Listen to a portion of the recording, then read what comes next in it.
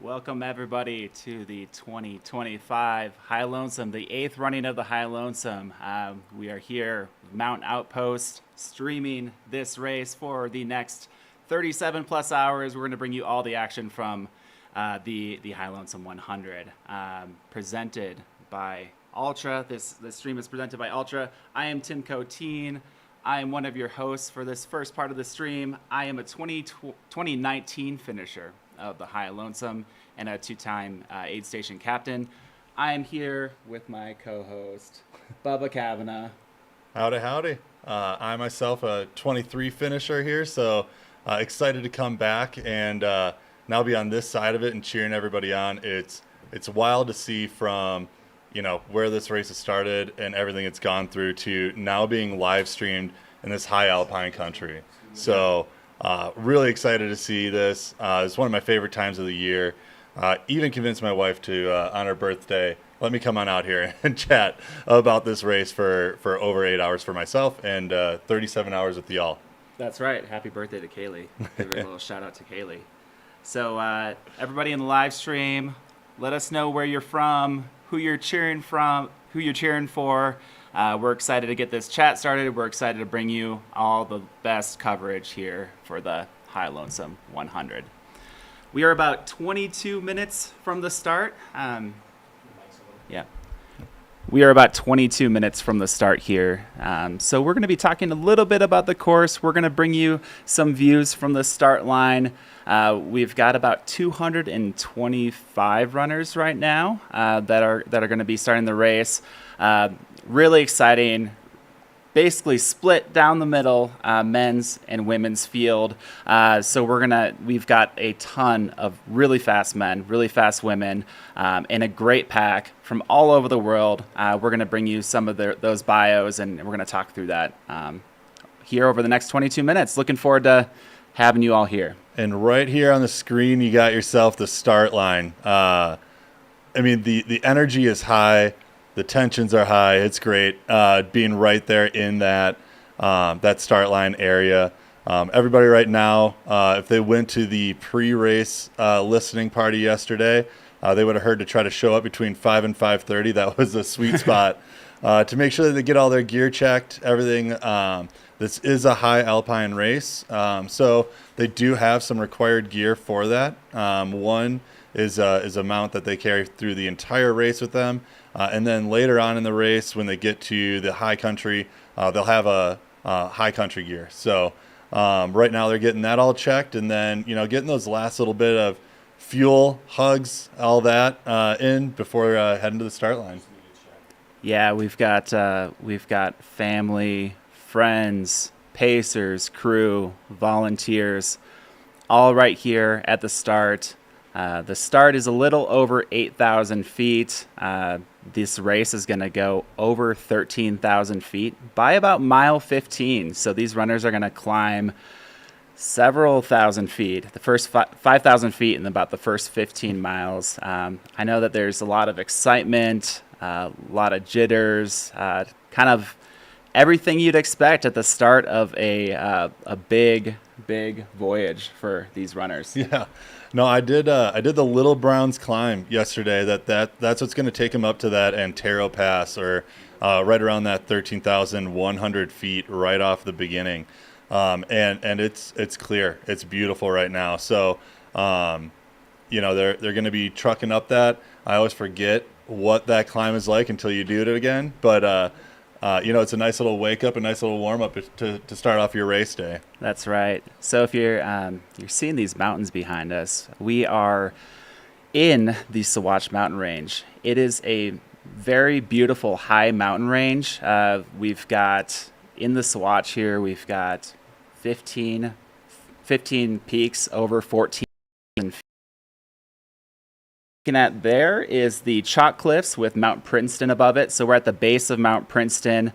Actually, at the start of the race, they are going to run by the Mount Princeton hot springs. It's going to be very tempting at the half-mile mark to want to take a little stop and dip in the hot springs, but they're going to keep going. They're going to hit the Colorado Trail and get this race started.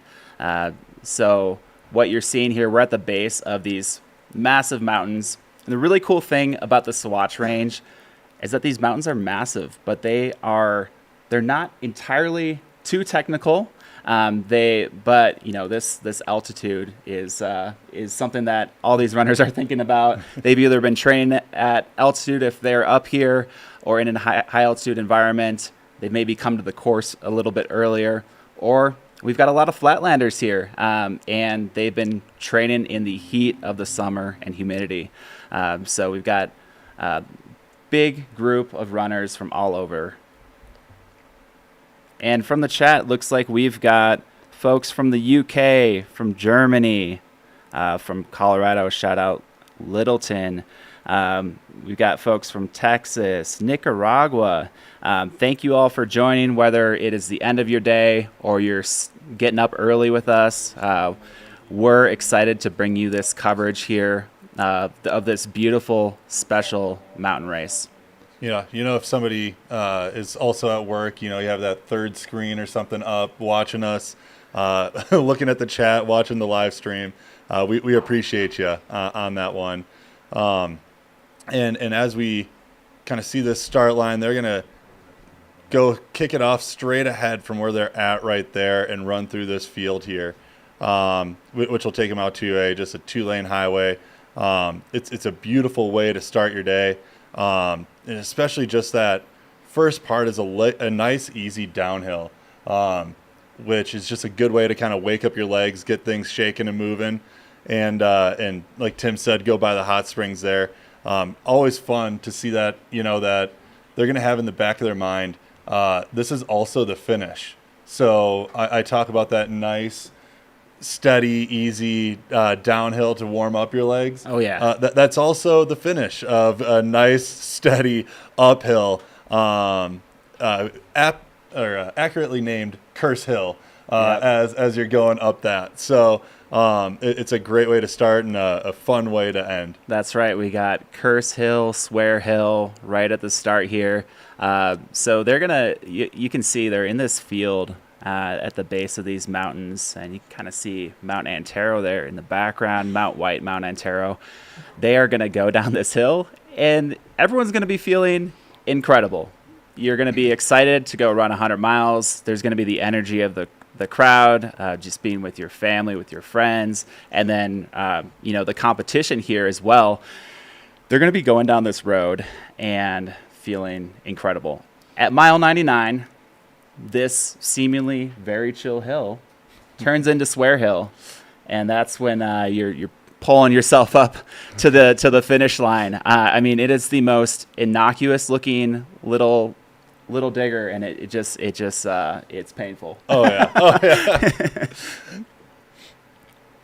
We're getting some of the live stream right here in the thick of it too. You can see everybody just staying warm here.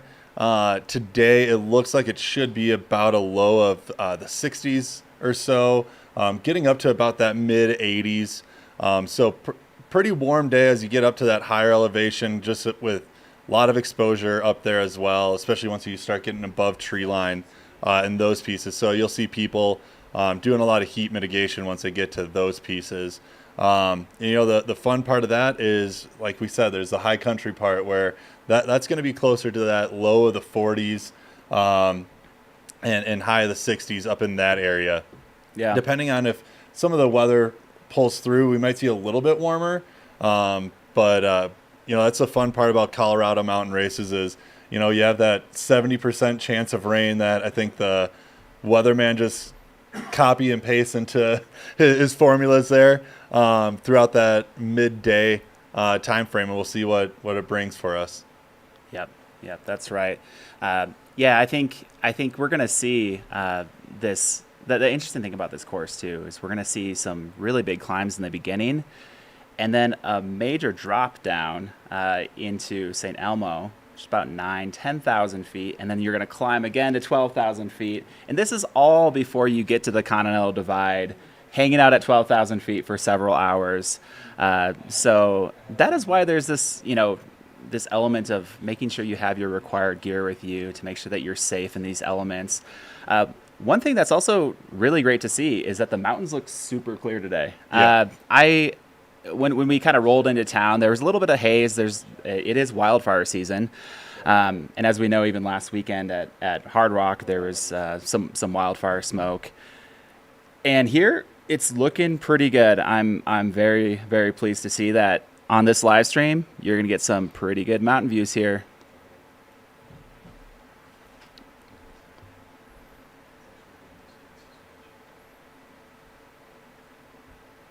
All right, so yeah, we've got a lot of folks in their puffies, in their parkas, getting ready to get started.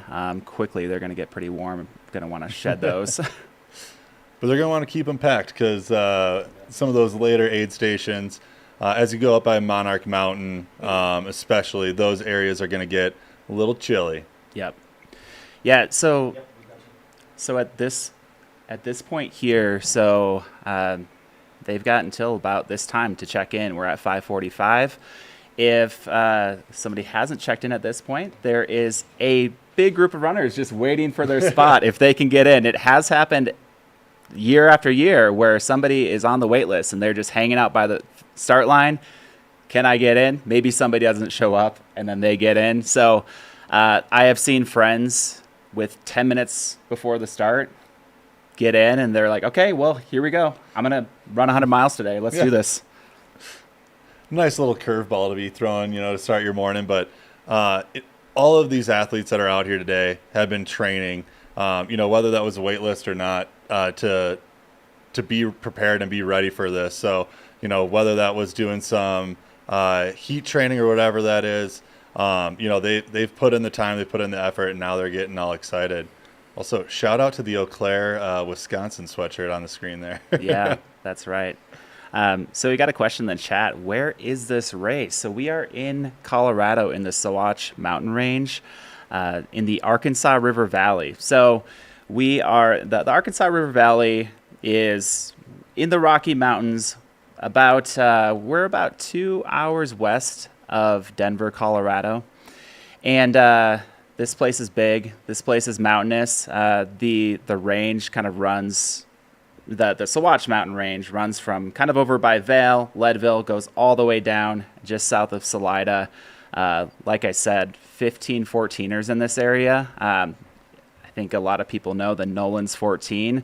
Some of these sections of the course, when you're going over the Antaro Saddle, Antaro is one of those peaks there. So, really cool, iconic race. So we've got the Colorado Trail, just hit its 50-year anniversary. Iconic trail in through hiking, running, biking. We've got the Continental Divide on this course. It is such an aesthetic loop. I don't know who could have dreamed a better loop in this part of the country. It's pretty incredible. Yeah, and the amount of work that Caleb does too, and the whole team, the whole Freestone team too, to get this race prepped. Some of these things come in at the last minute as well. So the amount of work that they put into this trail, whether that's clearing trees or anything like that, throughout these trails, it's a big overhaul. I know this was a year or two ago. I was running through the area and messaged Caleb about how awesome it was to run through the part that I was at night for. And his first question was just, how are the trees? Is there anything that I need to be out there to go do? So not only is it, this iconic, this beautiful, naturally area, they do so much work to make sure that this course and everything that's out there is as best prepared as possible for these racers. Yeah. So there is before you get into this race, you need to do trail work. There's 8 hours of trail work that each of these runners have done. So when we think about 225 runners doing 8 hours of trail work, that's 1,800 hours of trail work that have been done, wherever you are. There's also an opt-out if they didn't. It's a $150 opt-out, and that goes into about 8 hours of trail work to a bunch of trail work organizations that High Lonesome works with. So they are giving back to the community, making these trails better. Really, really exciting to see that and just that community element.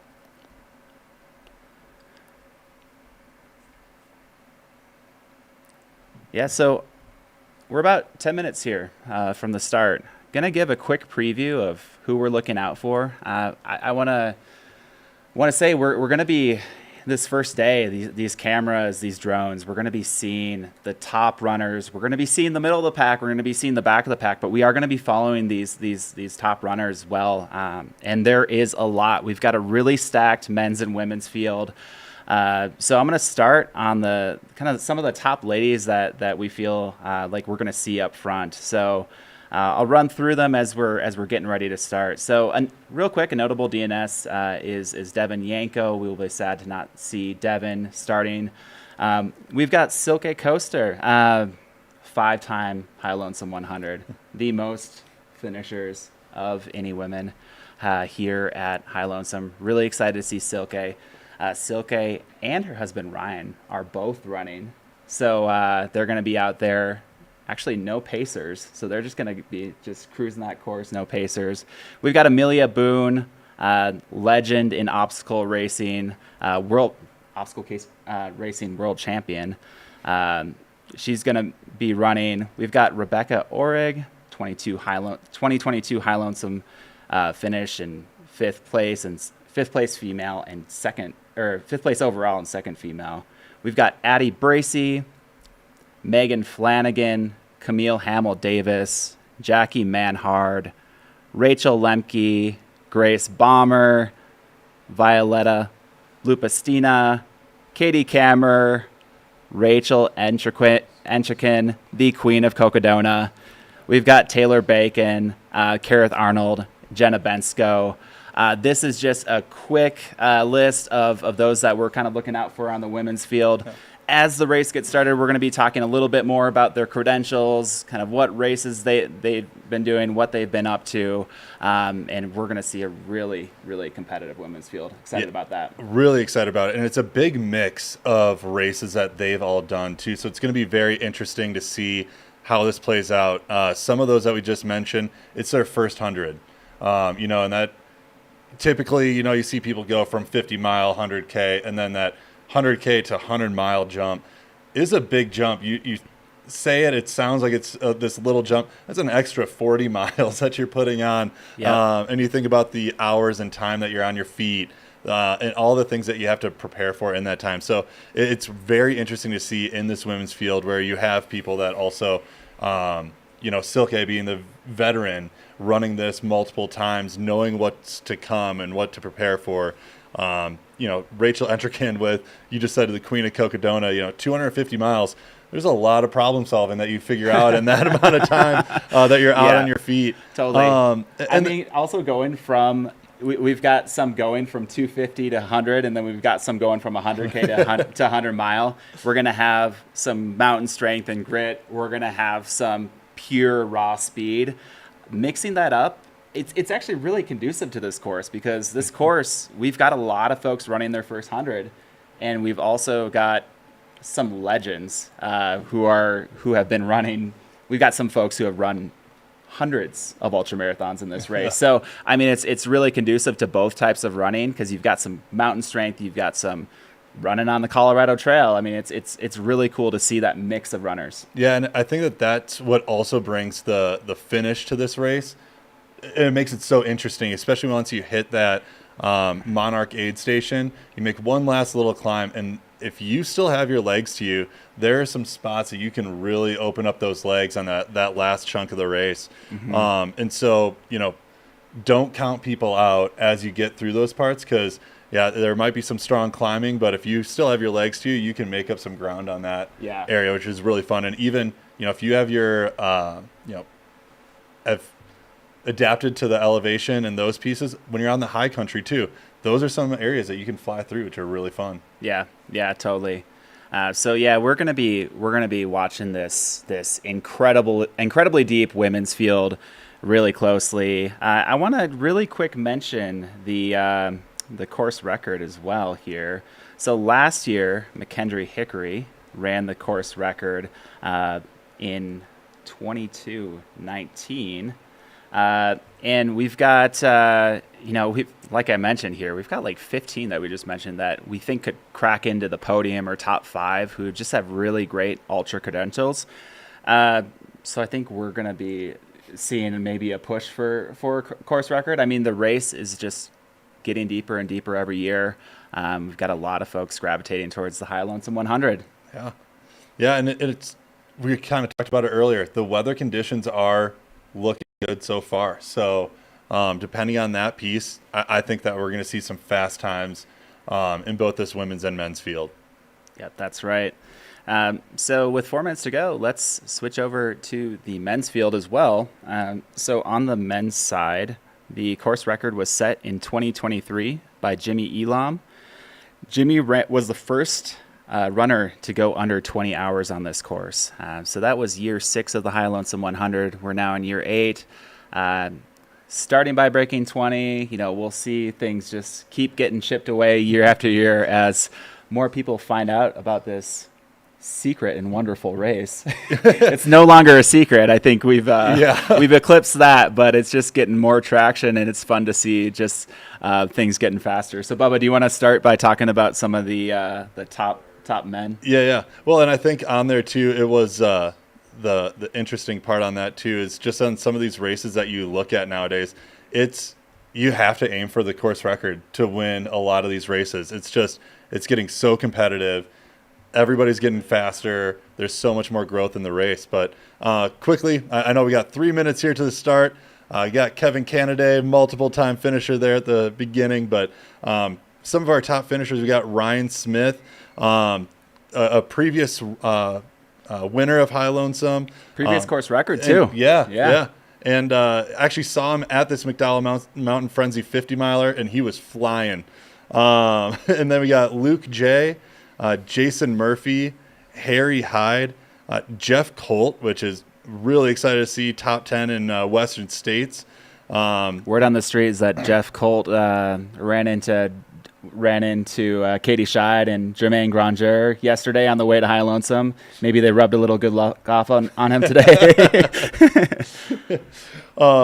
We got Scott Trayer, Andrew Higgins, Ryan Sullivan, which is going to be very interesting off of a very strong San Juan Solstice. 5th fastest time ever there and looking very strong. And then Jesse Haynes as well. So a lot of, again, this is one of those areas where we got a big mix of runners, whether that be big mountain, 24-hour record holders, all of that. So I just want to pause, though, because we got a minute and about a half until the start of this race. Just everybody's crowding around, getting those last-minute jitters out. They're definitely going to have those jitters going down that start line as well. You can see everybody lining up also. This is something that you see at the beginning and the end of the race is people show up, people cheer everybody on from that first-place finisher to right at that 37 hours. And this stretch, about a half mile or so, that they have when they enter off of the road into the finish line. And the excitement is high. Everybody is meeting you when you first get in there all the way through. So we got less than a minute left to kick off the 2025 High Lonesome race. All right. Yeah, you can almost smell the pine and the nervousness and and excitement at the start line here. Really, really beautiful area to kick off an ultra marathon. They look like they're ready to go. We're getting some last minute dance moves in there. Some call it stretching. Most of that stretching just happens in the first couple miles of the race. Yep. Yeah, no warm up needed. Just warm up down past the hot springs. All right, we got a few LFGs in the chat. Let's go. 5, 4, 3, 2. Let's go. All right. We have started the 8th 2025 High Lonesome. We've got a sprinter. We got a blistering start to the High Lonesome race.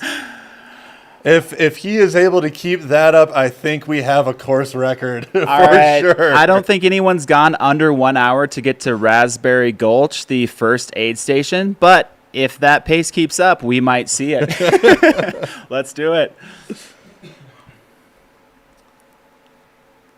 All right. For those in the chat, who are you here to see? Who are you watching?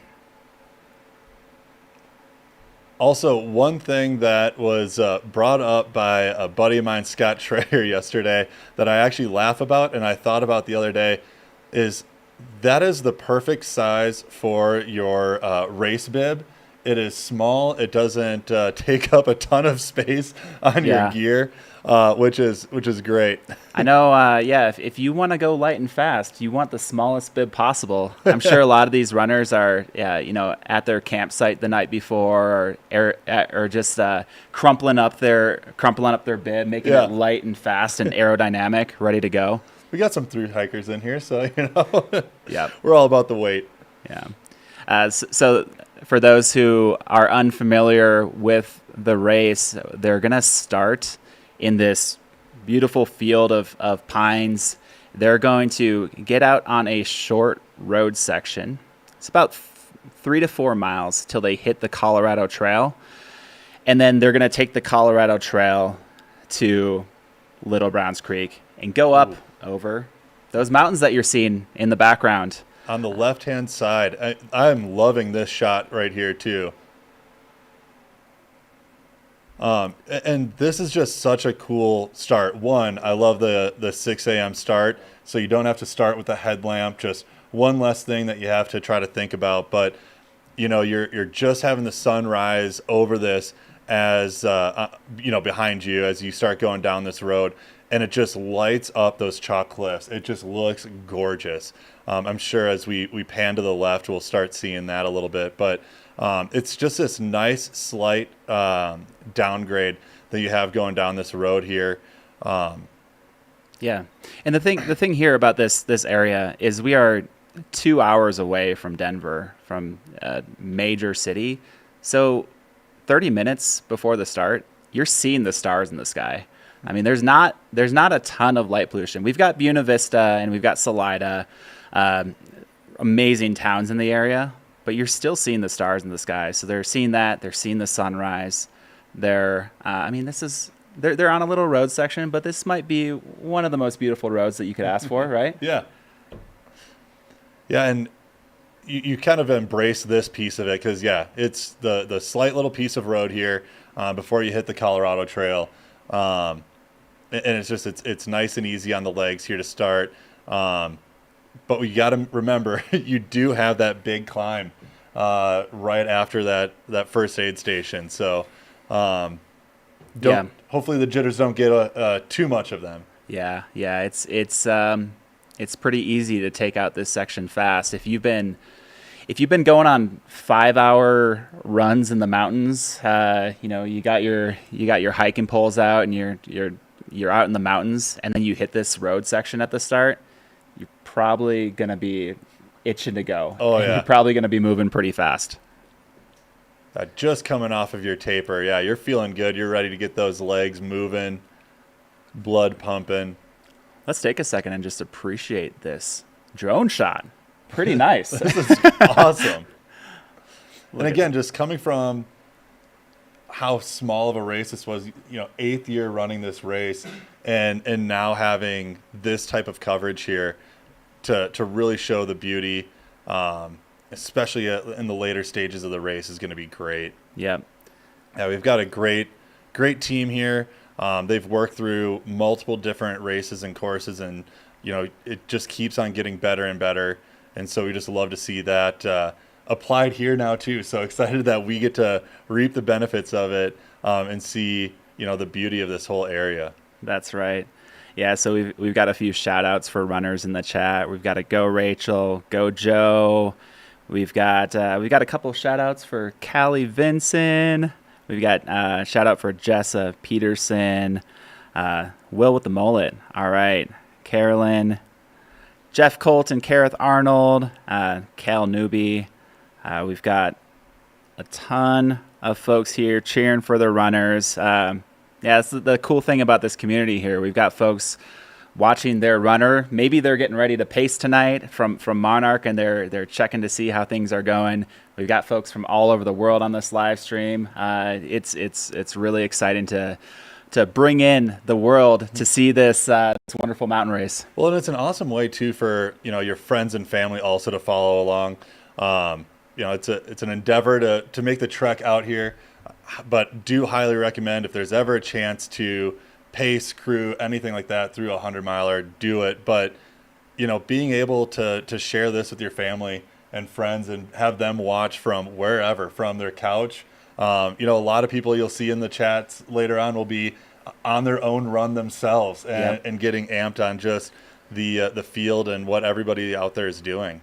Yeah, I first started getting into ultra marathons in 2013. Started following them, started running them around that time. And when you were watching any race, the biggest race in the world, the smallest race, you're lucky if you got a few tweets, maybe a few pictures over the course, and now we get to watch them live. So it's things have kind of come a long way, and I'm pretty excited to see this and be able to, as a fan of the sport, to be able to watch this and all the grit go down right here. Yeah, and like you said, a couple pictures, a couple tweets, and now 37 hours of viewing. I think that's Callie right there, who got a couple shout outs in the chat, running her first high alpine race. So excited to watch that.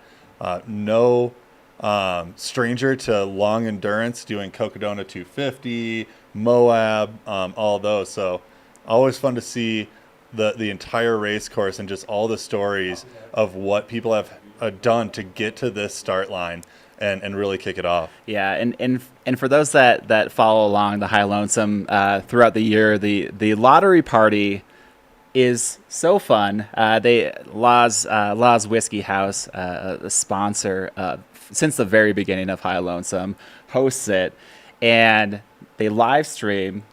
Mountain Outpost actually live streams the lottery party, and whenever someone gets picked, there's always so much excitement. And I remember seeing that video of Scott and Callie just jumping up and down for just like, wait, we both got in? What's going on here?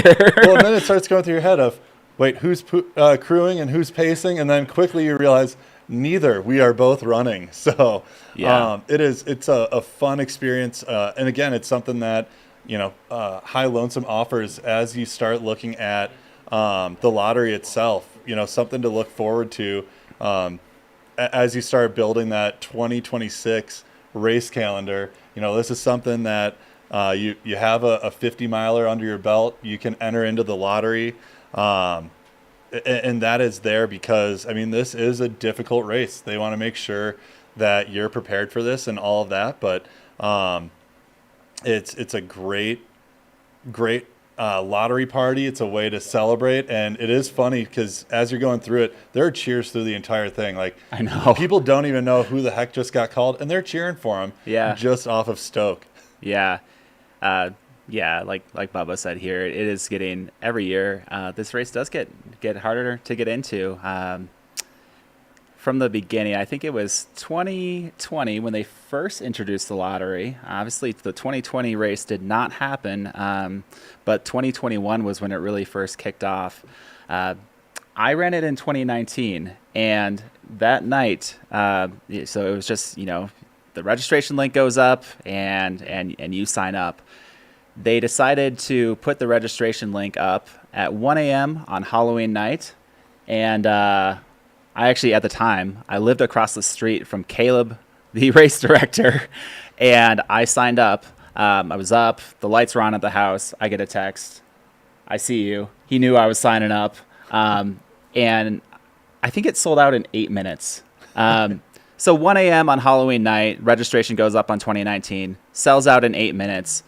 I think Caleb and Kelsey realized at that time, we might need a lottery. Yeah. Well, and I think it goes to show that they want people that want this race too. Making it Halloween night, 1 a.m. and you're doing that doom scroll of whatever ultra sign up or whatever other way to sign up for a race that you're doing.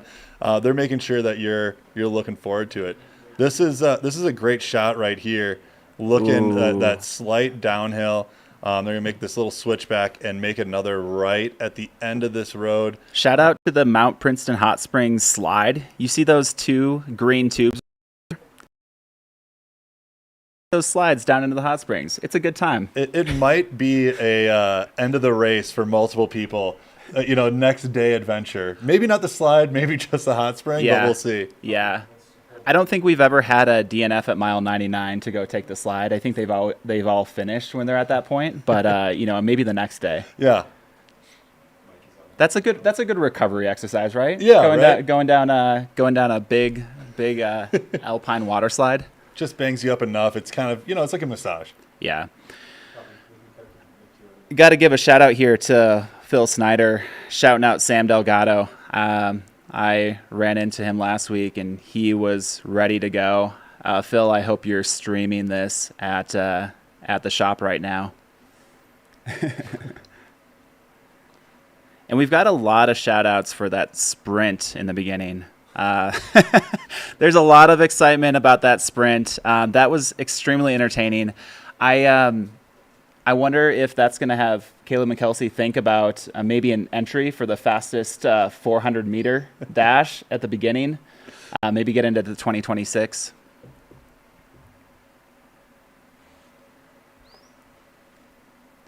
Yeah, so we got runners taking a right here on this road. They're going to be on this road for just a little bit longer, and then they're going to hop on the Colorado Trail. And basically from there, it is single track and rough mining roads for the rest of the course until they get back here for the finish. So they are just cruising along, hopefully saving themselves, because once they get on the Colorado Trail, you gotta just ease up a little bit, because you're about to go up and over, almost summit Antaro, go over that saddle. Yeah.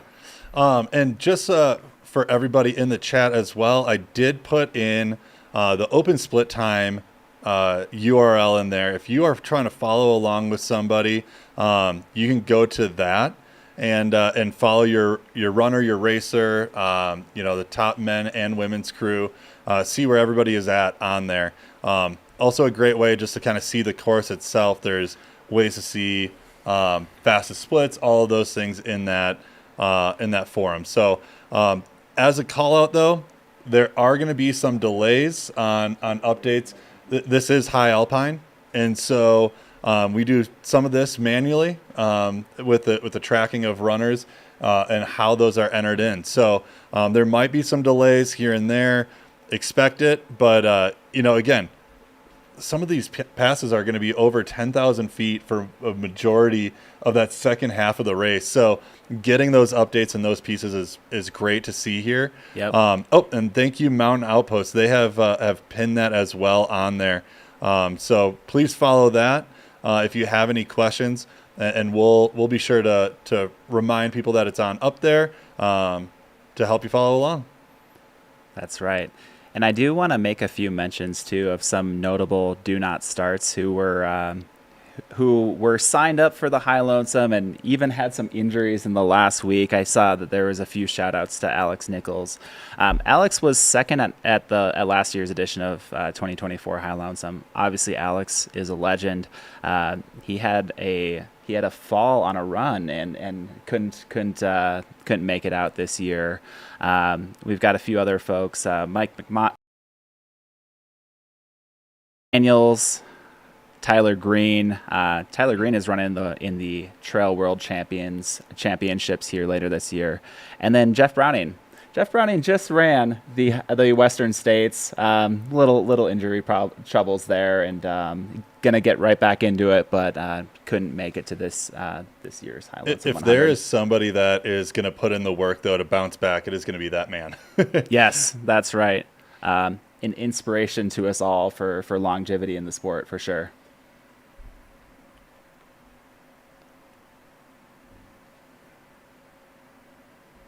Here we go. We got the, you can start to see all of the crew and people leaving as well down that road as well.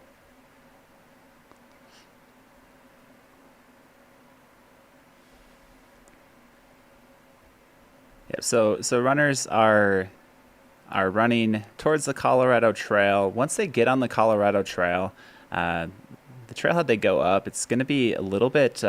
It's actually interesting, that little section, because it's a little sandy on that little section. You take those switchbacks up, and I remember on the way down finishing that, just tired legs, just cruising down this like little sandy switchback. So they're going to go up that, and that's where runners are gonna start either separating or work together.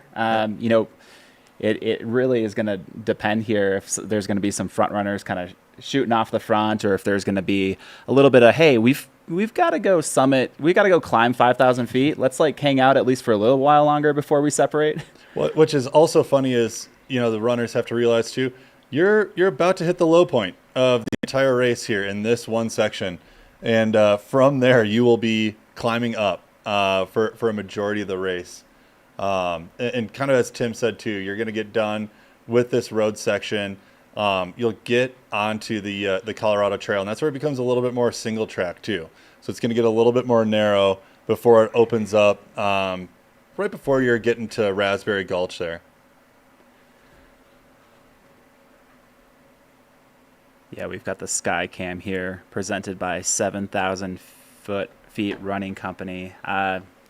7,000 Feet Running Company has been a support for High Lonesome from the very beginning.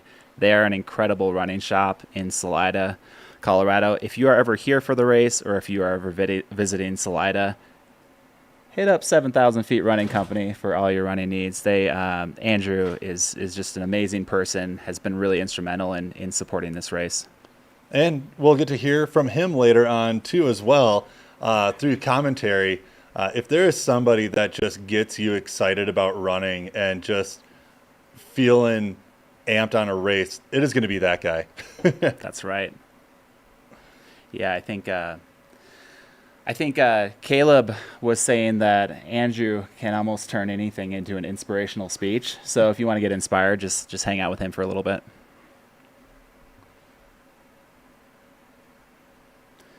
And folks, before the race, we sent out a list of questions for all the runners. We ended up getting 200 runners responding about their how they got into the race, their inspirations for the race. So throughout the live coverage, we're going to be shouting out runners from the very front of the pack to mid-pack, back of the pack, to give you an insight into what makes this race so special. I think over the years, what people keep coming back to is, one, there's not much more of an aesthetic loop in the Sawatch Range. Bringing these two corridors, Colorado Trail and Continental Divide National Scenic Trail, together into this incredible loop. Caleb, from the beginning, he wanted to make sure that there was absolutely no shortcuts. He wanted to make sure that there was nothing contrived in terms of the race, and that there was no vert for vert's sake or anything like that. He saw these two trails. He wanted to make a loop, and he made heck of a loop right here. Yeah, and to answer the the question in the chat here of how would you describe it, high altitude or big elevation? Yes, I think it describes this race very well. There's a big mixture of both of those, and it looks like we have some runners already hitting that dirt section of the right before the Colorado Trail there.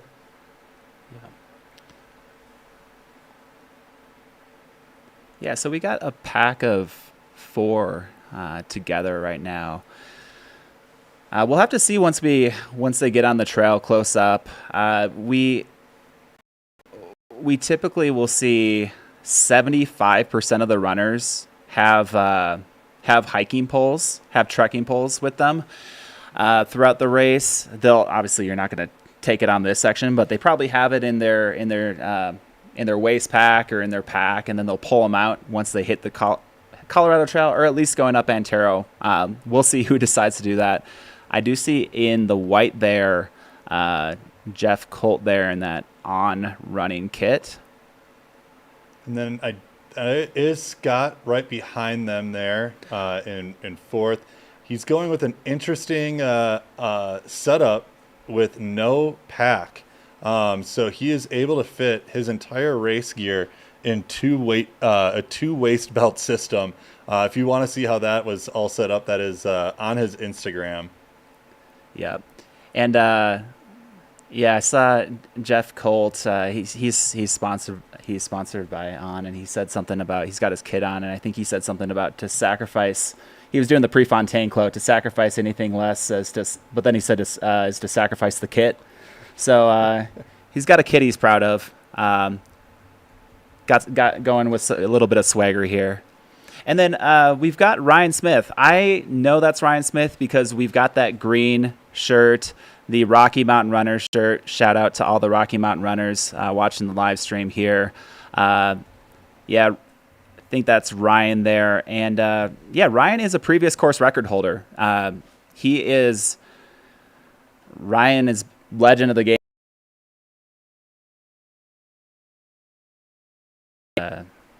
Basically, or he's won Leadville. I mean, he's got a top 10 finish at UTMB Hard Rock.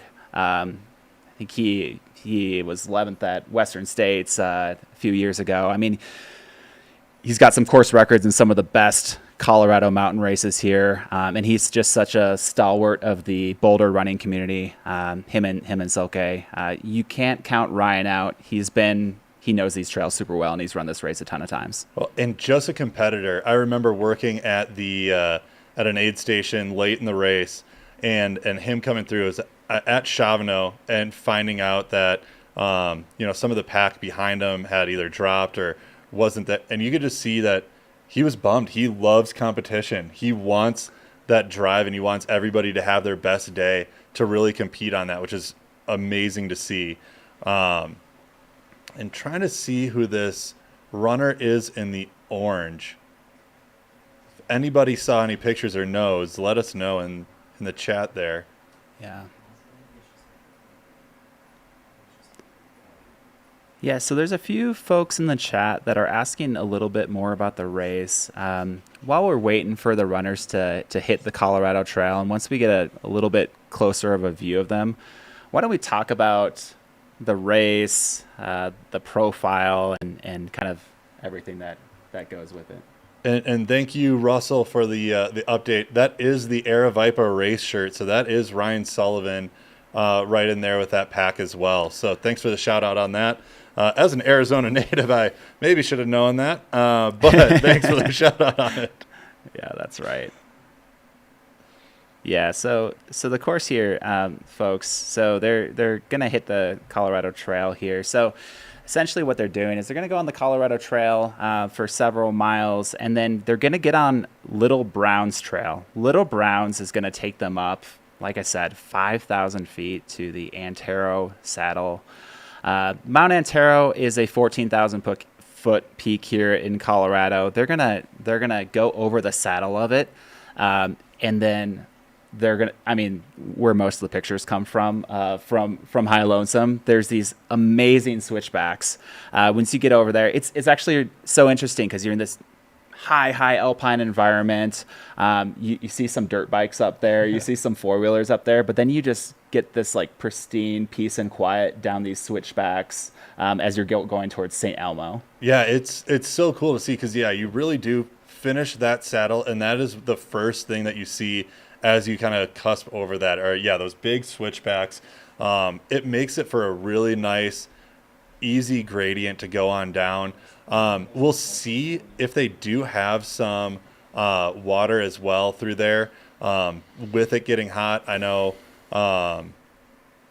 staying cool and all of those of that is important to this.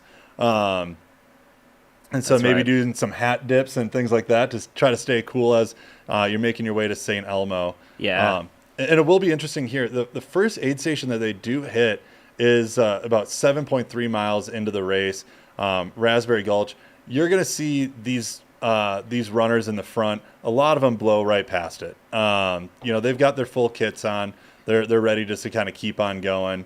Some may, if they wanted to go a little bit lighter, might make a stop there, just a quick refill, maybe just water, top it off or something. But these front runners here especially are just going to blow through that and start that climb. Yeah. Historically in the early years of the race, Raspberry won at 7.3 miles. Cruz could show up and supply, but kind of got to a point where it's like, hey, we're 7.3 miles in. We haven't really done much climbing. It's no longer a crew accessible aid station because there just doesn't necessarily need to be one. Even from the very front of the pack, they're going to blow by. A few of them might refill their waters, but even to the back of the pack, you just get a water refill, and then you just keep going because you've got a long way to go. You're just getting warmed up right there at 7.3. But it's a really fast start to the race, even though they're on the Colorado Trail for about half of that way to the last 3 miles to Raspberry. It's still a really fast portion. You're kind of going through this really nice, narrow single track. You're running through aspen, ponderosa pine forest. You're just waking up, smelling the pine, getting your muscles warmed up, hearing the birds chirping. You're just getting warmed up. So, yeah, it's a really cool section of the course because, I mean, you do start climbing early on, but you get about 7 miles to warm up before the fun really, really starts. Yeah, and this whole section, once you turn onto this dirt road, yeah, like you said, you're right in the pines. It's beautiful. You'll have a little bit of a steeper uphill. On there, like Tim said, a little bit more of a narrow single track. Okay, there they are. They are there already. Looking strong through this section here, and this is where it's going to get a little bit steeper. The thing that blows my mind too is just watching these elite runners. Is just they climb up these so fast. Even going up Little Browns, the section past Raspberry Gulch is a pretty big high degree uphill, and they'll still be running, which is mind-boggling to me. Yep. So for those who haven't been to this area, this is the Chalk Creek. They just got off of Chalk Creek Drive, and this road goes all the way out to St. Elmo. So if they would have kept taking that road, that goes out to the St. Elmo road, but they're kind of heading off of the Chalk Creek trailhead. It's a really beautiful place. A lot of thru hikers actually on the Colorado Trail. They'll kind of stop right off of Chalk Creek trailhead. They'll go into town. They'll maybe hitch a ride into the BV or Salida. They might go to the hot springs or something and take a dip. I've been over there and seen a lot of thru hikers just kicking back like next to a cabin, putting up, trying to find a ride somewhere. It's a pretty iconic area for thru hikers, for bikers, and obviously ultra runners here. So they're getting started here on the off the Chalk Creek trailhead, and getting a great run on some single track here. Well, and this is a really cool area too, because you just have this stream off to the right that you just see, or you can kind of hear through this entire section here. So it's just like, as you said, it's a peaceful start to your day before you start that big climb. They're charging. I mean, yeah, this is all right. The race is on, everybody. They're not letting any time waste. It looks like we have on the last year's split, the 2023 split was about an hour into that first aid station, which is the fastest time as well that we've seen. And now we're getting some of the elite women's field as well coming through. Just caught Rachel Entrekin there entering into that section. Who do we got there? Let's see.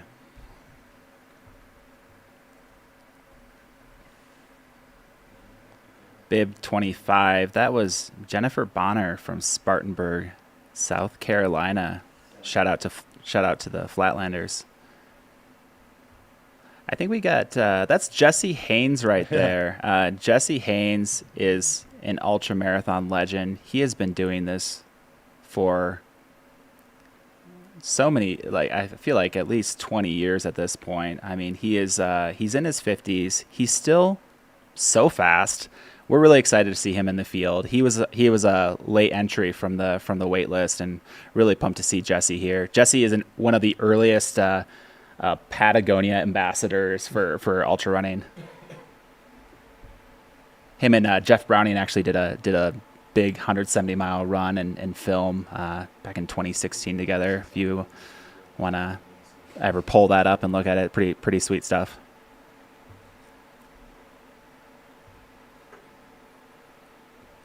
And again, something that you're just seeing too more and more is just that longevity in this sport too, which is always so fun to see. Yeah, that's right. I mean, when we look at our top ladies here, and we're looking at some of that, we've got 42, Silke's 42, Amelia's 41, Rebecca Orig's 36, Addie Bracey is 38. Addie Bracey is so speedy. We're gonna expect to see Addie up there. Addie actually lives now in Buena Vista, so Addie must be excited to be running on her backyard trails. Drive maybe a short distance from my house to the start line, get a big 100-mile loop in the backyard. I think that's such a cool way to feel connected to your home. So congrats to Addie for running this backyard loop for her.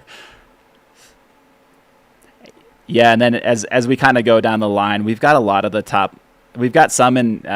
We've got a good mix of them. Some in their 20s, and then we've got some in their 40s as well. And then top men here, like I said, previous course record holder Ryan Smith. Ryan Smith is 46. We've got Luke J as a late entry into the race.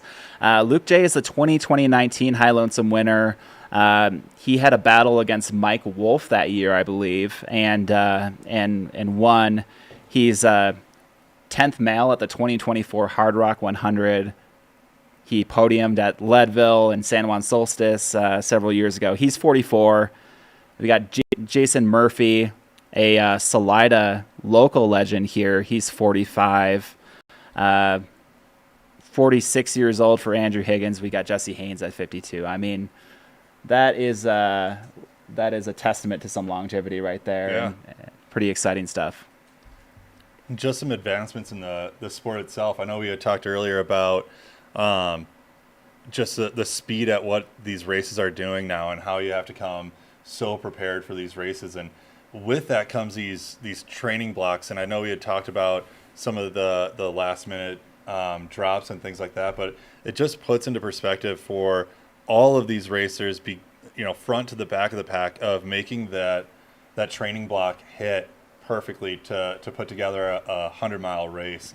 It is, you have to make sure that you stay healthy, you stay fast, you stay fit, and make sure that nothing happens in between that time. So it's great to see, these 225 or so racers hitting the start line, healthy, fit, and hitting the ground running here. Yeah, I mean, even just to make it to the start line of a 100-miler, entire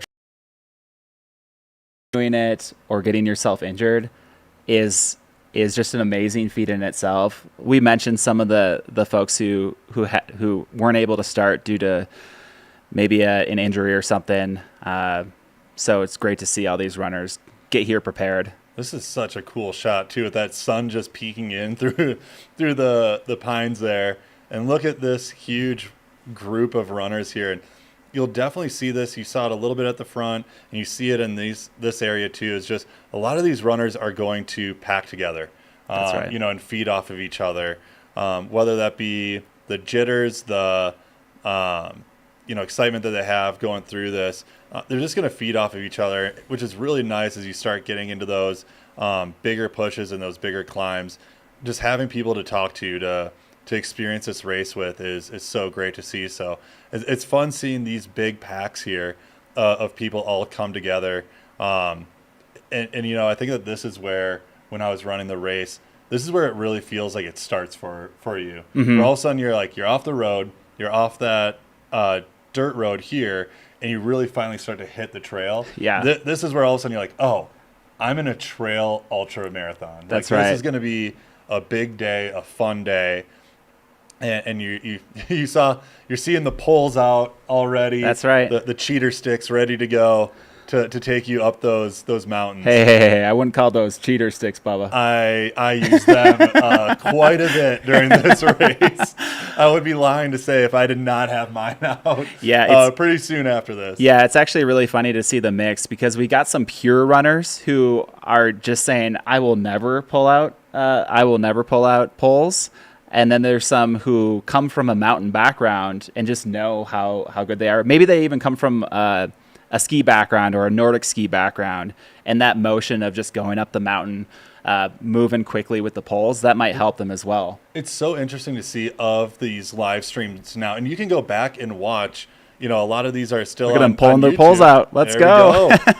and you see, I hope they work for you, sir. The best of the best do it, and you saw it in like Hard Rock. You see it in UTMB and other big races and things like that, where all of a sudden people are so quick and efficient with that kit and those trekking poles and things like that. Yep, that's right. It's so cool to see, and things that you can learn from too, where I think, we talked about Raspberry Gulch being one that most people are going to kind of go through pretty quick, and you'll see it through kind of those first ones. But when you get to the Cottonwood aid station, that's when the first big aid station that they're going to get to, right around mile 31. Yep. That's when you start seeing that efficiency in the aid stations become a thing.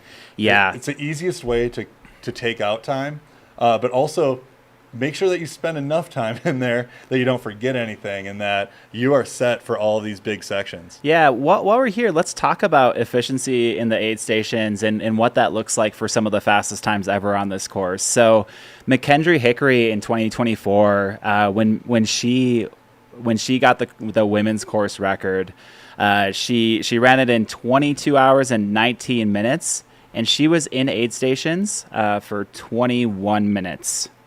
So I mean that's pretty dang efficient. And then if we look at men's, Jimmy Elam. Yeah, he was at 29 minutes in and out of aid stations, where you think about it, those chairs look so good, they look so comfy.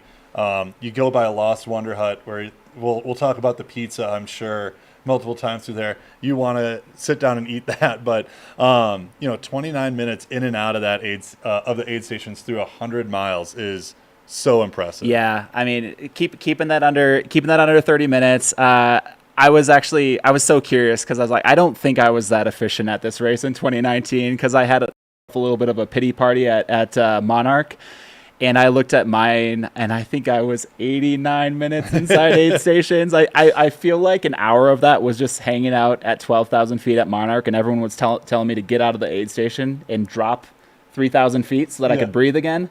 And I mean, just the fact that we're going to see these top runners, like we mentioned, they're going to blow past Raspberry. They're going to start getting aid maybe later, but they're not trying to spend much time in the aid stations. But while we're talking about aid stations, shout out to the volunteers. They are amazing out there. So we got 14 aid stations that they're going through in between the start and finish. So again, as we were talking about those 29 minutes and 21 minutes aid stations are in and out, that is quick. But 14 aid stations, the crews are amazing that are out there.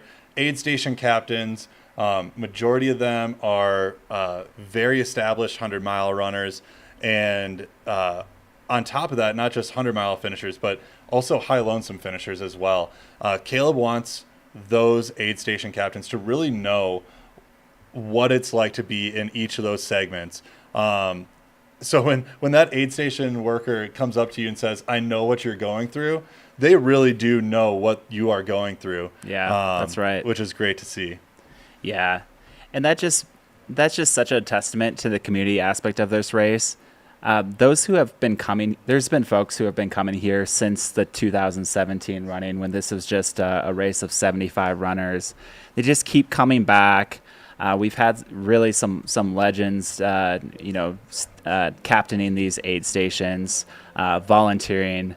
Everybody wants to keep coming back because this is just one of the greatest weekends of the year here and in Colorado, and we're just so lucky to have this race. Yeah.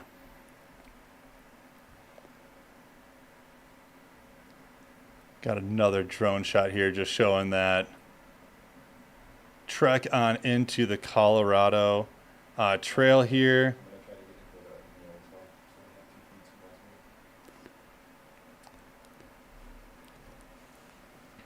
So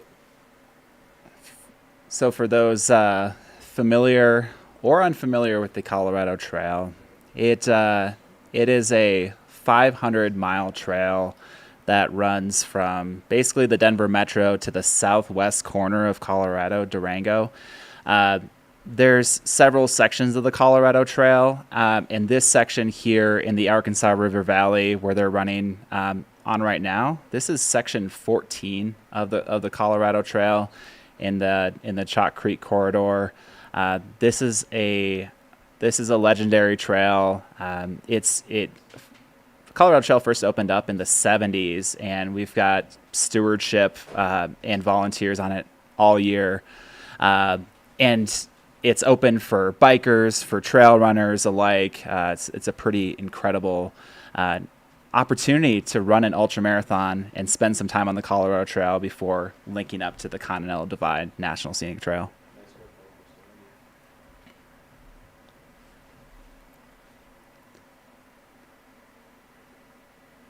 And we've got this incredible drone shot of them going up this little section. Like I mentioned earlier, there's some loose dirt on this section. Yeah. So a lot of the single track on this race course is it's rocky, it's hard packed dirt. We're getting the waves. Howdy. Hey. All right. Yeah, a lot of this is hard packed dirt, but this little section here, I remember just needing to take some deep breaths and just kind of chill out and take it a little, ease into the race.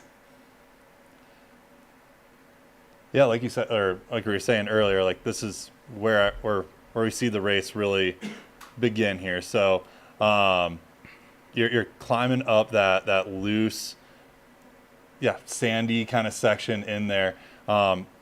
Being on Little Browns yesterday, that climb that takes you up to Antaro, we got a little bit of rain last night, not a lot, but just it almost seems like it's that perfect amount that it's going to keep the dust down, which is going to be really nice for the runners, especially as the race goes on. The amount of dust that you can kind of keep down, keep those airways free as much as possible is great. It's going to be a really nice day out there today. The conditions are great. I didn't see snow up there or anything there. Crazy thing is you just never know what to expect on these race days. I was out here in June 2 years ago, and just climbing up to the top, got stuck in a sleet storm. So you never know what you're going to get on race day out here. Yeah. So typically it's monsoon season here and in Colorado, which means during this time between about 11 a.m. and 3 p.m., we're probably going to get some rain. It could be ranging from just spitting a little mist into the air, all the way to a torrential downpour, lightning. So that's something during the pre-race briefing last night that Caleb Efta, the race director, was telling all the runners, their crew, their pacers, just really be mindful of that time of the day, because that's about the time that everyone is starting to get into the high alpine, the Continental Divide part of the course. We've had some really, really lucky years where the weather is just absolutely gorgeous. You get to see the sunset. It's over the Rockies. It's dry. But there's also been some years where there has been lightning, and people have had to duck for cover and spend some time off to the side a little bit. I really appreciate the time that they take the day before the race to go through everything that you may experience in this race to make sure everybody's fully prepared. And that is one thing that High Lonesome and Freestone does, is just make sure that everybody's prepared. They want to make sure everybody's safe, and make a great day out there in the mountains. Looks like we might have some through hikers just cheering everybody on too. So this is something that you will see throughout the day. That's right. You'll just see hikers out there, backpackers, through hikers, mountain bikers. I mean, the full mix of that, and it's cool to see. Everybody that I've experienced out there is excited to see you. That's right. There is a couple sections that you can run into, some off-road vehicles or ATVs, things like that, and even they are usually pulling over to the side, cheering you on. When you see 225 people running at you, you realize that something bigger is going on. So it's a really great community out here of just everybody excited. They're seeing the racers, even if they have no idea what the heck is going on. And, somebody lets out the blurb, there's a 100-mile race going on. It's just mind blowing to a lot of people. Yeah, just jaws dropped. Like, wait, you're out here running 100 miles next to me? Yep. And I did see in the chat as well, I think, talking about the safety of the runners as well, talking about the wildlife that's out there as well. Yep. Caleb does a great job describing what you can and potentially can see, and making sure that you understand what is out there. I mean, you're in nature, and you can run into anything that's out here. And some of the big things that you're going to see, there's moose that are out there. the most dangerous one that's out there. Yeah. There are bears, but they're black bears. So usually, as long as you're loud, you hit your trekking poles together. Yeah. They'll skirt pretty quick here. Yeah, we don't have grizzly bears in this part, so it's going to be all black bears. But yeah, really the wildlife that you want to look out for is moose. Cougars, mountain lions, they're incredibly rare. There have been race reports. I actually remember in 2019, the top runners were kind of mentioning in between Purgatory and Monarch, being a little spooked that there may have been a mountain lion. But I think for the most part, runners are going to look at, once they get into the high alpine, you might even see some mountain goats, which are incredible to see. But yeah, wildlife to look out for, really just moose, because if they're there with their babies, they may charge. So yeah, something that everyone is very well aware of. All the runners have been very much briefed on that and what to do in that case. and Caleb actually mentioned yesterday, there's apparently a picture from last year that they got, that a runner did not notice that there was a moose behind them and was all cheery and all happy, and there's just a moose in the background behind them. So I do need to go find that picture, which would be amazing to see. Yeah, and that runner was actually pretty pumped. They're like, there's a moose there, and everyone's like, hey, that moose is charging right now. You got to watch out. But and one of the fun things too, as you get into the night section, I always find it as something that kind of brings your alertness and your awareness, is you have that headlamp on and you just see these eyes looking at you, and you don't know what they are.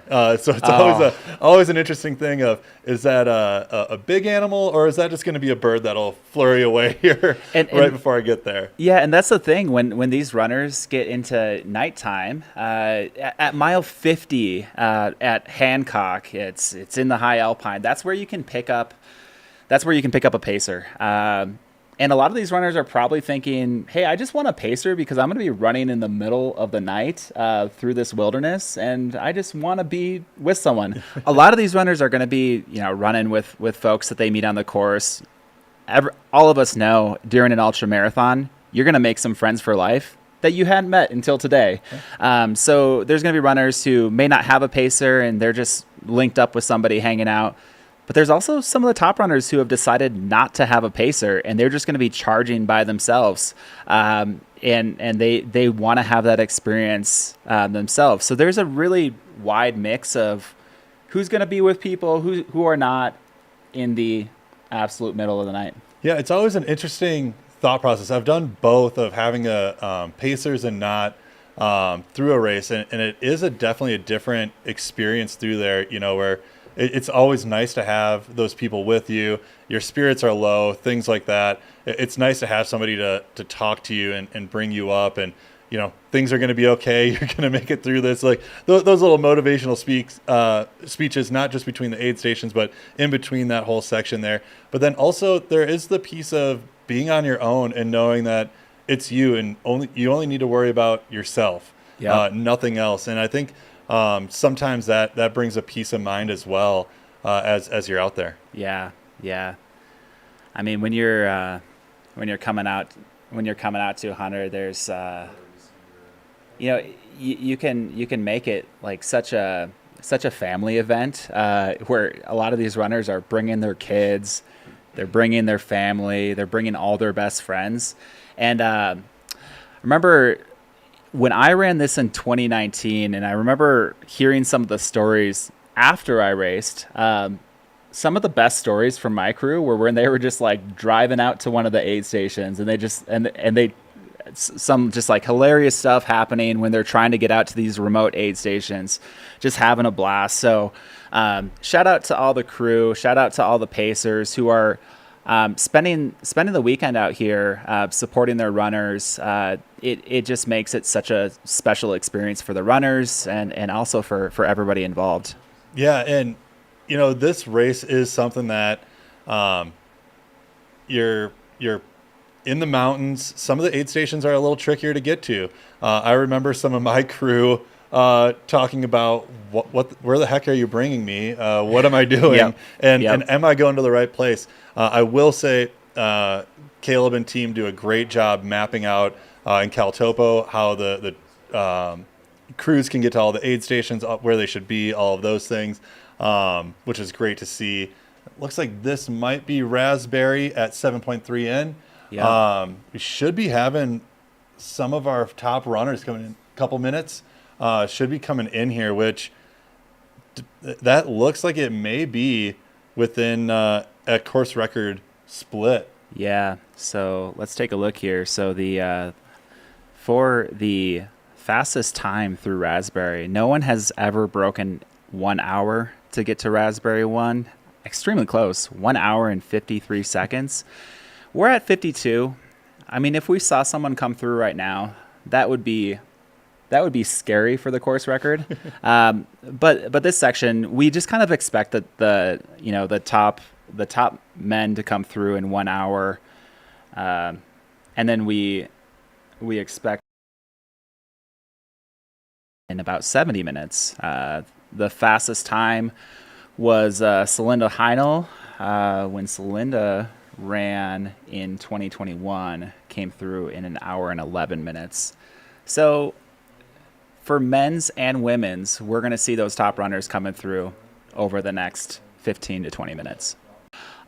Just a beautiful sight to behold. Those in Colorado are very familiar with it. Those around the world watching, these are some of our majestic and beloved 14,000 foot peaks, and then the chalk cliffs below. Just really a great backdrop to this smooth section of the Colorado Trail. And I don't believe I saw it, but it looks like the already infamous front runner or sprint runner did not make it in first place to the Colorado Trail. So unfortunately, I don't know if he is going to be able to keep that pace up for the whole race, but we'll keep on checking in.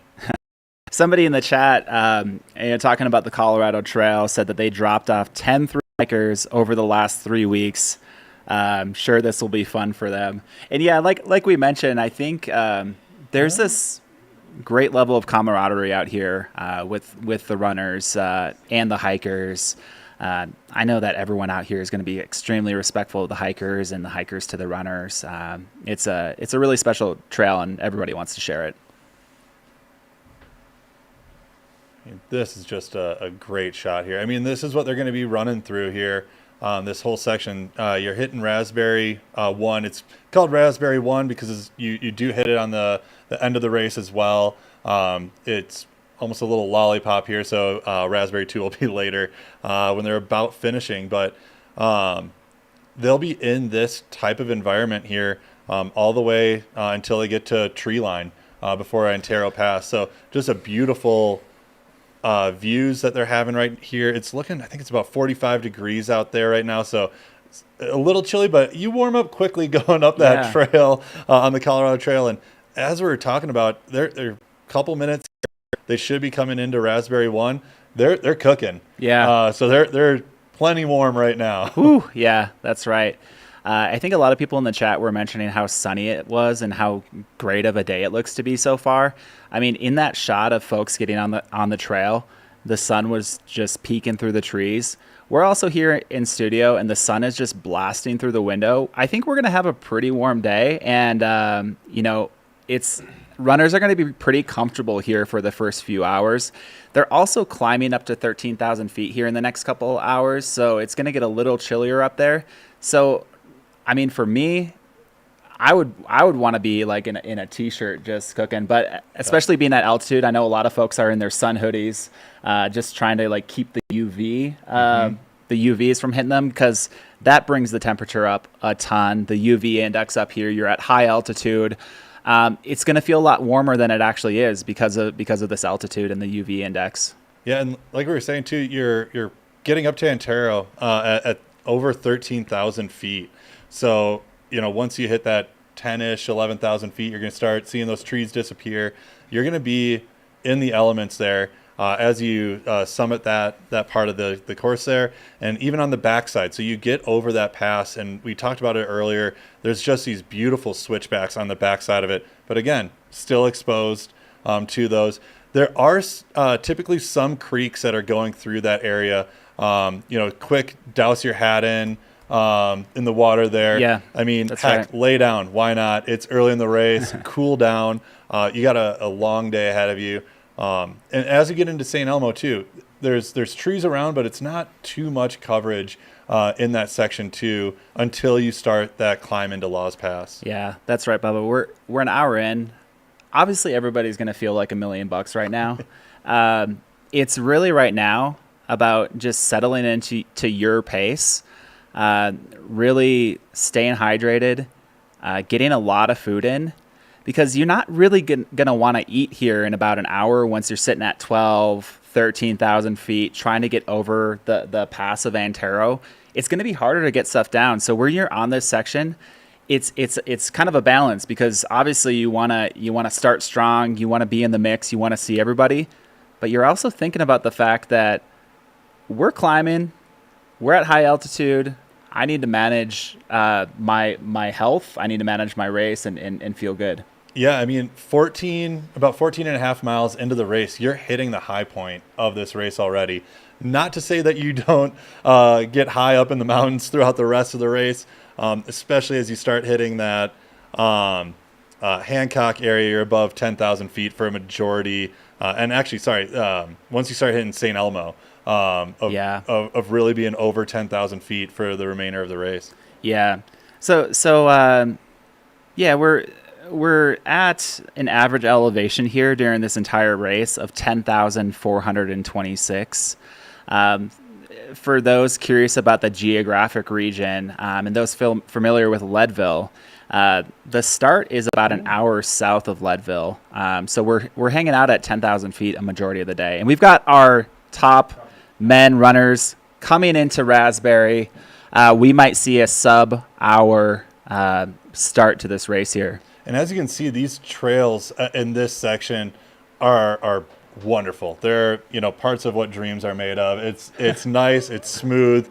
Oh, they are cooking. Yeah, they're just about here. So coming in right around 59 minutes, just a little bit past that. So almost over a minute faster than course record pace already. Yeah, let's see where they come through and clock in at the aid station. But there we go. Yep, they're gonna go under 1 hour. This is the first time in race history that anyone has gone under an hour to Raspberry, and we've got 3 of them hanging out together. You're seeing that quick fill up of water. You got another 7.4 miles or so till you get to that Antaro aid station. Or sorry, that's just the comm section of it. So that's the next climb. Yeah. In and out real quick. We talked about that aid station efficiency. They are cooking. Yeah. So if we got the time clock running for aid station efficiency for these top runners, I'd say we've got about 3 seconds in aid station so far. Shout out to the Raspberry One volunteers. Yeah. I think they filled those bottles in record time for a record to get to Raspberry. Really pumped to see that. So those top 3 runners, that's Jeff Colt of Carbondale, Colorado. That's Ryan Sullivan of Grand Junction, Colorado, and we've got Ryan Smith of Boulder, Colorado. Notice I just said 3 Colorado runners. Look at that. I mean, there is just such that benefit of being at elevation, training at that. A lot of these runners, it's easy to get to these trails too, to get to understand what you're going to be experiencing. I mean, these 3 runners are going to be feeding off of each other for a good chunk of the day. Which is going to be so fun to watch. And we'll see, as this race progresses, just what kind of happens to the packing of these. Yeah, totally. I mean, this is a really, really promising start to this year's 8th edition High Lonesome 100. And they're charging.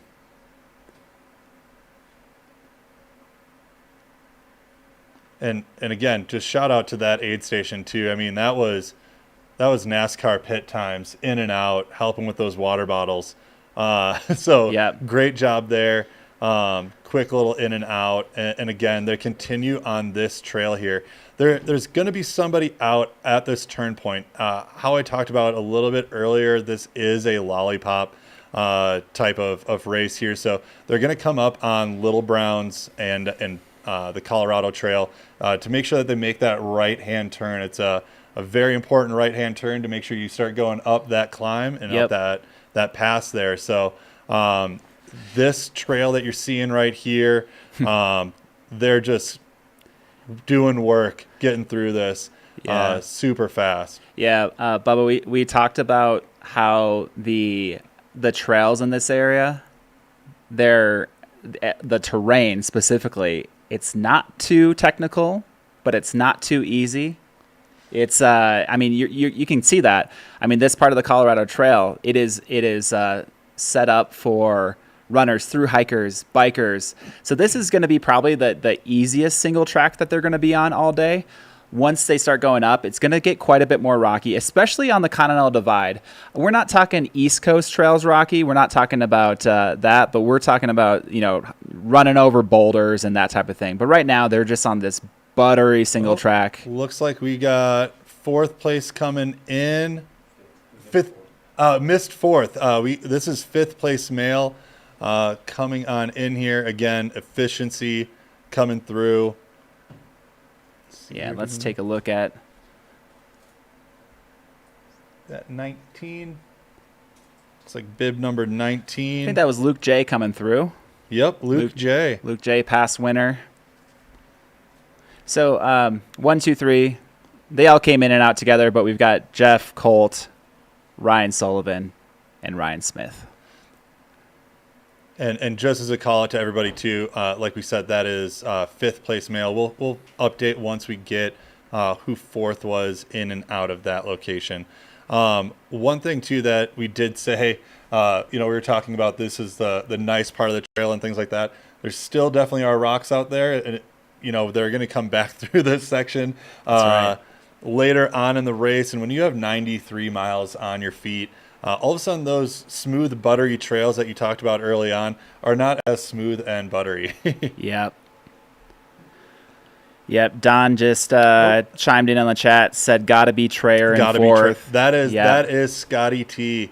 That is his gate. That is his his run there. Yeah. Thanks, Don, for the intel. We're going to have Don on the live stream here actually a little bit later today. We're going to have a lot of folks giving us some great insight onto who we're seeing coming through these aid stations, and it's a fast morning here in the Sawatch Mountains. Man, I am loving these drone footages, and I believe it was about a minute and two, a little bit past that we had the top 5 men come in. That's right near course record pace on above on those top 3 specifically, and we continue to see these runners come in, and obviously this is the very beginning of a long race. There is a lot that can happen, but it is so great to see these strong performances already. What bib we got there? So those who are tuning in, the open split time is already picking up the first few runners. So if you refresh open split time, you're going to get those top runners on the course. And we will do our best to take a look at those bibs and let you know who is running through Raspberry 1. Oh, is this female 1? That is like Rachel in 1:05. By golly. Okay, Rachel just went through 5 minutes 5 minutes faster than any woman has gone through Raspberry before. So Rachel is having a good start. and as we saw in the Cocodona live stream, all still smiling. I don't think we saw the smile stop all 250 miles. So we'll see how cheerful she is through just only 100, right? Yeah, that's right. And totally joking on the just 100. That's right. Yeah, it's for someone who is specializing in 50 at mile 70 at Monarch at 12,000 feet, if they feel like they're just kind of getting warmed up.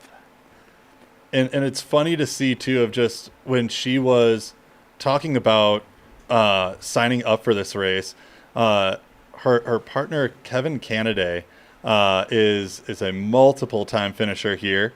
He has finished 6 out of the 7 times. We've got a lot of folks like John Davis who's on their 8th finish. I mean, we're gonna assume here that John Davis is gonna finish on his 8th finish. We got Silke, several finishes. Really cool to see those multi finishes. Yeah. You got the legacy runners, and looks like got another runner coming on in here. Yeah, that's another. That was F2 and F3. F2 and 3 are also already through, so 3 minutes faster on the top 3 females as well, from not course record pace, but fastest splits. All right, we've got a few folks piping in the chat that a runner, Jason Murphy came through, a local to these trails, Salida local as well. Jason has a pretty impressive resume here, over 60 races, knows these trails well. He's been 6th at Hard Rock. He was the 2023 Sawatch Ascent men's winner here in the area. Just really beloved local legend here in Salida.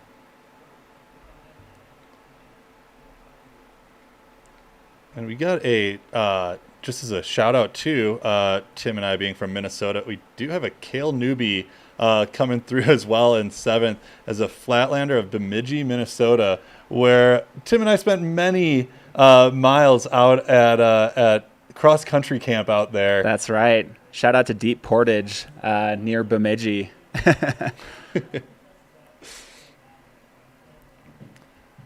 And kind of as everybody, we are refreshing this open split time.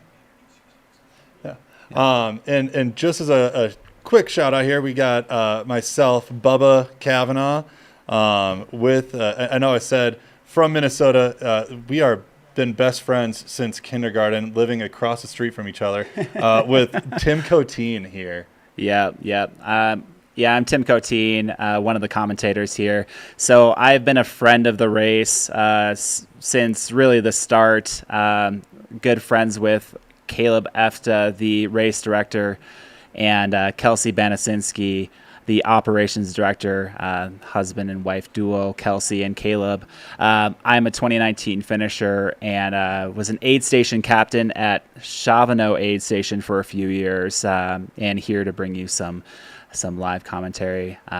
So we're really happy to be here. We're excited to be showing you these top runners coming through Raspberry 1 in a speedy first 70 minutes of this race.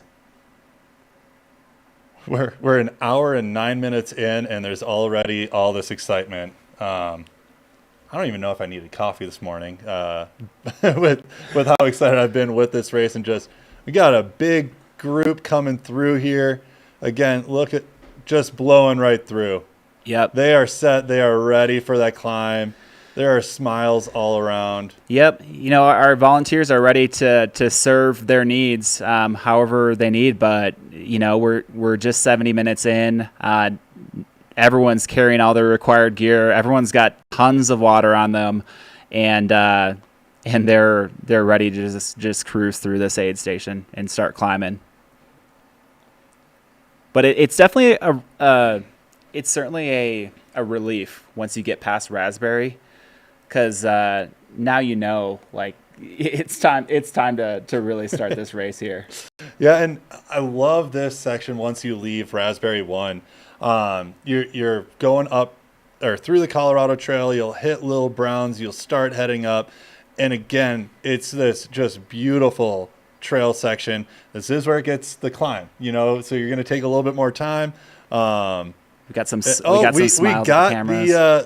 the speed runner. Right. He is back through. He's still looking good. Yeah, he's still looking great. He's ready to go. And as you go up that climb up Little Browns, you are going to just be next to a creek. We talked about some heat mitigation. We're going to get into the mid to high 80s before you get to the high alpine. It'll be good to get some cool off in. Oh, this is fun. We've got the Mid-Packer Pod chiming in saying just another Friday where I will be getting nothing done.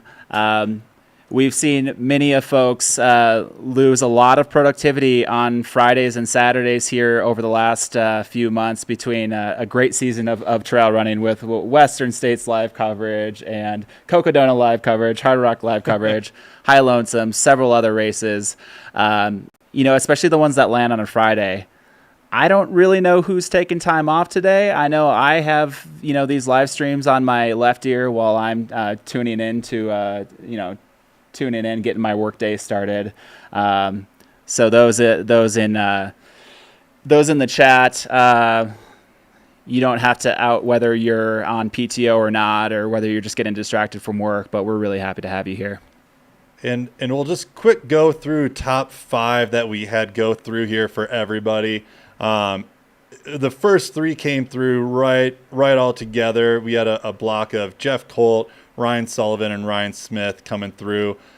Shortly behind, you had Scott Traer and Luke J coming through as a top 5 male. Yep, and we have 21 runners through. I mean, it's going to continue getting updated. I know they're breezing through pretty fast. We've probably got 30 through, and they're just going to start updating here on open split time.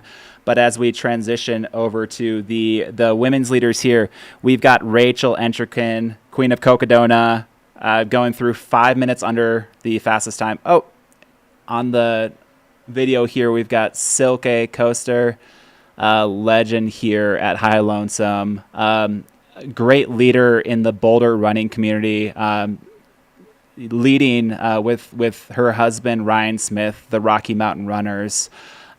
Just continues coming back to this race and making it really special. So, we got Rachel Entrekin, number 1, Addie Bracey, a Buena Vista, Colorado local, and Kareth Arnold from Paonia, Colorado here. So I think I said this on the men's field. I'm going to say it on the women's field. Top 3, for both sides. Colorado. You already have top 6 female, all Colorado. 1, 2, 3, 4, 5, 6, 7, That 8, is a 9, lot of 10. CO. Yeah, we've got Boulder, Colorado represented. We've got Golden, Colorado representing between Amelia Boone and Liz Learman. We got Boulder with Jackie Manhard. Jackie Manhard is actually a Leadville 100 champion. A great runner based in Boulder, Colorado. Won a few years back, the Leadville 100, and is coming back to coming here to High Lonesome.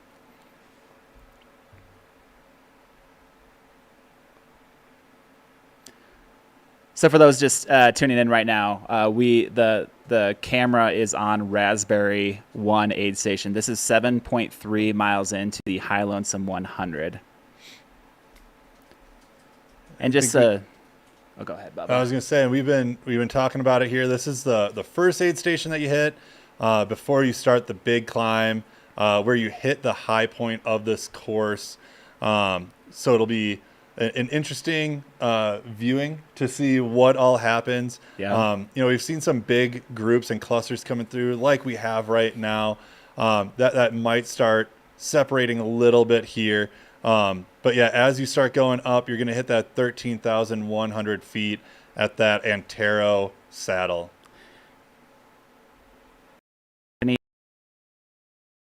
Got Becca Orig representing Nathrop. The race starts in Nathrop, Colorado, a local from here. Really cool to see so many local runners completing this, going after this 100-mile wonderful loop here in the Sawatch Mountains. So many locals. But we also do have folks from around the world. I do want to make a shout out. We've got a runner from New Zealand. We've got Canada representing. We've got the United Arab Emirates representing. And we've got Mexico representing. So we've got a global field here. But as we talked about, those first 3 on the men's and women's side are all Colorado. I am a Coloradan myself. Grew up in Minnesota, been here for 10 years, and I'm very proud of my Colorado folks. But, me and Bubba are going to have to shout out some of those Minnesotans coming through. Oh, yeah, for sure. And it's amazing to see in just 8 years, the global interest that we're seeing in this race. And as you start seeing these live streams coming to fruition and, just becoming more and more popular, it's you're just going to see this race continue to get more and more popular and getting more hype around it. I know I've said this a few times, but when running on that single track, heading towards Little Browns Creek, I don't think there's really anything better than just like that morning air, the altitude, taking in the smell of the pine, and just experiencing that full moment when you've got so much adventure ahead of you. Yeah. I mean, I'm just getting giddy for these runners right now. I kind of want to jump into the screen and just start running. It's such a special time to be coming here and then knowing, all right, we got through that first part. And a lot of these runners, too, will just break this course up into sections. Yep. They'll say, hey, I just need to make it to Raspberry. Now I just need to make it to Antaro. And getting this first section done and then, clicking that off and then moving on to the next session is really exciting. And I'm sure that their adrenaline is pumping right now. Yeah, and Tim says it. It just being on these trails, and I mean, look at this drone shot, just showing, the sun is risen. It was just peeking through when we first started, and you just have this beautiful view of the chalk cliffs as you start. Then you hit the Colorado Trail, big pines. You finally hit the trail with these nice trails right here. I mean, these are things that dreams are made of on the trail. And I got so giddy yesterday. I was like, I need to experience this again to see what are they going to go through on Little Browns. And man, it is an adventure, but that entire time you just have to remind yourself to look up because it is so beautiful. Look up and look back too, because it is one of those things that you start that climb and you don't realize how much you are ascending through that section All these runners have put in so much work to get here, to get to this starting line. They're going to be, about 10 miles or so, 8 miles, as they start that climb. So their legs are still feeling good. It's just you start that elevation gain. Yeah, totally. And let me tell you, it hits you. So hopefully some of them are able to get out, get heat acclimated, or elevation acclimated. You can do the non-Colorado heat training as well, which I have to do in being based in Arizona. But man, it's such a great time out there. Yeah. Now, it is interesting for those not coming from a high altitude area. I think there's been this trend in getting in that heat of the day. And I know that there's so many tools now to get ready for a high mountain ultra. If you live somewhere, not at altitude, I know a lot of folks are starting to do a ton of treadmill climbing. I know back in the day, getting ready for an ultra, I remember hearing stories of folks from Florida running up and down parking garages, just up and down parking garages. And now there's folks, from zero altitude right by the beach, and they're getting on a treadmill and cranking it up 25% and just climbing a virtual Antaro in one workout. Getting on the Nordic track, setting it to 40. Yep. Yeah, I don't know if I could do 40% on a treadmill. I think I would fall off. I'd be like listening to a podcast or something, and then just tumble off, and my headphones would go flying across the room or something. I can definitely not recommend it. All right, so we're gonna do a highlight of the top three men's and women's runners who came through. We're gonna start with the women's field here. So we've got Rachel Entrekin, who came in first through Raspberry. Rachel is the 2023 and 2024 Cocodona winner. Moved to Colorado from LA towards the end of 2024. So is now a Colorado runner. Obviously, we're expecting Rachel to be up there, and they came in blazing fast. Next, we've got Addie Bracey coming through. Addie's qualifier for the High Lonesome 100 was the Tushars 75K in 2024. We kind of expect Addie Bracey to podium almost anything that Addie is in. Got Addie ran the 2025 Gorge 100K, was sixth. Ran the Broken Arrow VK. So doing kind of everything here. Really cool. Addie's also signed up for the Javelina 100 later. All right. On the screen here on the right with the yellow pack, I just got to give a shout out here to John Davis. John has more finishes than anyone ever at the High Lonesome 100. John with the sunglasses, white hat. What's up, John? We're pumped to see you out there. Hope you get your 8th finish today. So, Addie is now in Buena Vista, lived for the last few years and trains here in the region now. And then we've got Kareth Arnold. So Kareth is from Paonia, ran Western States in 2024, was 14th, and then got first at the Bear 100. Bubby, you're running Bear, aren't you? I am. Yeah. I'm getting ready for it. Yeah, so. That's right. And then this is super impressive. The Way Too Cool 50K is such a fast race in Cool, California. Kareth was third there, and then had a really impressive Canyons 100K and ran fifth there. So you can't bet against Kareth. Basically, all these major races and being really high up there. So really excited to see that those first three come in. Obviously, they're all going to be bunched. I think we had like top 10 women all kind of within the first few minutes. We're going to be highlighting a lot of them throughout the day, but just wanted to give a quick shout out to the first three through, and we'll be tracking them really closely all day here until, for the next, 21 hours for them, and then, 37 hours total for everyone.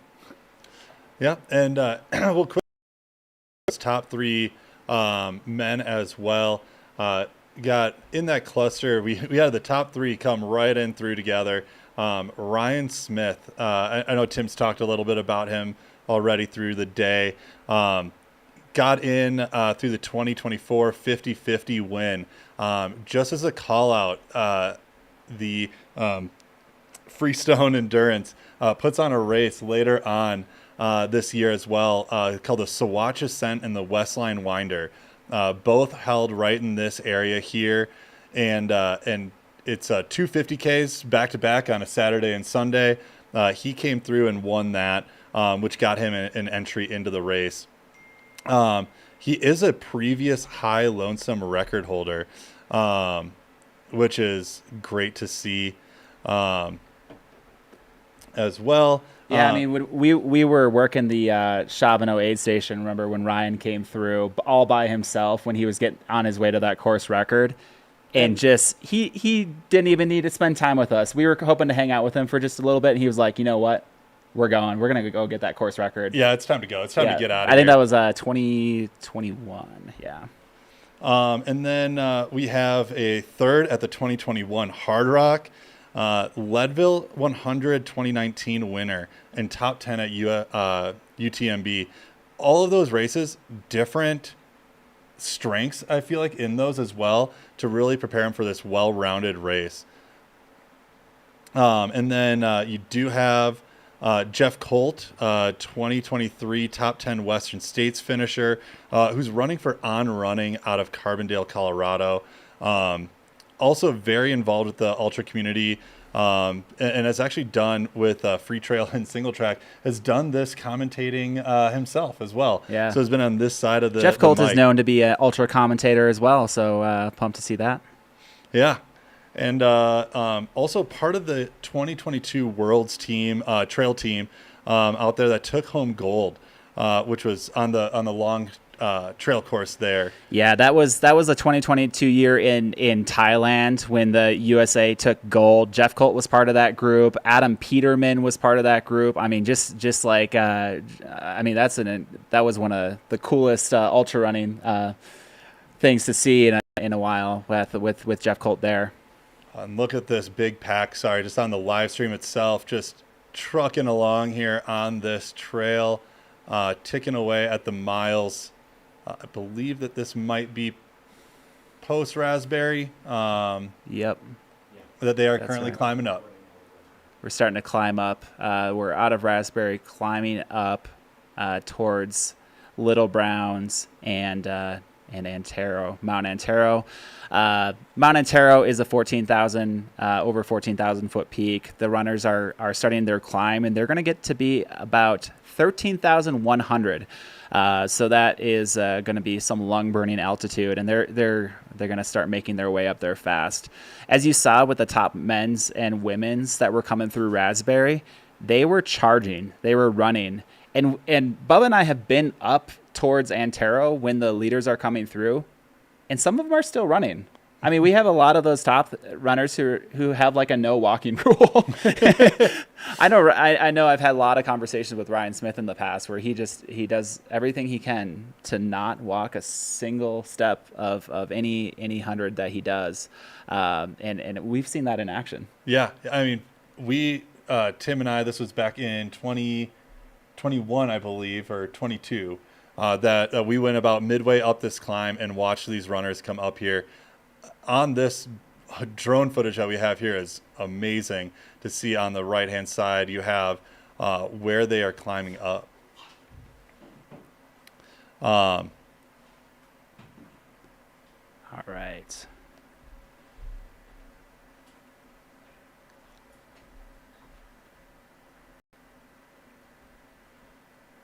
And getting back to, I think some of those runners are still running while they can.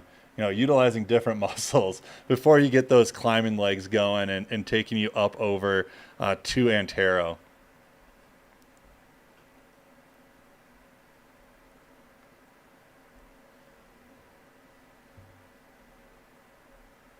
Okay, so we got a few folks in the chat asking about the youngest and the oldest runners here at the High Lonesome. So on the women's side, we've got 22-year-old Julia Minkstein. Julia is from El Granada, California. And then as we go up, we've got Mary Kitzig, 68 years old from Buena Vista. That's so awesome. Just right in our backyard here. Come on out, explore the trails, and just have a supported long run. Yeah. So folks, we've got a 22 and a 68, which means that we've got a 46 age spread. It's so cool to see. And again, we talked about it earlier of just the longevity that you're seeing in the sport, and seeing people come out here and tackle these races. It's just great to see.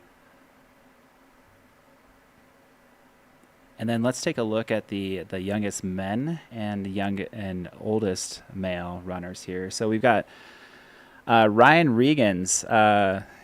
Ryan's qualifier. So Ryan is from Bray, California, 20 years old. Ryan's qualifier was the Siskiyou Outback 50 miler. That is another ultra marathon on an iconic trail that actually takes place on the Pacific Crest Trail.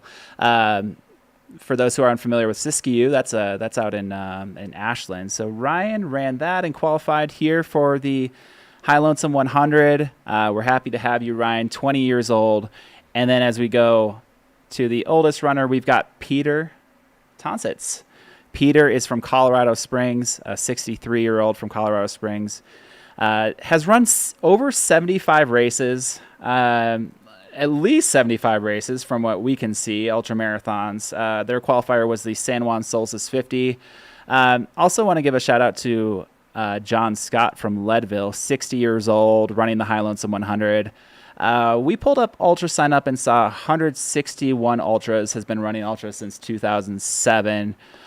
So yeah, between men's and women's field, we've got kind of a spread from 20 to 68, so almost a 50-year age spread. And I think, Bubba, that's the beauty of this race is we've got folks who are running their first 100-mile ever. We've got legends of the sport like Anita Ortiz in this race, who have been just legends and doing this for forever. And then this race can be a beginner 100, but it can also be really extremely tough for those who have been doing this for a while. Yeah. There's a little bit for everybody in High Lonesome 100 because you've got, as you're seeing here, there's some runnable single track on the way back to, in the final miles. Those folks are going to be running on those trails. But then there's going to be some grueling sections on the Continental Divide going over Laws Pass twice, where those experienced runners, they're going to say, dang, that was so hard. It is a humbling race. I know we've talked about the hiking, but there are the runnable sections too. And so it's this big mix of running that you see out here. And so it's so cool to see the strengths and let's be honest, the weaknesses too of what we all have in our race bag. And just seeing these athletes all out here have a great day or just grit and grind it through is going to be an amazing 37 hours on live stream. That's right. And the genesis of this race too. So the altitude gain of this race is 23,000 feet. So when you compare altitude across the board, and we've got our top runners here showing on the top left of the screen. So if you're ever curious about who is in the top there, you can see on the left side of the screen who we got there in the field. But yeah, the genesis of this race, I mean, 23,000 feet, you're comparing that to so many different races. There's races that have 40,000 feet. There's 32. There's races that have 10,000 feet. But when Caleb was dreaming up this race and dreaming up this loop, he put together this loop together, and it happened to be 23,000 feet. He was consulting with friends and saying, hey, is that enough? Should we make this harder? But like one of the things that he thought about was like, we don't want this to be contrived. We don't want to just add vert for no reason. When you look at this loop, if you go on highlonesome100.com, you take a look at the loop. It is a very aesthetic loop. There was not necessarily anything that needed to be done. Somebody, one of his friends was like, hey, no, I think this is just hard enough. This is going to be like a perfect race for, it's going to be extremely challenging. I mean, the average elevation is 10,000 feet. if it's 23,000 feet and it's one of the most aesthetic loops that anyone could make out here in these mountains, to be able to use Colorado Trail, to be able to use the Continental Divide National Scenic Trail, why do anything else? Let's just leave it as is and just leave it at that race. And what we've seen over the last 8 years now is that those veterans are having an extremely difficult race, and those newcomers are doing their first 100 here too. Yeah. So it's pretty amazing to see. Everyone is welcome. Amazing group of runners from all ages. We've got a 50-50 split of male and female here. Everybody's on the course together, sharing this amazing experience. I mean, it's cool to see too, just the breadth of the different races that people have done, whether that be 250-mile races, whether that be the 50-mile, the 50-50 that we just talked about the back-to-back 50Ks that Freestone puts on. All of those, there's just so many different runners from so many different backgrounds and all those different things. Again, competing for either their first or, their multiple 100-mile finish. And one of the things that's cool is, as you're saying about that about the race itself, there's a reason why people keep on coming back to this race. Is it's so well put together, whether that be the trail itself, the crews, the aid stations as well, of just how well those are put together, and keep people coming back year after year. And also, you see a lot of people running the 50-50. They get out there and they do the Sawatch Ascent, which essentially does the climb up to the Antaro Pass from a different route. But then you come down this Little Browns Trail. Don't let the name Little Browns fool you. It is definitely a difficult trail and has a lot of uphill.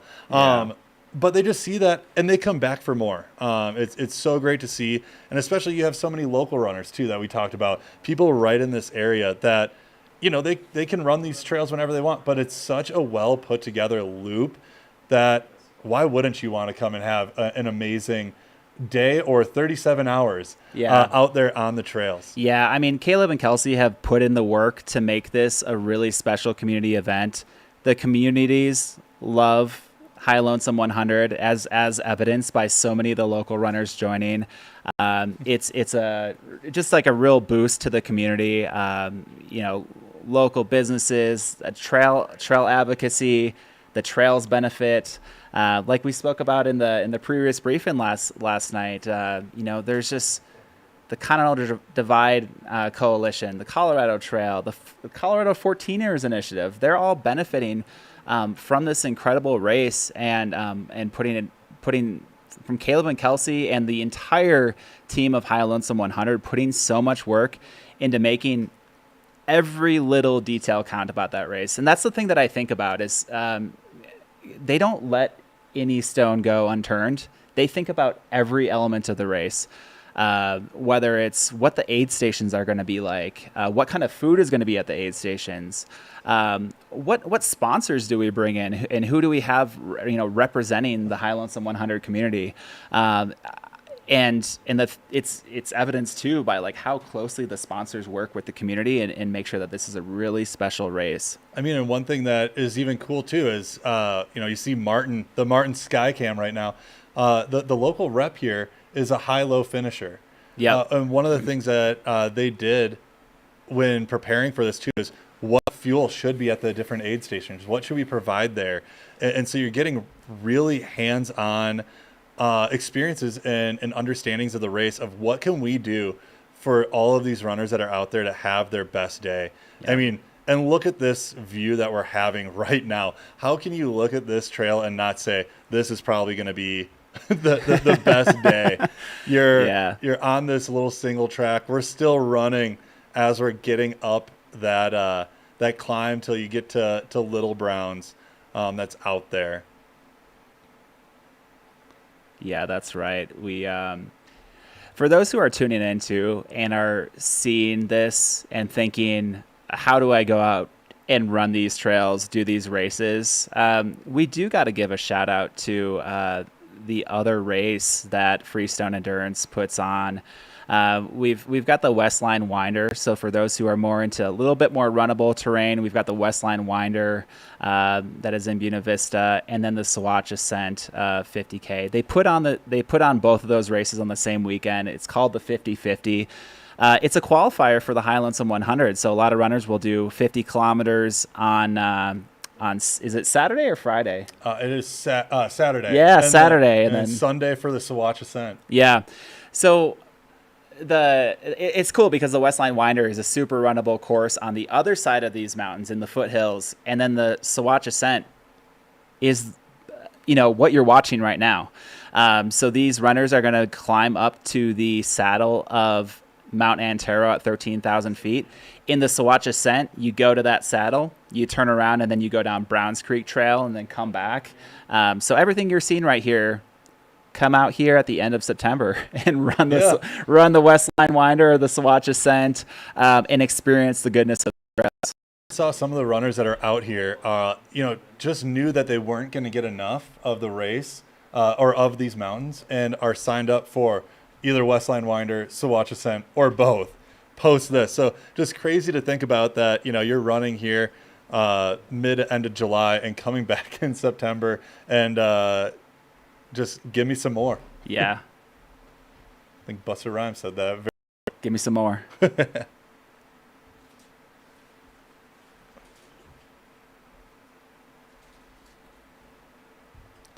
Space Asteroid. One thing that I see your comment on the... Oh. Okay. One thing that we do have is the sponsor of Law's Whiskey, and all finishers do get a bottle of whiskey at the culmination of this. So for those who were asking in the chat how many kilometers this race is, it is 160 kilometers, and there's 7,162 meters of elevation gain in this race. So for all those on the metric system, we're 160 kilometers and 7,162 feet of elevation gain. We're going to send it to Jeanette at Raspberry. Looks like we are going to be sending it to Raspberry to see some live commentary. Jeanette, you are live. You're live, Jeanette. Hey. Hey, Sam Pete. This is reporting live from Raspberry One. It is a hype vibe. Everyone coming through here looks real strong, as we'd expect. They're all fresh. Literally about 2 seconds ago, I had someone skipping across the line with glitter on her face. So it's just a really good time out here. Wade, the team captain of this aid station, has been keeping the aid station stocked. I'm seeing watermelon as kind of the preferred snack coming through, and some pickle juice. Woo woo! Good job. How you doing? Said he's feeling great. I'm feeling good too. Woo woo! All right. The top 3 runners coming through are, they really, truly just breeze by. They stopped maybe for a quick water, but they just ran right on by and looked so strong. So it's been a good time. How's the weather like out there right now? Oh, it's just gorgeous. It's a little crisp, as you'd expect in the mountains, but we're kind of in this alpine basin, and we're surrounded by the dense forest. The sky's beautiful, just a couple smattering of clouds, and it's just, really shaping up to be a gorgeous, gorgeous day. Yeah, so Jeanette, it looks like there's a ton of runners just kind of flying through, not spending a ton of time at the aid station, but they're having a good time. Yeah, but I say the aid station volunteers are just doing such a good job. You'll get a runner coming through, and the aid station volunteers will have, 3 jugs of water running for them, making sure they have what they need, taking the trash out and putting them in the trash bins. These volunteers know what to do. They're taking care of the runners. So it's cool to see. And again, just the energy here is so high. The music's great. We're playing oldies, and people are coming through with big faces. So again, this is a good start to a long day. All right. Are you starting to see some runners bunching together, hanging out, talking, getting to know each other as well? Oh yeah, for sure. Yeah, you're starting to see little clumps come through, and cool. There's this ridge line that just probably about 2 feet up there, and you see a bunch of runners come together, coming down. And every time you see a group through with all the bright colors, all the volunteers will start saying, "All right, guys, get ready," and it's really cool. Just you can kind of see everyone make friends along the way, share stories already about some of the times that we've run lonesome already, some movies, and then like tell we've got quite birds coming through, knowing what they're doing, going out. So it's yeah, it's real. Awesome. Jeanette, we saw the men's and women's field going in the fastest time through in course history. Like, were they just flying? It looked pretty fast. Oh, I mean, absolutely flying through. First two did water, all the smiles on their faces. We had the women come through, and they were all filling up with water. One jumped for a break, but got back in immediately.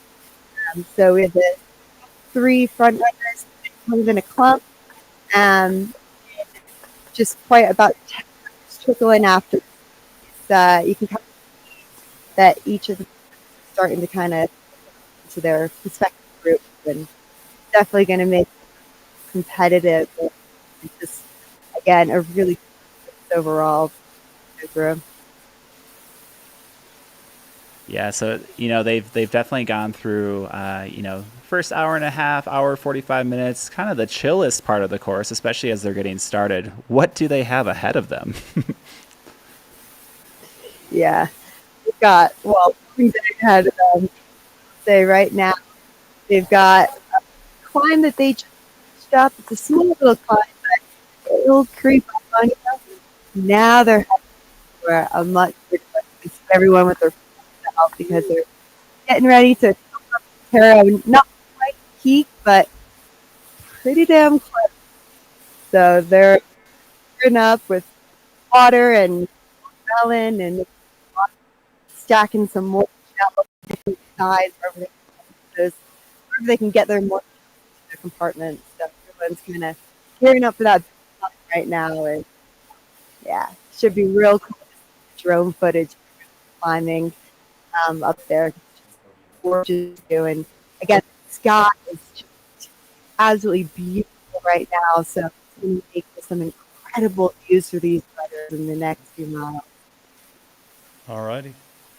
Well, we're getting some cutting it in and out, so I think we're gonna come back to you. Sounds Yeah. good. Well, thanks for reporting from the field, Jeanette. We really appreciate your coverage out here, straight from Raspberry One. Thanks for the update. No worries. Awesome. Enjoy. Something that is cool too with the live stream team and people that we have out in the field and on the coverage as well are also high lonesome finishers as well. So not only do we have the aid station captains and those to understand what everybody's going through on the ground, but also the commentators and the live stream people that are out there at the aid stations themselves have all finished this race and know what's going on. And as a call out, we did have a little bit of cutting in and out there. We're in the mountains, so we're gonna have that. We're gonna see that every once in a while, but we're gonna do the best that we can to get beautiful shots like this throughout the day, so that we can continue to provide the views of this race and just what the feels are, what they're going through. Wish we could send out some scratch and sniffs. So you could have the pines and everything else that are out there. Yeah. Maybe next year I'll give a comment card. Yeah. Yeah. So Jeanette, who was just out there reporting from the field, Jeanette actually has a pacing shift tonight. So we've got a lot of these folks out here who are volunteering in the beginning of the race, are picking up runners. at mile 50, at mile 70, and then taking them in. I'm sure you all know this, but I think there's probably more people pulling all-nighters per capita than anywhere in the United States right now. Everyone's just staying up all night, pacing runners, volunteering, just doing whatever they can to make sure that they are here to experience the fullness of the High Lonesome 100 weekend. And we'll also have Jeanette coming back at probably at the finish line for that golden hour, cheering on runners at hour 36 going into 37 for that 37-hour cutoff. So we're going to have the live stream folks all the way till at least hour 37 here, getting those golden hour finishers in. So, yeah, really pumped to see Jeanette out there, and we're thankful for that field coverage. And it's, I think we're going to take a short break here, about a 60-second break. So, the High Lonesome 100 brought to you by Mountain Outpost and Ultra. Focus, exhilaration, euphoria.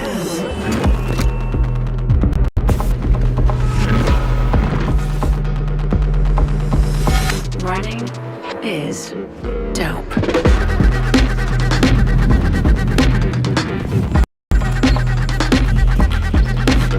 Experience a new high. Ultra, stay out there. Every day, I open 7,000 feet for Salida, Colorado. Here, we are about community. Running here is more than putting one foot in front of the other. You run in the footsteps of those before you, next to you, and after you. Running in this small mountain town means being part of something greater than yourself. It isn't just the shoes, it's where the shoes will take you.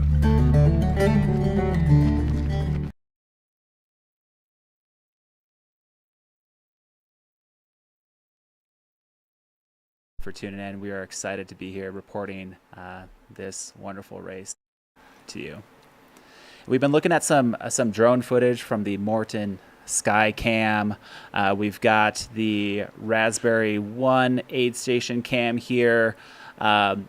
Just getting so much great footage here of the Sawatch Range.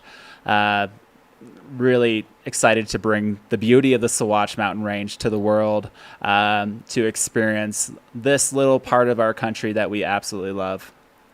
Yeah, and I think as we go with this race too, it's just one of those things that just gets more and more beautiful throughout the day too. So excited to see as we progress through this race, and also see what these runners are seeing as they progress through their race day, and where they stand and what they're going through.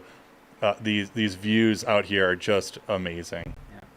And we still have some runners cycling through Raspberry aid station here. We will for just a little bit more here. Once we transition from Raspberry, we're going to be getting some pings from Antaro, the high point of the race. But right now we're here around 9,000 feet elevation gain, and those runners are about to really get their climbing in. Yep, start unpacking those trekking poles and start hammering uphill. So, they saw a little bit of that in this beginning section right when they hit the Colorado Trail, and it's just going to continue to progress. Right now they are in the shade, which is really nice. We got beautiful weather out there right now, which is great to see, about 55 degrees, 12 degrees Celsius. I know we have people from all around the world tuning in. Earlier today, we saw Germany, we saw France, we saw people from all over. So please hit us up in the live chat too. Where are you tuning in from around the world? Yeah, so for this cam here too at Raspberry One, we're 7.3 miles into the race where the camera is. The cutoff here is at 8:30 a.m. So runners have 2.5 hours to get to this section before the cutoff. So these wonderful volunteers here are going to be spending some time, about the next little under 40 minutes, cheering runners through. and really making sure that those towards the back end of the field are getting through efficiently, getting what they need so that they can continue and give everybody a fighting chance to finish this 100-mile loop. It is so worth it. We really hope all those runners out there, all those 225, are able to complete this beautiful loop.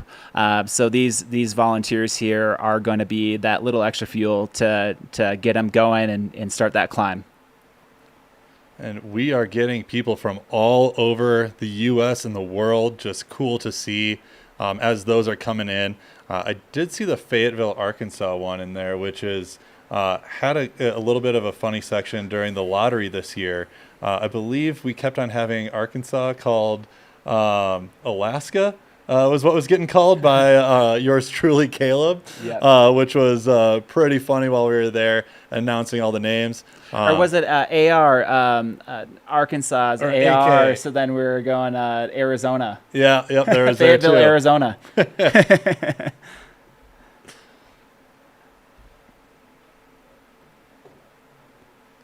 Yeah, that's right. We got folks from all over the world here.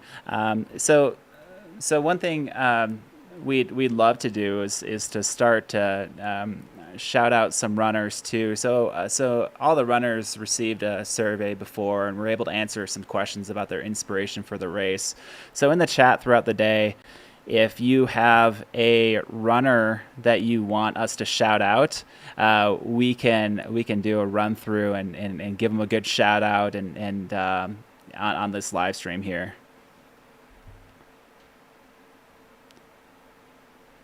All right, we've got folks from Bulgaria, Hereford in the UK, Ham Lake, Minnesota. All right, we got a few folks chiming in, looking for some shout outs through the day. We will do our best to make that happen and provide coverage for all the runners throughout the High Lonesome 100. We're really excited to have everyone here.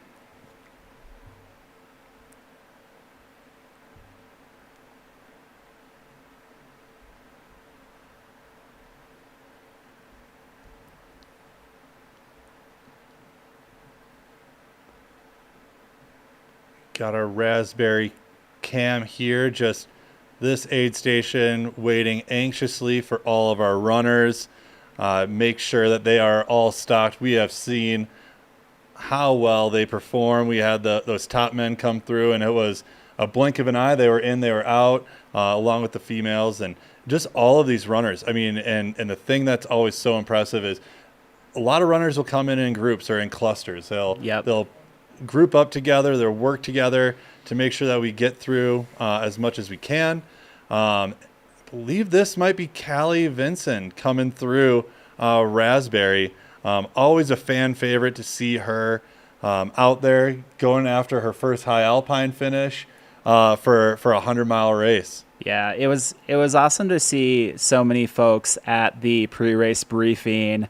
There were folks coming up to Callie and getting pictures and saying hi.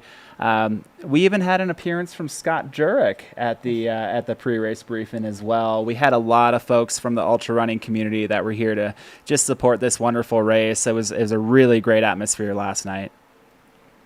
And you even see dancing that was going on at the aid station there. It was Yes. just showing the vibes and how excited everybody is to be there at these aid stations to help you along with your race.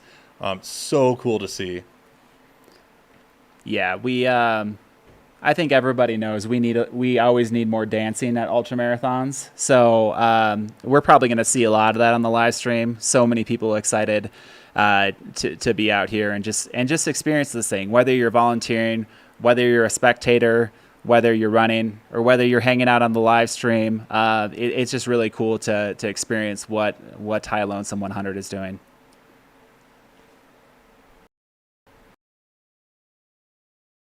Just getting prepped before they start the climb here.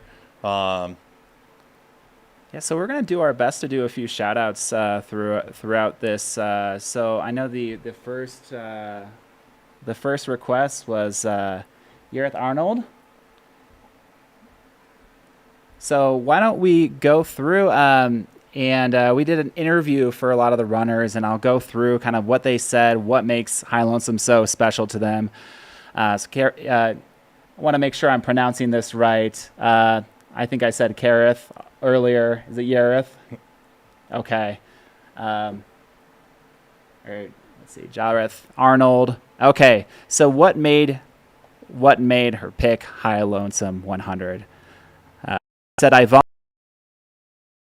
everything I love in a race. It scares me. I have lived the majority of my life at sea level. I have so much respect for the mountains. So when asking about the journey between hearing about it and then coming here, volunteered in 2023, got into the lottery in 2024, but wasn't able to race that year, and then came back excited to be at the start this year. So what part of the race most excited for? Obviously, most excited for the mountain passes. They will be the biggest challenge, as I imagine will be the biggest challenge for all the runners here, spending some time on the divide up high. And then the approach to training for Jareth Arnold. Did about 30 miles on the course 3 weeks ago, then trained in the San Juans the last couple of weeks to train at high altitude and vert. My largest week was about 100 miles with 25K in vertical gain. My takeaway is that climbing and running at high altitude is hard and slow. Hopefully now I have a better understanding of just how hard this race will be. All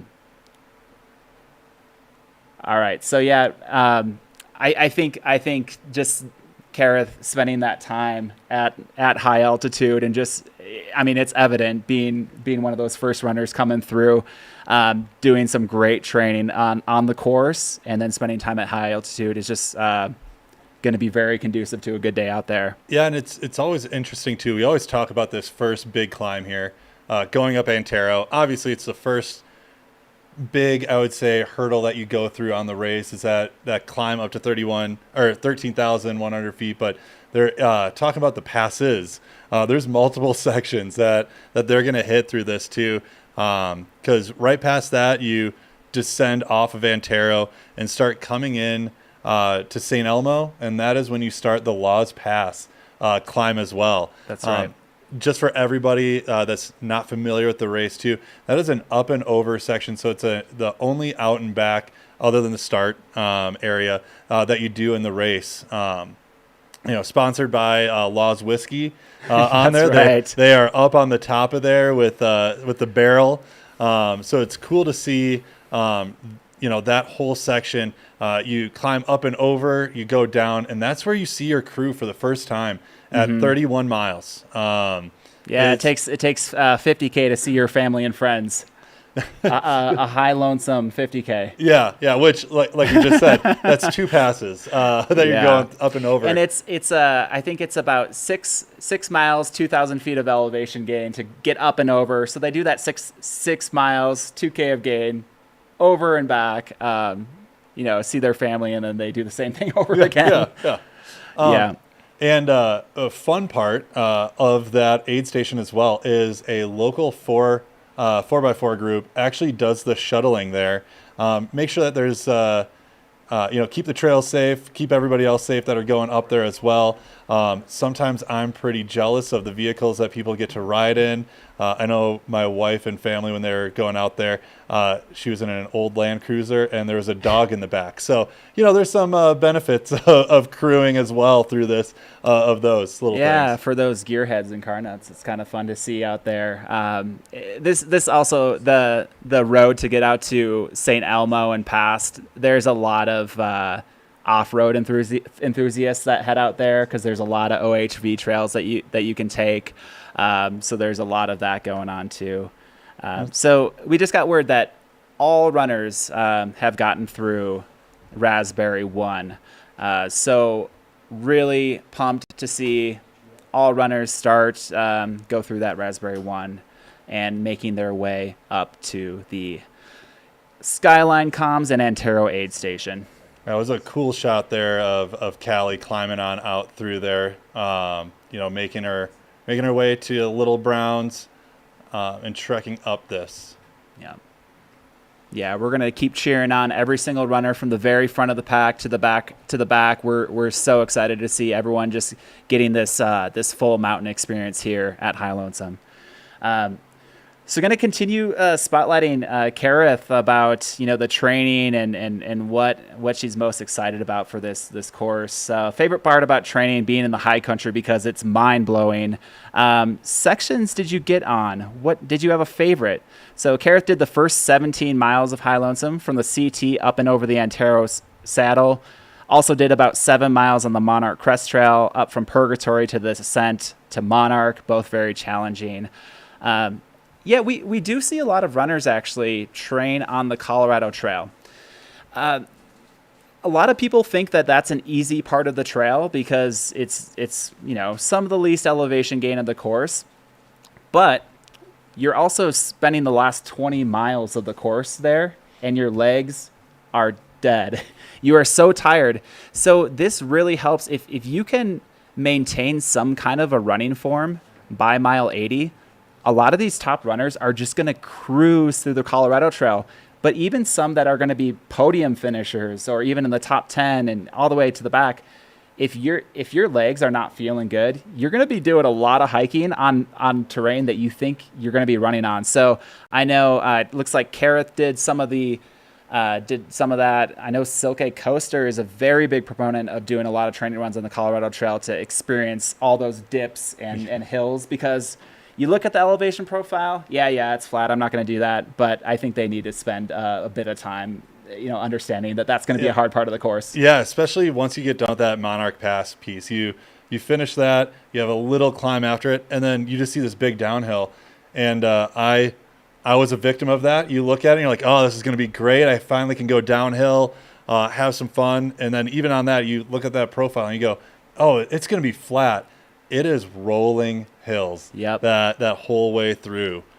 Yeah. So everything that you're looking on here, a lot of the runners are going to be coming back with 7.3 miles to go. They're going to be coming back on this little section too, from Raspberry to the finish. But yeah, last thing I want to highlight here from Kareth is the pacers. So pacers, what sections? So going to have Jana Wilsey pacing from Hancock to Monarch. Kareth says that she's a badass mountain runner and has run high-low, volunteered, and spent lots of time on the course. Tim Straffen, shout out to Tim's, will be pacing me from Monarch to Raspberry 2. He is part of the Ultra crew and was willing and able. Colby Gould from Raspberry 2 to the finish. He is our Ultra team manager and optimistic company. So it looks like Kareth is getting some friends, getting some folks from the Altra Running crew. Shout out to our sponsor, Ultra. Kareth is getting some folks from Ultra to be on the course. So just like we talk about, so many of these sponsors, Maurten, Laws, 7,000 Feet Company, Osprey, we have so many that just spend time on the course, experience it. They're not sitting back from afar, keeping an eye on what's going on. They're here. They're on the field, and they're spending time on this course. Yeah, it's awesome to see, hands-on approach on all of this, which is so great to see. And, one thing that I did see in the chat here, too, let's not forget about that last climb there. We have... You're right, Andrew. You're totally right. As we talked about earlier, Curse Hill, Swear Hill. I had some definite words for it there at the end. We're actually staring at that downhill from where we're spectating from here or commentating from, and man, it is really fun to see. Yeah, we're talking about mile 99 of this course. That the downhill that everybody starts on, they have to climb back up just when they think they're done with all the elevation. You can hear the finishing chute. You can hear everybody screaming and cheering on runners, and you've got a mile to go climbing. And the cool part is you do see people out there as well. While you're coming up that climb, you're seeing cars that are passing by you as well, that are cheering you on. It's, we talk about that Curse Hill part, but man, the community that is around here and is so ecstatic for every single runner that's coming through, from the first place finisher all the way to that golden hour.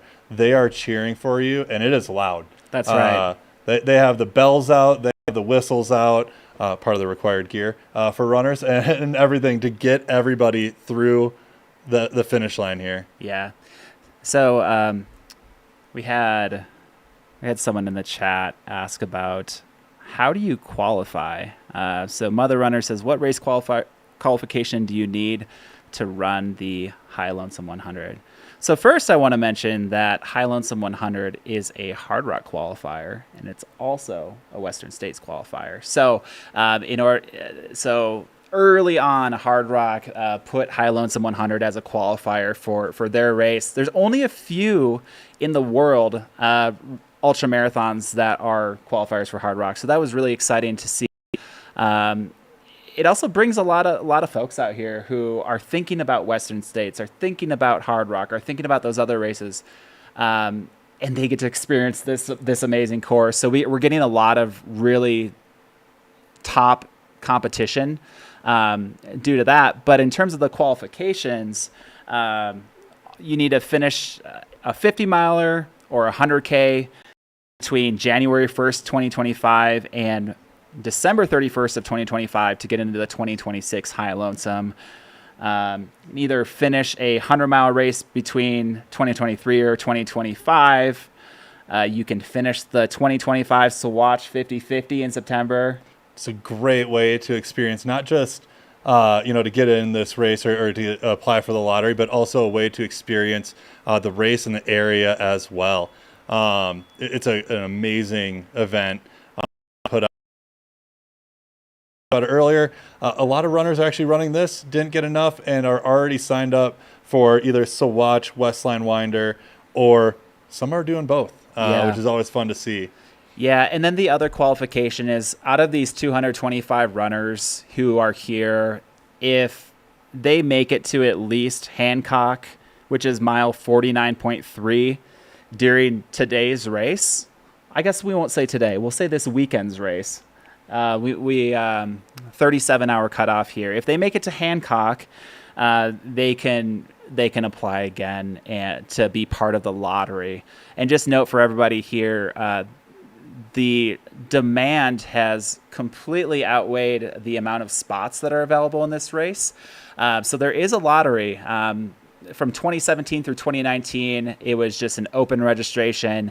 And there's so much demand. We have a lottery now. It's a 50-50 lottery. We have an equal field of men's and women's. And it's really exciting to see this field. And when you get in, it's just a magical moment. Yeah, you even have, it's such a spectacle that there's a whole event around it as well. You have the lottery party that we have talked about before that happens right in Denver at Law's Whiskey House. They host everybody there. But that is also live streamed by Mountain Outpost as well, and is seen throughout the world as people are waiting to hear their names drawn. I know even another sponsor here, 7,000 Feet Running Company. They have a live stream that goes on as well. It's so cool to see. It's become such a big race, and people are just loving it so much that we celebrate. We party. People getting in, and even there's that spectacle. If you don't, there's the next year that you keep on fighting for. And one thing that I will shout out too, you do get bonus points to the lottery if you volunteer out here as well. Yeah, it's a great way to get out on these trails. Sorry, I'm just gonna quick stop and just say this view is awesome to see as well. That you see kind of that cut through on the right hand side that they're going to be climbing up over that saddle on the other side of there, which is amazing to see. And that's a climb that they're going to take to get up to Antaro, which is really fun. Yeah, so what you're looking at here is these two peaks on the screen. We've got I believe that on the left is Mount White, and then on the right is going to be Mount Antaro.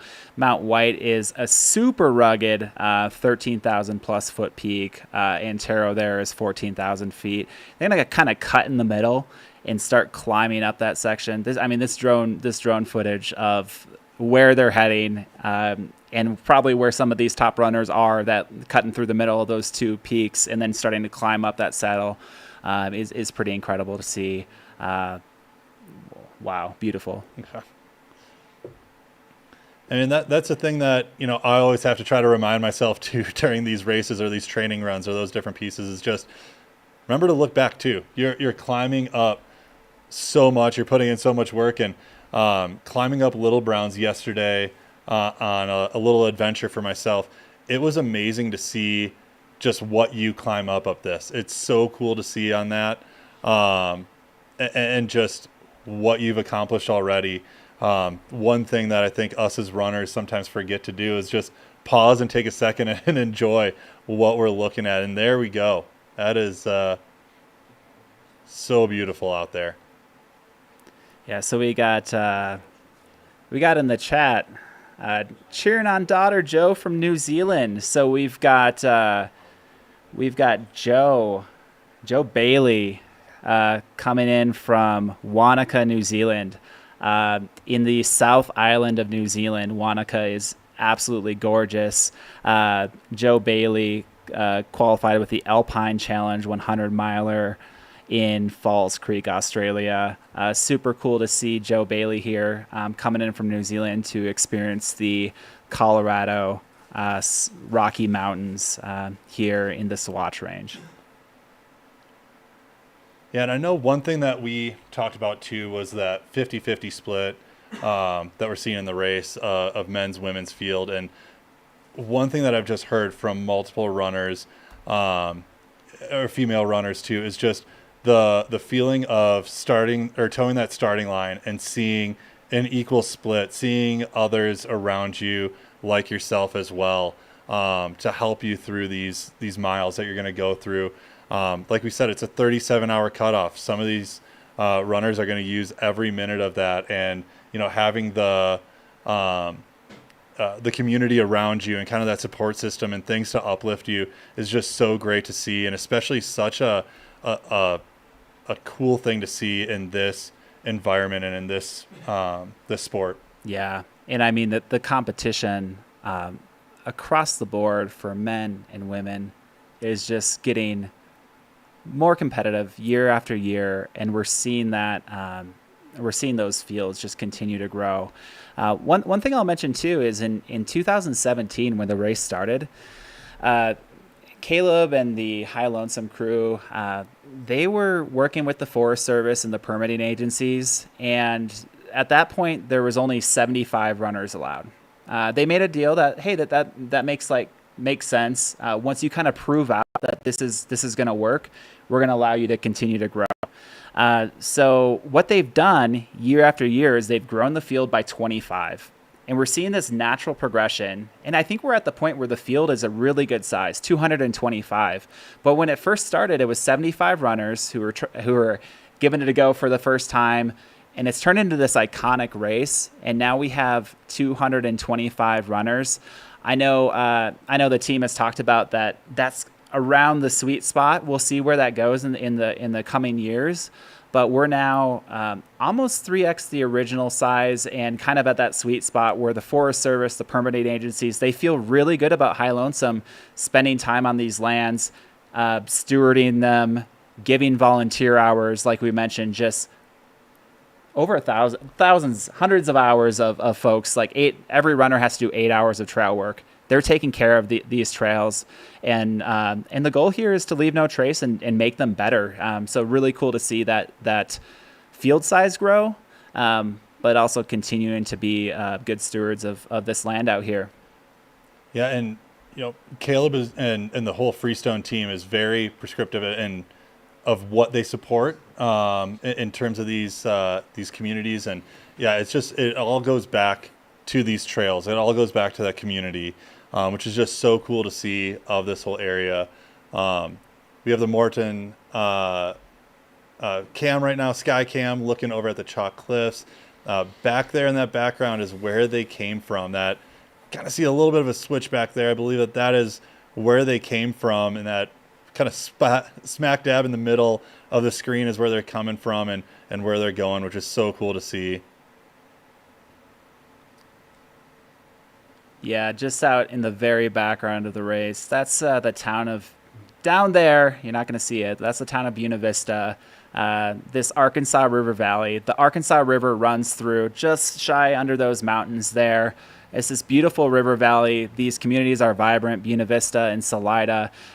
There's kayakers. In each town, there's a surf park. So people are surfing the river. If you ever have the chance to get out to this area for the race, to volunteer, to maybe do the fall races, get out here, experience the culture. It's a remarkable place here in the Arkansas River Valley. And it's an awesome place. I know we had talked about the hot springs, but I think some of these runners might take a dip in that river later on. It's nice and cold, feels good on the legs post race. I know I did that in the Sawatch after that one. The legs need it. Those are some burning miles going up those mountains. So I'm sure some people will take a dip over there. Yeah, I remember the day after I ran this race. I wore some shoes towards the end that were maybe a little too big for me and maybe were a little too chonky. And going down the final section of the Colorado Trail, I think I sprained my ankle, whatever it was. I went straight to the river the next morning, obviously after downing an entire pizza that night, drinking a little bit of Law's whiskey to celebrate finishing the race. Went straight to the Arkansas River, dipped my feet in there, and just did like a amazing ice bath. So we're probably going to see a lot of runners over the weekend in the river. So thanks all in the chat. Good vibes all around. Really, really excited about this race. We're just getting started, really. These 2 hours into the race, they're on the Colorado Trail, and our next vantage point and our next shots are going to be going through that high alpine environment as they're starting to make their climb.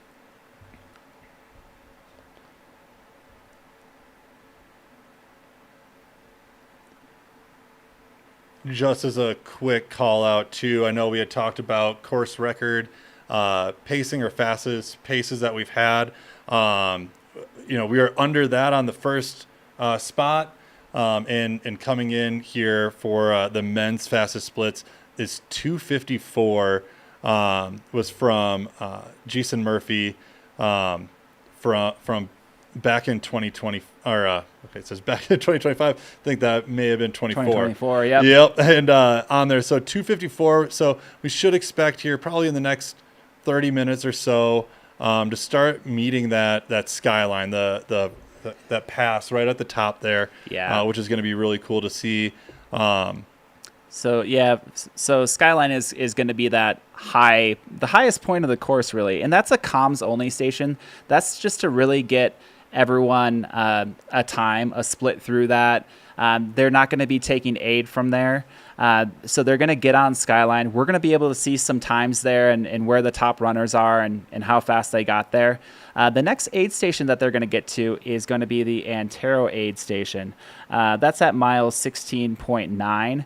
And in 2022, when Ryan Smith ran his course record at the time, before Jimmy Elon broke that in 2023, he was up at Antaro at 2 hours and 55 minutes.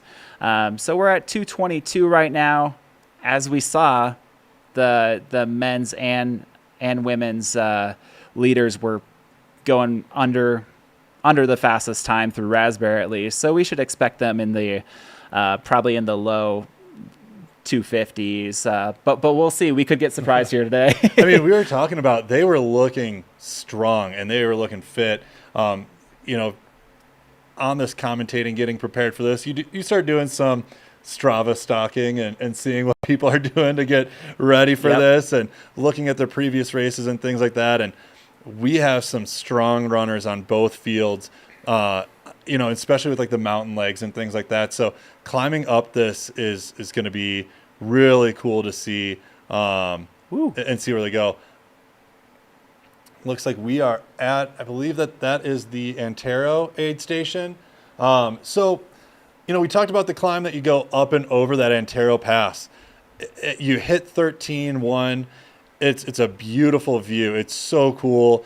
Mountain views all around you. That's where that comms team is going to be of what's called the Skyline Aid Station. There's no help there, no aid or anything like that. But as they go down, they'll start making their way to Antaro, and it's fun roads going all the way down that. It's a nice, easy switchbacks.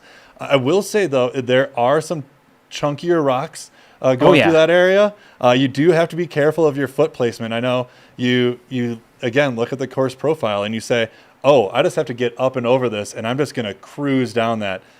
No. You're going to make some good time on there. You can start jogging and running through that section, but there are some chunky, rocky sections through that. It is a popular four-wheel section on there as well.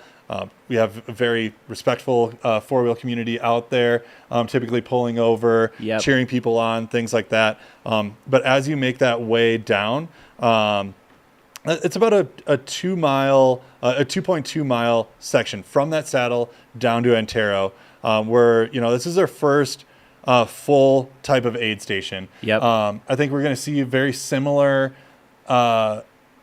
tactic of the starting group, or that first group that's going to come through. Probably some fluids, maybe a couple things here and there, but they're going to be in and out of this one as well, because you do continue a downhill as you get down to Baldwin, which is also another comms only section, which is about 4 miles before you make your way to St. Elmo.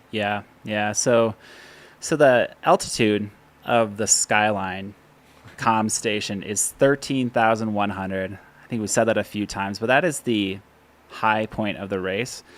The camera view that you're looking at right now is the Antaro aid station. So they're going to go up over 13,100. Antaro is at 11,700. So they're not out of the woods yet. And, in fact, they're not going to be out of the woods for a long time. They do drop down to 9,400 feet. Just think about that, a 4,000-foot descent down to St. Elmo. It's pretty incredible that they have that. And through that section, once they get over Skyline at the base of Antaro, they've got 1, 2, 3, 4, 5, 6, 7. They've got like 12 switchbacks, and they're just these wide open switchbacks. At that point, you're looking at the entire course. If you stop at that section and you just take a look around and do a 360 spin, you're seeing the entire course. It's pretty majestic up there, but obviously you got to keep going. You can't just stop there. You gotta go. But it's really beautiful. I think Caleb says that, and Laws, there are no shortcuts. Is a big saying on their side. There is no easy way to run 100 miles. There are no shortcuts, but there are switchbacks. And there's quite a few on this next section, which is awesome. And hey, runners, no shortcutting the switchbacks, because there are no shortcuts. I don't know if you could actually on a lot of those. I don't think that would be safe in any capacity. That would not be a net positive. Not at that section. I did see on there. I did see on the live chat of the Cocodona cow. They did run into a big cow at the very beginning of the race. And I know earlier in this live stream we were talking about some of the animals that you might run into. And one thing that I do remember from running this is actually on that last section, coming in through the Colorado Trail, finishing on there, ran into a full herd of cows. I want to say there had to have been at least over 20 cows just hanging out in the middle of the trail. So you can run into a lot of different animals through this entire thing. Yeah, that's right. We were asking about wildlife earlier. We did not mention the cows. There is that at Little Brown's trailhead, once you're going up, there's that gate you have to open and close. There are times of the year where there's cows just roaming, and we have seen that plenty of times, just kind of running around the course. So cows abound in the Sawatch Range.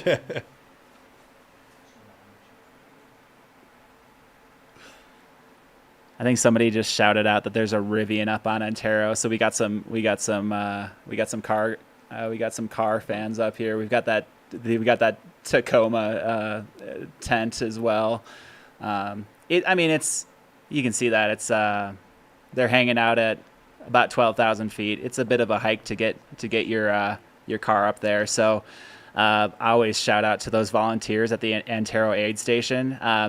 It takes quite a bit to lug all of this food, all of this water, the tents, everything. A couple trips up to 12,000 feet to get ready for these runners. Also, I do have to shout out Swim Wamsley of my type of humor of I love Colorado alpine cows, except when they don't move out of the way. Move.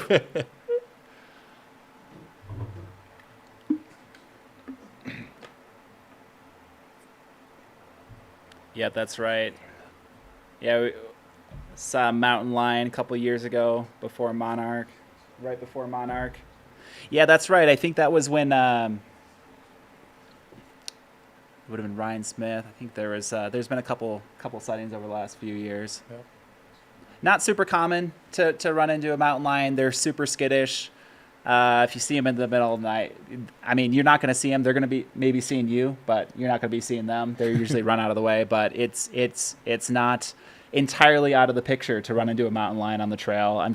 I know that over the last decades of 100-milers in the Rocky Mountains, there's crazy stories of running into wildlife. I know I've heard of some mountain lion encounters at Bighorn and several others. So yeah, it does happen for sure.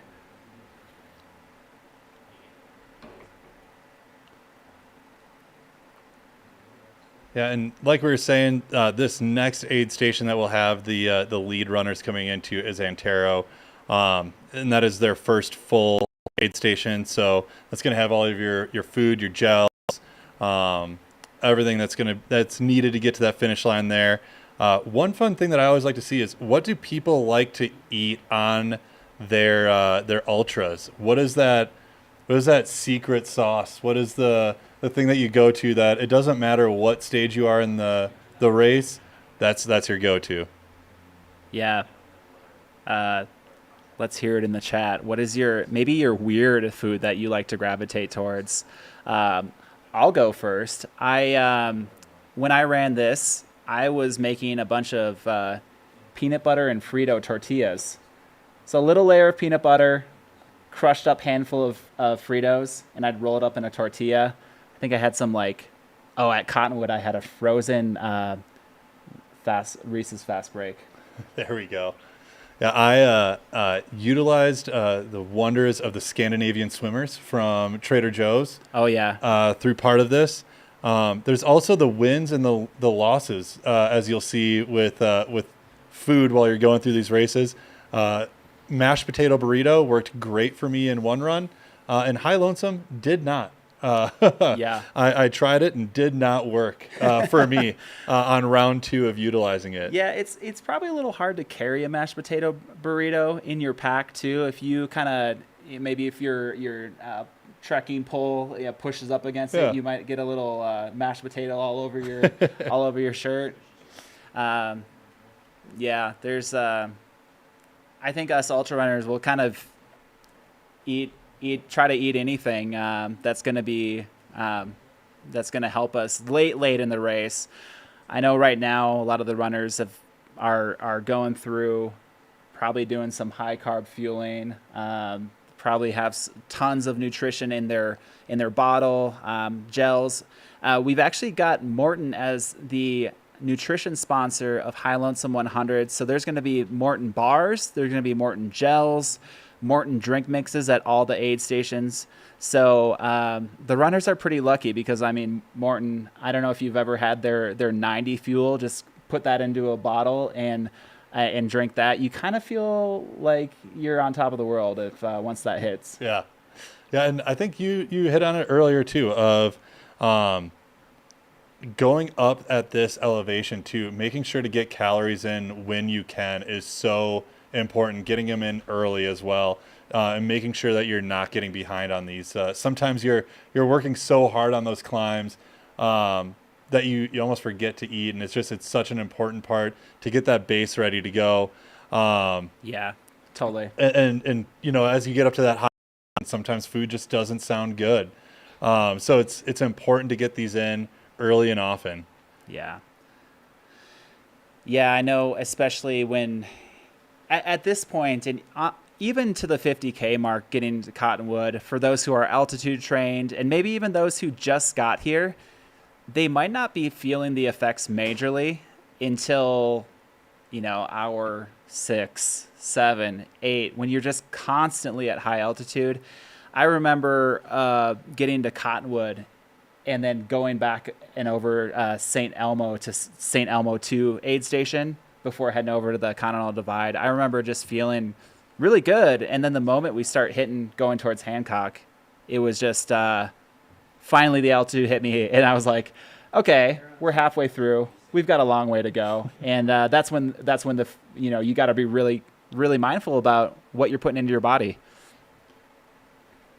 I always laugh at when you're doing the ultra math in your head too. You're pretty sharp, pretty on point in those very beginning parts of the race, and then you start getting to that midpoint, that hour 12, hour 15, and you start trying to think of, wait, how many calories did I have? Yeah. Did I eat in that last hour? And making sure you stay on top of it is so important.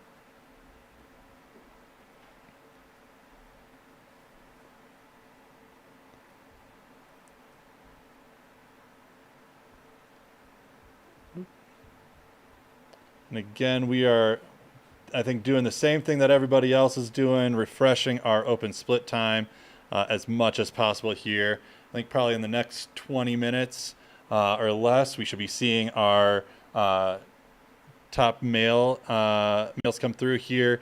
And let's see here, you can get the fastest women's split was in last year. In 3 hours and 17 minutes was the fastest split up to the top of that comms aid station. Yeah, I'm gonna give the team a overview of the Antaro aid station. This is Antaro is captained by David Hoff. So Antaro is our most remote aid station here. So what you're looking at is our most remote aid station on the course. The runners have gone over their high point of the course. They're just starting that long descent, like we mentioned, down that Antaro 4x4 road. They're going to be really happy to see this team here after such a grueling time. You're going to feel well accomplished, but you also know that you've got 84-ish miles to go. But really pumped to see these folks here. It takes a lot of work to get to this aid station for the crew here. So we are very, very grateful for the team here volunteering and spending time at the Antaro aid station. And I know we were talking about fueling and aid stations here, and Ryan making a shout out for Lost Wonder Hut, making homemade pizzas for all the runners late in the race. It is a phenomenal way to refuel in there. I know his brother ran it the year before him and skipped the pizza at that aid station and was so bummed. He was ecstatic to come back and pace the next year and make sure he took full advantage of the pizza there. Yeah. Lost Wonder Hut is this old, amazing ski hut. It's high up in the mountains. They are just churning out wood-fired pizzas all night for the runners. It is such a welcome thing. So for those listening, this is mile 55.7 that we're talking about, the Lost Wonder Hut. We're currently looking at mile 16, but we're talking about the Lost Wonder Hut, the incredible pizzas that they make. I remember going in there, hadn't eaten in a little bit, and I smashed a few pizzas there. Oh, I definitely had it. Yeah, I took full advantage. Yeah, it's part of experiencing High Lonesome 100 to get pizza. I hope that the podium runners are eating pizza as well. We'll see, but I would encourage them to experience that as well. Oh yeah, oh yeah.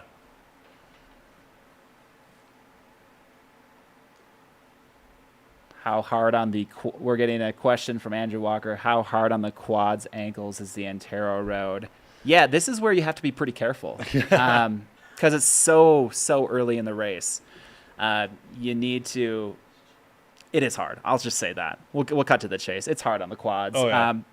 But these runners, they've put in 100 plus hours of training. They've been doing big vert runs. A lot of them, should have seasoned quads. But at this point too, it's like, you're going to beat yourself up a little bit. But if you can let gravity take you down, you're going to be in some good shape. Yeah, and I think we talked about it a little bit earlier too. You make that summit, and Little Browns is really well maintained right now. I went up that yesterday. It's very clear. We got a little bit of rain last night, so I feel like everything should be pretty well packed down, but not that muddy kind of packed down. That perfect amount where you're not going to get a lot of that dust or anything like that kicked up, which is really nice. And then you have in your mind that, I just need to get over this, and it's those nice, easy downhill switchbacks. It's chunky. Yeah, for sure. And it isn't easy. So it's the same thing where I know Andrew brought up the ankles as well. It's something you got to be careful about. You got a long day ahead of you.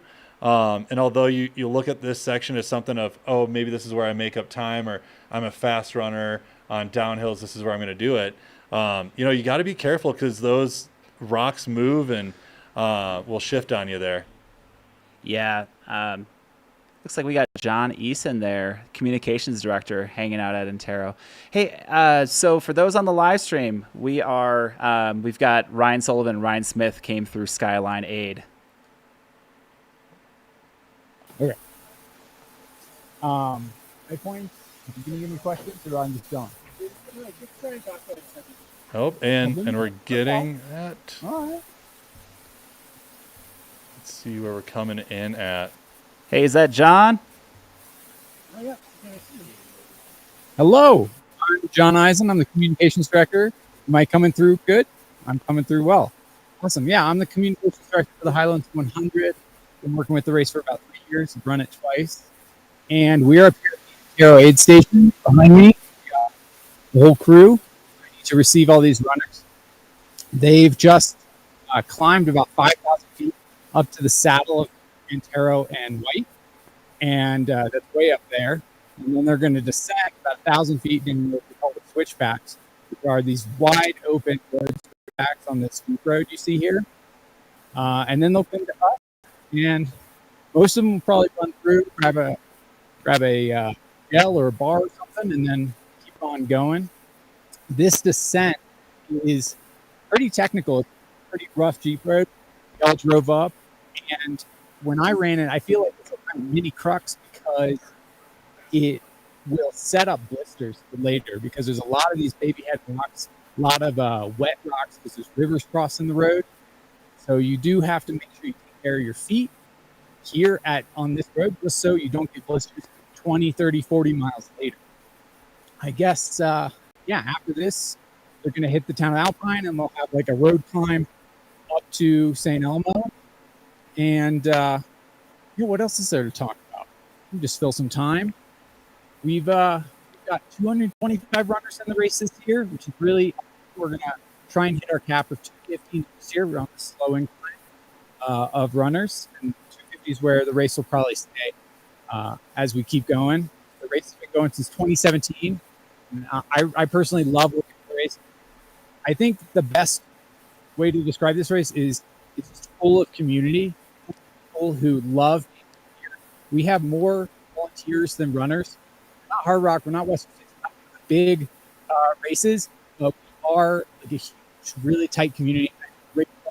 Race owners Kelsey and Caleb do a great job building community here, and everyone just loves to come back and volunteer year after year. Hopefully get in 1 year and run the race. Last year, I probably had the most fun I've ever had running the 100 when I ran this race. It was just wildly amazing. You're like running from friends that you've seen all for years, every few miles, and they really take care of you. All the aid stations are really great. Is there any questions in the chat we should answer? There's no questions right now. So the question is, what does it take to get up here and set up this aid station? We have a whole bunch of 4x4 vehicles that we've driven up here. We have a whole ton of tables and equipment, Maurten gels, and we're running a griddle. So we all drive up here. Most of the aid station drives up here last night, camps out, sets up in the morning. They were up and ready to go at 6:30, just after the race started. This road takes about an hour to drive up. It's very bumpy. It's only like 7 miles, but it's very bumpy. And so packing all this up in, what do we have? We have, I think we have like 10 volunteers up here just to run this first aid station about 15 miles into the race. And yeah, this is not even the, I don't think this is even the highest aid station we run on the course. There's also Purgatory later, which is pretty high. I'm not sure the exact heights of each of them. But yeah, it's a pretty big effort to get all of our aid stations out. Yesterday, we aid station pickup at the Buena Vista hangar, and we're taking up a ton of space. There's so much gear and food and equipment that goes into this race. So much planning. Kelsey, our operations director, does most of that work. She is incredible, and we also had Stephanie Ganoza out here assisting with that, and they were amazing in just getting our massive volunteers and all this equipment shelled out. We have a delivery truck, like a U-Haul that's running 4x4 roads up to Cottonwood and St. Elmo. And pretty soon Kelsey's actually going to go up here, so maybe she can get on camera and talk for a little bit. That would be great. And yeah, aid stations are amazing at Hilo. I really love working with this race because of how passionate all the volunteers are. Any other swamps questions I can talk about? Yeah, runners will be coming through. I probably got my foot, so I don't know if they've come through Skyline yet, but I think the leaders will be pretty fast this year.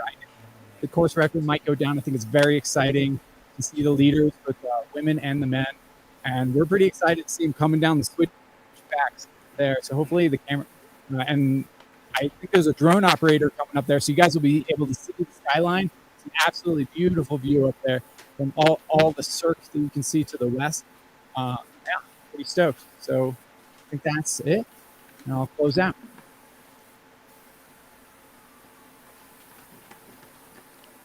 Thank you for the race up. Seeing some of these views here. I know we were talking about the drone footage coming in. These are the views that the runners are working toward. Like I was saying earlier, you want to make sure that you turn around and look back to see what you have just climbed up. Yeah, that was a couple questions in the chat. Is this the comms director for Hilo? That is right. That's John Eason. He has been the comms director for the last few years of High Lonesome 100. Spends a lot of time making sure we're getting the runners in and out really safe, making sure we're getting these updates to you on open split time, making sure that every single volunteer at every aid station is ready to go to communicate across the board. There's aid stations talking to aid stations. There's runners coming in and out. It's a lot going on at once, and John does a wonderful job here with the High Lonesome staff to make that happen. Yeah, and we've now seen the top 3 men coming through. They're about 8 minutes ago. For the first 2, we have Ryan Sullivan and Ryan Smiths. I guess if you're Ryan and from Colorado, you do all right in this race here. And then Jeff Colt coming in about 3 minutes behind them on that uphill. Yeah, so the fastest time, so Skyline comms, what you're seeing, that ping from those runners, the first time that was set up was actually last year in 2024. So we don't have a ton of years of time to go off of for what would be a course record. We're going to wait for Antaro to really give you those course record numbers. But last year, the runners came through Skyline at the men's runners came through Skyline at 2:54. The women's runners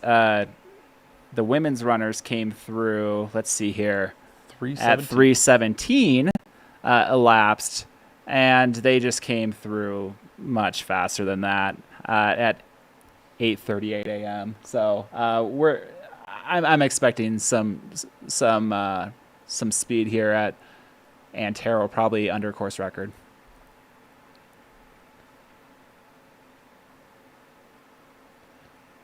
Yeah, and here's the view of what they are coming down. Kind of what you see off to the right and left of the road there, that is a lot of what is up at the top of that trail right now. You know, climbed that yesterday, looked down, and that was a good chunk of the section on that first part of the descent. There is some rocky pieces, but it does smooth out a little bit here. I know that they did talk about the river crossings as well. It's nothing crazy or substantial, but it's enough to, you know, wet your hat, make sure that you're staying cool. As you're saying, you are getting back into the pines here as you're getting into the Antaro aid station on there. That does give you a little bit of coverage through that section, which is kind of a nice welcome relief. We are getting to about 60 degrees, which is nice and comfy. These runners are loving it right now. Oh yeah. And we'll see as that raises up. It is something that does make it a little spicy for that mid to backpack too, as the day goes on. Higher elevation, higher heat, those different things. I think that's where that heat mitigation comes into play. Saw a lot of people with the sun hoodies on, try to keep the sun off of them and themselves, which are huge helps. And starting putting together some of those ice bandanas as well. Oh, yeah. Filling those up in aid stations too, getting ready for that heat of the day. This is a cool shot too. You're seeing that as we keep on turning here to the right, you'll see that is the downhill section that they're coming in on. Cool part of this too is once you make that summit, you can see a lot of the switchbacks too. So as a racer, as a competitor, you can kind of look down and see where everybody's at, what you're doing. Want to make sure you don't forget about your feet and where you're stepping there. But it is a really cool aspect of the race of, you know, this is one of those open areas that you get to see them. And another part that you get to see that as well is later on with the Laws Pass. Mm-hmm. It's that out and back section is one thing that I think as a racer and competitor, you start seeing where you're at in the race, and you know, you see the other people that they're going against, and where they're at, where you're at from a time perspective. And we talked about that aid station, the Cottonwood aid station, being the first major one where you see your crew, you see that group there. That's where you might see some people start making changes. Maybe not the top guys and girls. They'll maybe do the ice bandana or things like that. They'll add small things, maybe a pack change that's going to be really quick, but nothing too crazy. But that's where they're going to see the runners that they're going against. Yeah.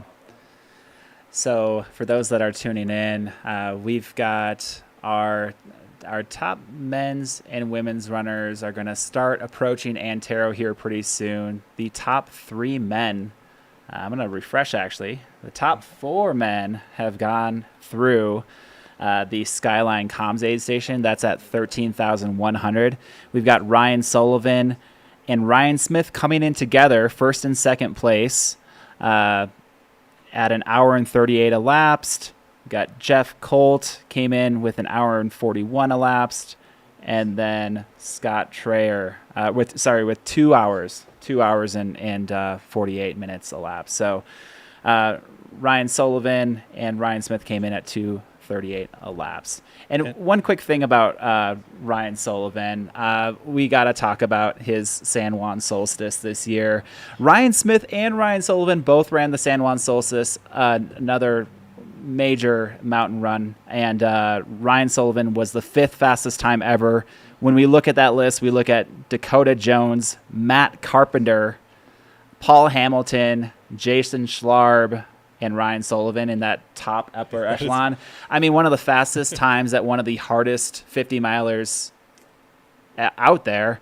That really bodes well for Ryan's mountain running capabilities. And then Ryan Smith has that experience. He's been doing this forever. He was 5th place at San Juan Solstice this year, but he's got that mountain running experience and will absolutely be charging from the front. The battle of the Ryans right now. Just big mountain running too, just to get prepped for this is such a cool thing to see. And I know you had said with the not too much information with this aid station, with it being newer, But those top 4 men are all ahead of the fastest splits that we have currently for that location, which was a record year as well, or a course record year. So good things to see from that on here. Yeah. So we've got the top 3 still from Colorado, and then we had Scott Traer come through the Skyline Aid Station, repping Scottsdale, Arizona. And Luke J just coming through too. All right, Luke J. And it looks like we got a runner coming. That looks like Ryan Sullivan. He's got that Aravaipa race shirt on there. Men's 1 coming through. This is a great way to see kind of what that road looks like. How are you saying it's not big or technical, but it's a lot of those little rocks that you have there that you have to be cognizant of, be careful of. And let's see how long he stays in here. Okay, so we're at 2:54 laps. The fastest time ever coming through here is 2:55. So we're just under the course record pace, and we have Ryan Smith coming right behind him. The 2 Ryans running together at the front of the High Lonesome 100. Ryan Smith, 46 from Boulder, Colorado. He leads the Rocky Mountain Runners with Silke Coaster, who is also running this race. One of the power couples of this race. Yeah, I mean, and these 2 in and out. Oh, they're gone. That was, like we said, I think it's going to be quick for these this first group here. I am really excited to also see, we're seeing some of the pictures of the runners. It's always fun to see the before and after picture of what we see of them in these races. Yeah. But yeah, like we were saying, seeing the chat, my ankles hurt just remembering about this. It's a little loose and scrambly. So this is a really cool shot of Ryan Smith going on down this downhill here. So much loose rock on this trail here. So this is kind of more of an OHV road. They're heading down to the town of Alpine. This is where they're going to start heading into the ghost towns of Alpine and St. Elmo. If you ever have the chance to head out there, really cool history out there. You can go get yourself an ice cream sandwich at St. Elmo and enjoy the history of these ghost towns of Colorado. And as you enter in that town too, it's another area where people have no idea what is going on, and they all of a sudden see all these runners coming through what is supposedly a ghost town. And at some of these sections where you have these big clusters of people, it looks like a vibrant city that is back on. So that is also, it's a good indicator of where you're at with the race too, because you're about to hit that St. Elmo aid station as well before you start the Laws Pass climb. Yep. And you can see them just charging ahead. There's no slowing down. They're right next to each other. Neither of them are letting up. I know that we got Traer and Colt that are going to be just right there. We're still early on, so we're gonna see a lot of this unfold once they start making their way again over a few more mountain passes. There's 5 mountain passes that these runners go over during the High Lonesome 100. I mean, I think seeing these drone shots and this footage, it almost doesn't, it captures it so well, but just being there and seeing how big and majestic these mountains are in the Sawatch Range is outrageous. It is a true mountain course. And yeah, you can kind of see, I think that is up on the top there, that, as you see this first mountain right in front of you on the left here, right behind it there, there's about the saddle of where they'll be coming from as well. And just like you all, we are going to be continuing to refresh open split time to see who's coming on through. But we do have the fastest splits ever through Antaro for both Ryan Sullivan and Ryan Smith. They are here to compete. And we've got... Oh, got another one coming down. That looks like... That's Jeff, I believe. Looks like that should be Jeff Colt. Yeah. He came into Skyline Aid Station 3 minutes behind them, and he should be coming in, pretty soon. The field really spreads out over this little section, and it might converge again because there's so much more mountain running to happen. We've got the highest point of the race, 13,000. Some people really, really feel fine at 13,000. Some don't feel great. There's runnable sections, there's climbing sections. It'll spread out and converge again. But we see Jeff coming in about 4 minutes behind the top two Battle of the Ryans. In and out, one bottle fill up. Looks like he's running on a cloud, would you say? I'd say. Yeah, on is it one cloud or multiple? Might be a monster cloud. I don't know. Yeah. Cool. I mean, just looking at these paces too, you can see they are opening up that stride, having fun here. Still. Yeah, Mountain Outpost in the chat saying easy dog. That's Jeff Colt's nickname. Jeff Colt has won a golden ticket race before. He won the Bandera 100K a few years back. Again, we said earlier in the stream that he was a part of the World Championships for long distance that was the World Championships in Thailand a few years back.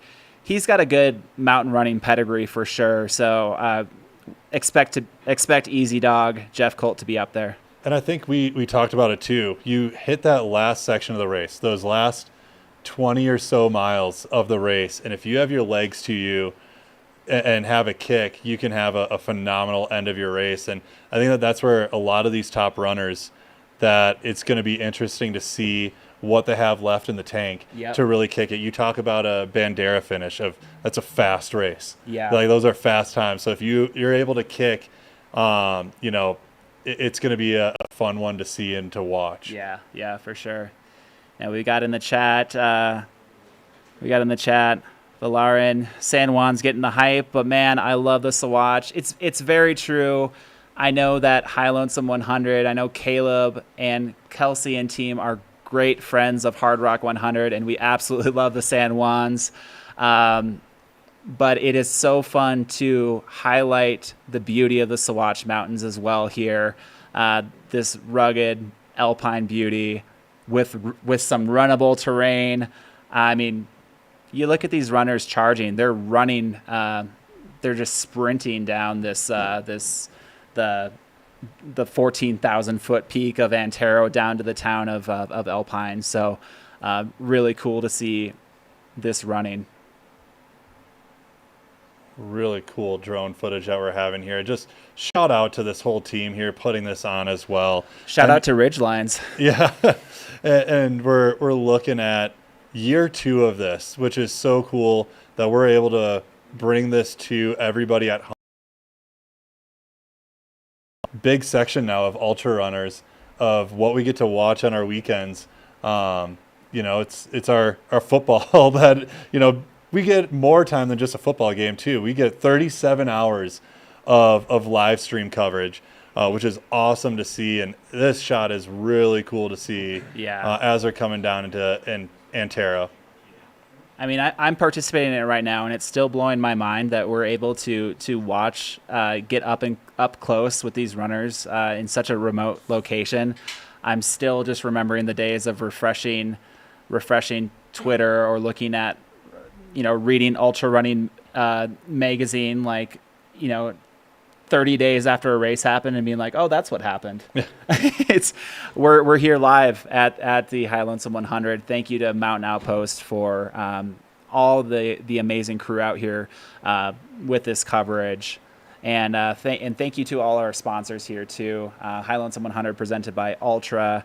We've got 7,000 Feet Running Company here, amazing running store in Salida. We've got Law's Whiskey House here from the beginning.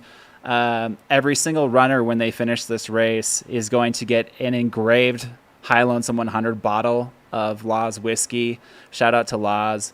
We've got Ultra. They've been legends in the game for so long. really well beloved by through hikers, by trail runners. They're also really involved in this race and give back to the community here. Altra is actually setting up overnight at Monarch a crew station to help all the crews, getting them food, water.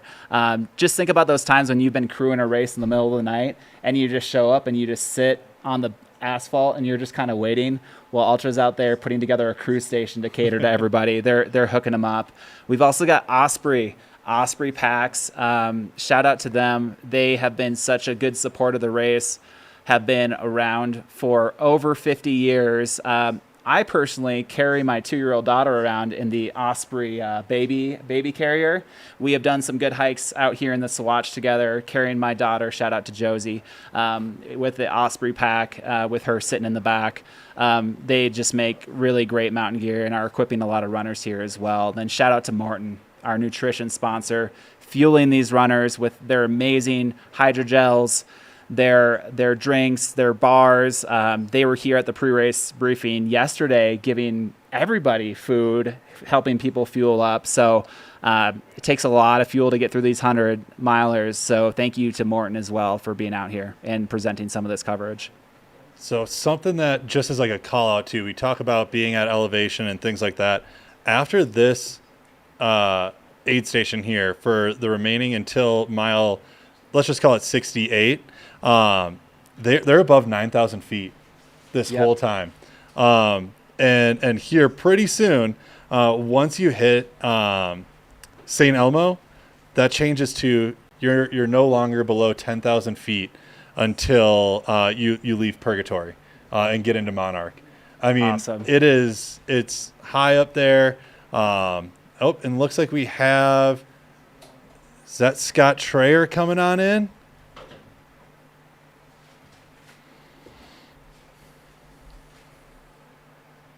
Yep. There we go.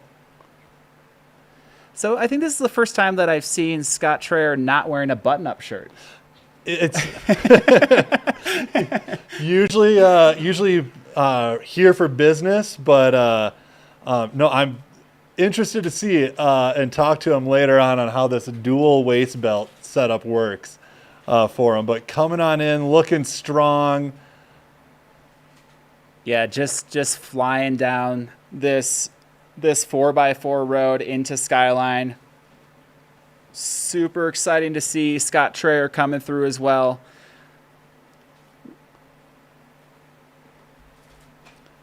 Yeah, so we had the first runners come into Antaro at 2:54 elapsed. So Scott is about 11 minutes behind the leaders right now.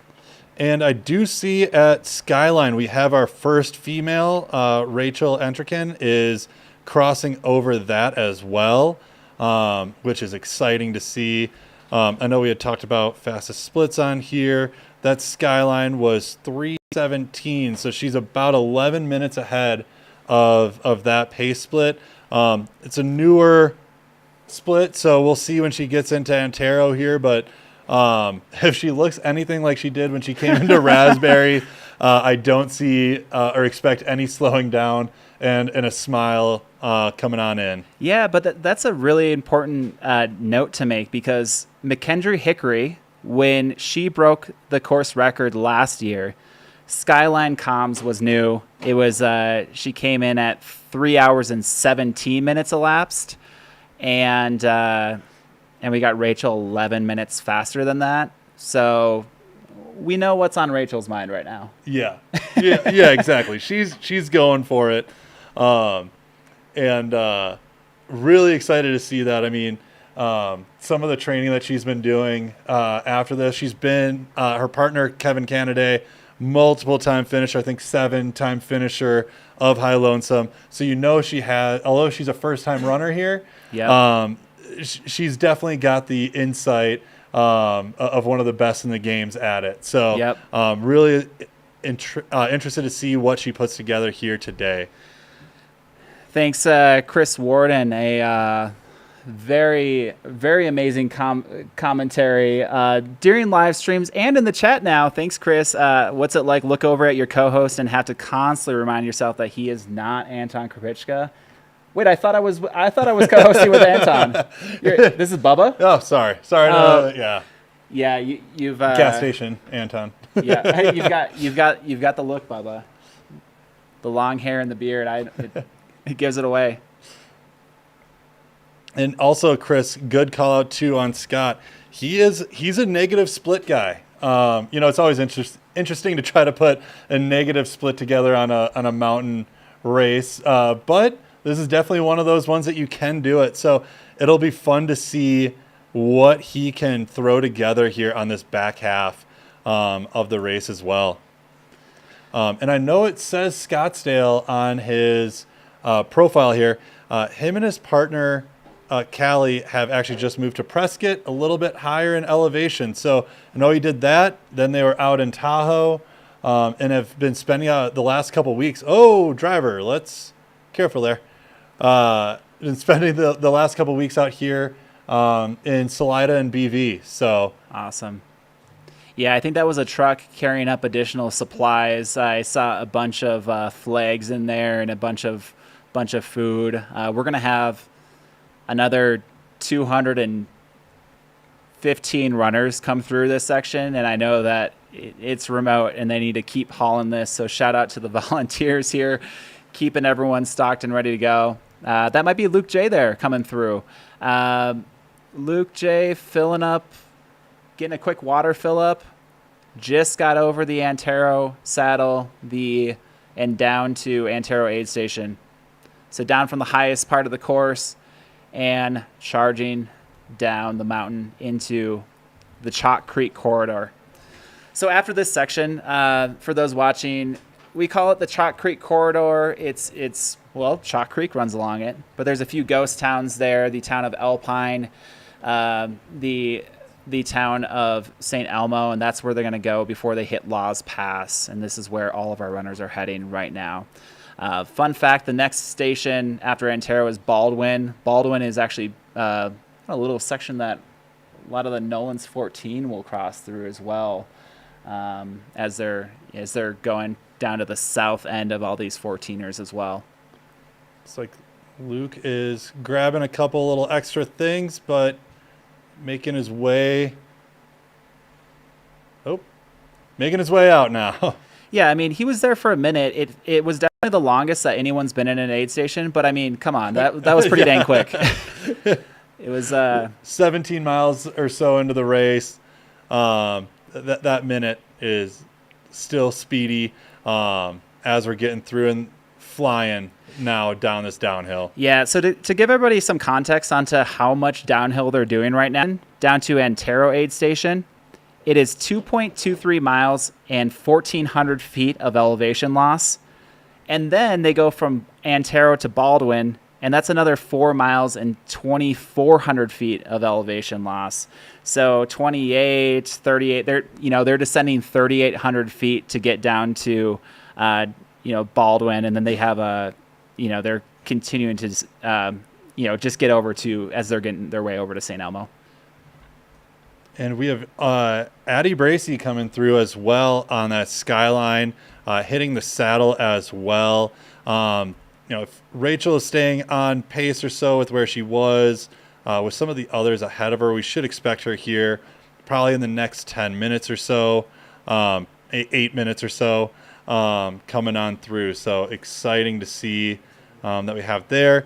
Addie is only 5 minutes behind her too. So yeah, I think we're seeing there are going to be those different strengths in those different areas throughout this race, and kind of that grouping and clusters kind of disforming, I guess. Yeah, through this race goes on. Yeah.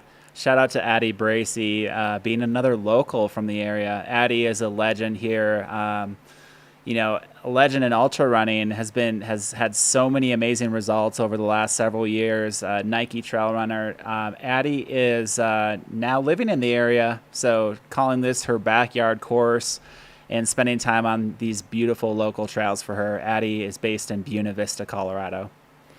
And we do have F3 too. Kareth is through as well, at 3 hours and 11 minutes up at the top of the saddle there. So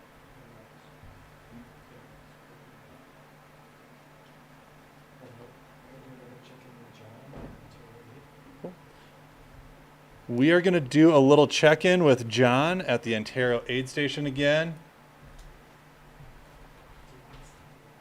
Season comms director for High Lonesome 100 here. We just had the first 5 men through the Antaro aid station. We had Ryan Sullivan and Ryan Smith close on his heels, both one ahead of course record to this point. And then we had, after that, there was Jeff Colt was about 5 minutes behind. And we had Scott Traer and Luke Jay. All through, all looking pretty good. Luke popped through a little bit of a refill his bottle. He put a lot of powder in. He said he was keeping it chill as you can keep it at 13,000 feet. Everyone else kind of screamed, filled up some water, just kept on going. That was good. I mean, I think the top 2 Ryans, the Ryan battle, we got a runner coming down, so we're going to spin around. So I'm going to keep talking. So, yeah, both the Ryans came through in under 16 minutes from Skyline, which is just screaming fast. It's 2.5 miles, 1,000 feet downhill, 16 minutes. They were really trucking. And who's this runner? Let's see. 145 on my phone. That is Cale Newby. Bemidji, Minnesota. 145. That is Cale Newby. Welcome to Antaro. Cale Newby is a 23-year-old from Bemidji. And pretty soon we're going to have Rachel Intrican come through here. She looks to be ahead, about probably 15 minutes ahead of the top time for women prior to come to this edition. So she's looking ahead of course record. Really exciting after her Addie Gracie, just a few minutes behind. So, yeah, that's the update from Antaro. And we'll keep watching for the top 10 men, top 10 women come through.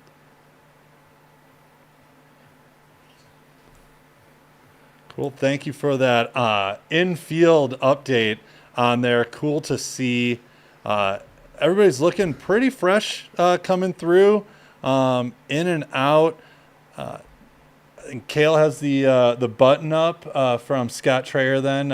He's taking over the classiness. Taking over the button-up game. Bringing it in.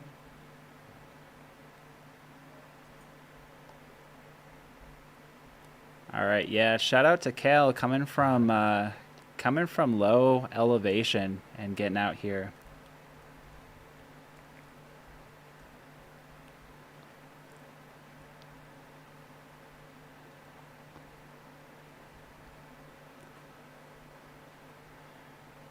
Yeah, so Cal Newby is he's run a ton of local races in Minnesota. His qualifier was the Mines of Spain 100 in 2023. Again, he's from Bemidji, Minnesota.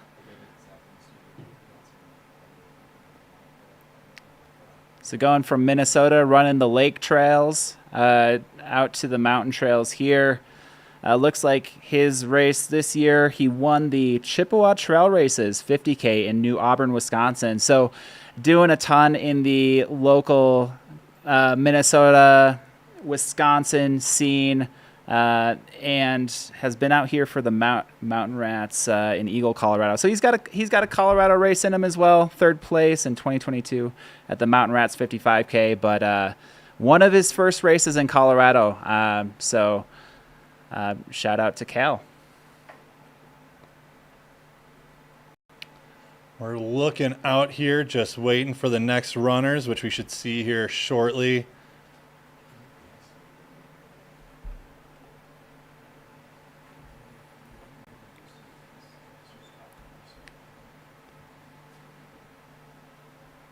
And should be expecting Rachel, our F1, will be the next one coming through here. Yeah, we've got 6 through Antaro. Antaro is at mile 16.9, and we've got our first 6 runners through. Those are going to be Ryan Sullivan, Ryan Smith, Jeff Colt, Easy Dog, Scott Traer, Luke J, Cal Newby, and we're expecting Rachel Entrican here any moment. Rachel should be here any moment. Getting this overhead drone shot.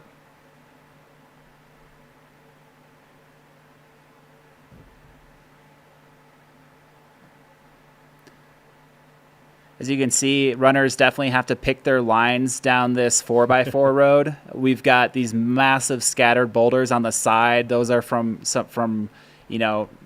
rockfall, but we've got these 4x4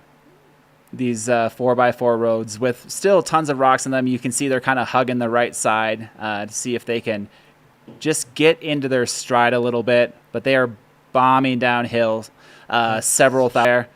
Awesome. We have our first female. Let's wait until we see the bib, but that should be Rachel.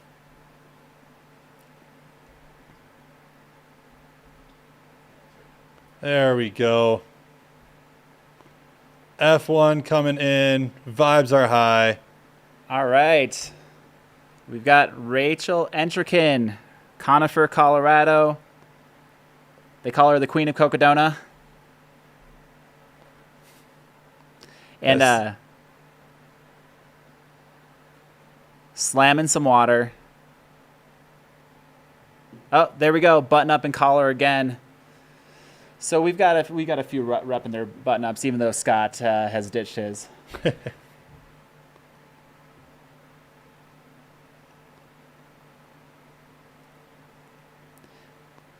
Getting some fuel in. Yeah, so you think with most of the runners here, several running their first 100, a lot of folks are going up in distance to run the 100. Rachel's going down in distance. And her coming into Antaro, the fastest split before was 3 hours and 33 minutes. So coming in about 10 minutes or 15 minutes early, back out already. Quick switch for her too. All right, let's go, Rachel. Yeah, so that descent that they're doing right now from the top of the Antaro saddle, Rachel and the rest of those who have gone through have descended 2.25 miles and dropped about 1,400 feet. They've got another 4 miles and 2,400 feet of elevation drop. They're going to bomb down this hill for another 2,400 feet. I'm calling it a hill. We're going down Antaro to get to the town of Alpine, where they start making their way over to St. Elmo.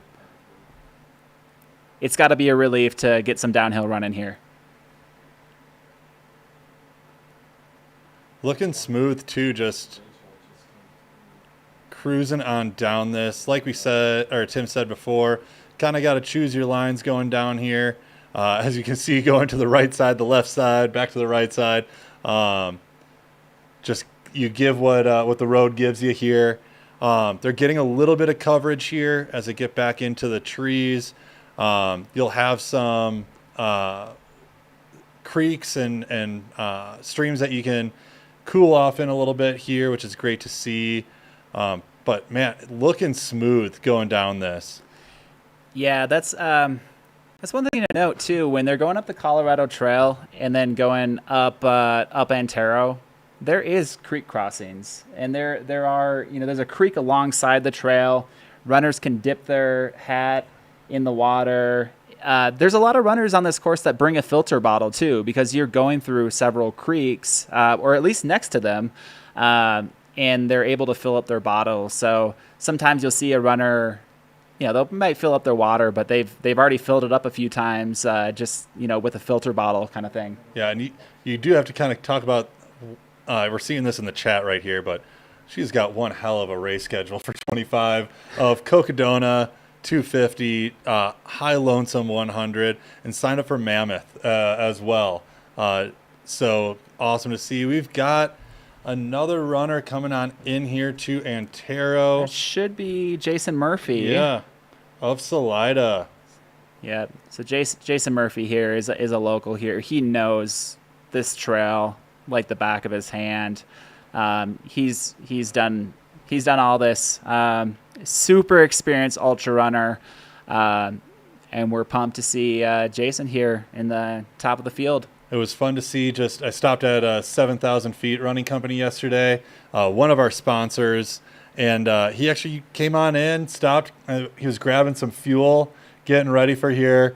And he was wearing his 7,000 hat too. So, local guy to Salida and provides to the local community too, which is always cool to see. Yeah, I'm sure there's many runners who have gotten into Buena Vista, Salida, and have just looked at their pack and been like, you know what? I don't think I brought enough fuel. I forgot my gels, and they're going into these spots like 7K Running Company and fueling up, just like Jason Murphy did.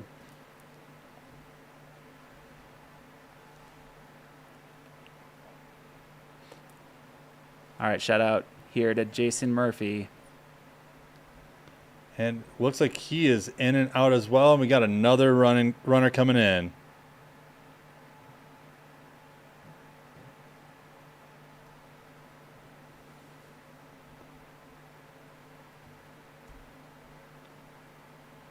We might have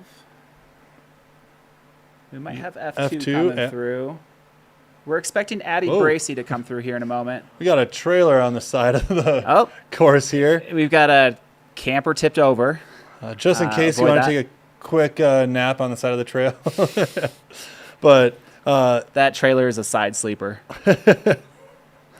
She is looking strong coming down into Antaro here. This is awesome.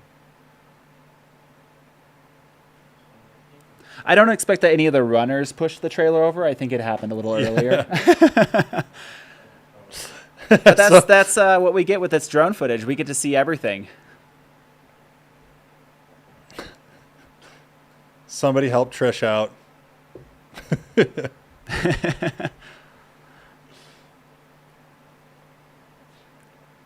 Yeah, so we got a few storylines here. We got a sprint start. We've got a trailer sleeping on its side on the way down Antaro. We've got the Battle of the Ryans. Got course records left and right. Course record. Really exciting year here already. 3.5 hours in to the High Lonesome 100, the 8th running of the High Lonesome 100.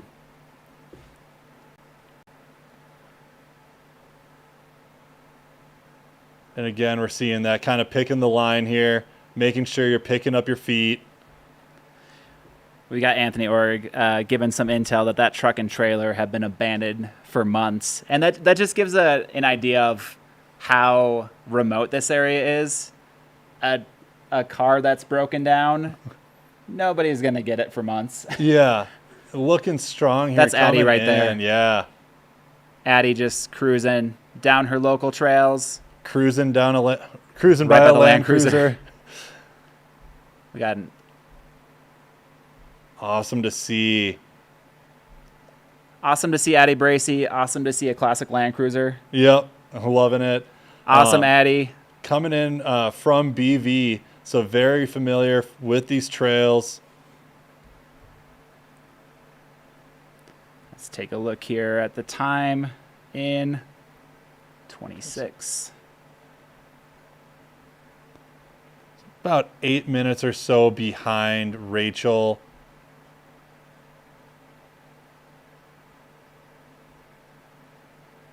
And she's out.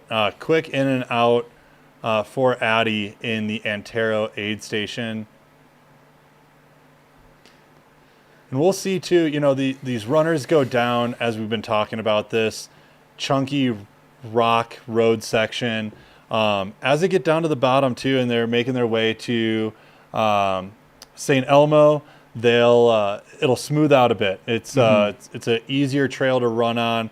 A bit flatter. They are still above, at elevation. They're still above that 9,000 feet of elevation, but still runnable and really nice while you make your way to St. Elmo. We got another runner coming in here.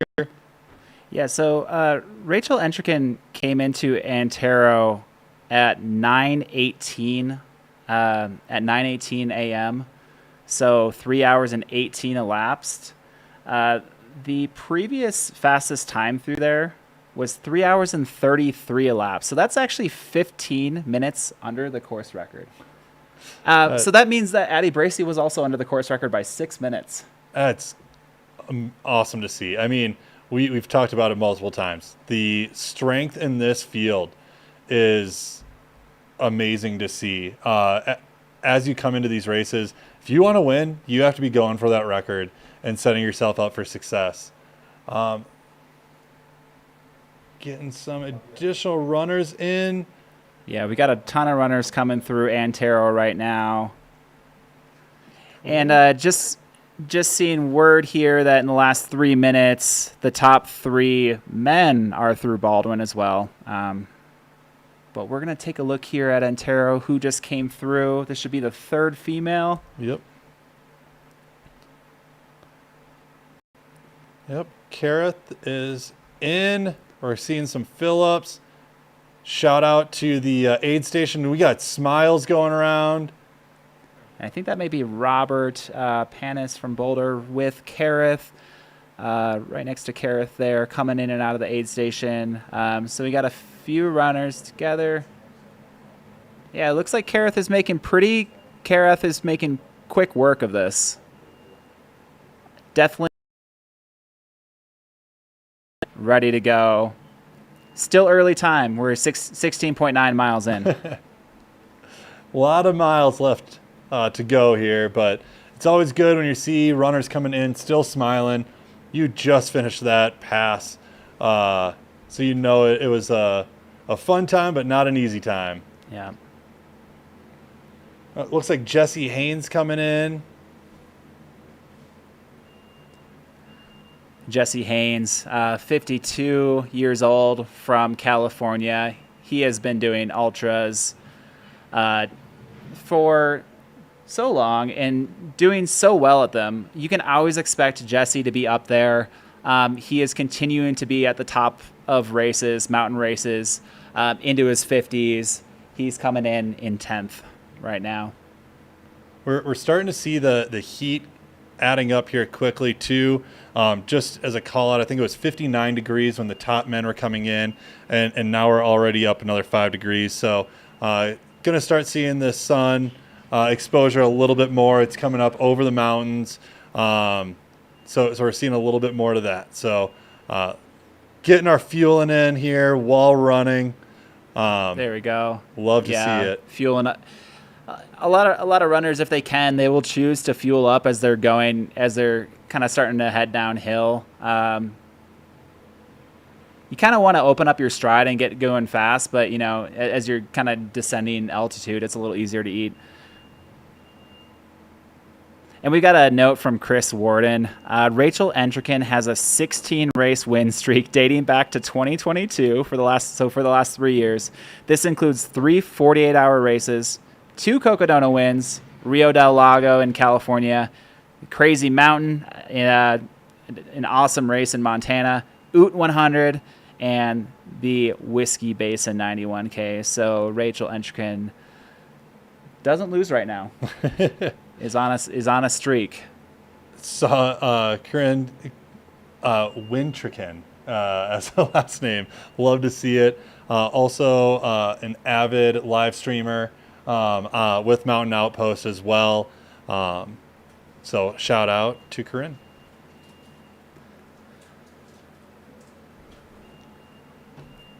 Yeah, we're here at Antaro, mile 16.9. We do have some intel of runners at the 21 mile mark, so we'll just start listing those out right now and see if we can take a look at the record. Baldwin is also a new comm station as of last year, so we're not going to have a ton of historical data on the fastest times. That next section is really going to be St. Elmo, but we can certainly look at the fastest times through Baldwin. So we've got Ryan Sullivan and Ryan Smith both coming in to Baldwin, mile 21.1 at 3 hours and 25 minutes elapsed, and then Jeff Colt at 3 hours and 27 minutes elapsed. So he gained a little bit of time within 2 minutes of those. So they're all within 2 minutes of each other, those top 3. And how close to that are they from last year's fastest time? So last year's fastest time was 3:38. So, about 13 minutes up on that right now. It's a 1-year sample size, so not a ton to go. But those are also right in line with Jimmy's course record pace, Ryan Smith's. it's impressive to see here. They are flying through these aid stations right now. Yeah, and this early indication is a pretty good weather day. Once it's 9:30 right now, we expect to see rain. We can always expect to see rain and storms around 11 a.m.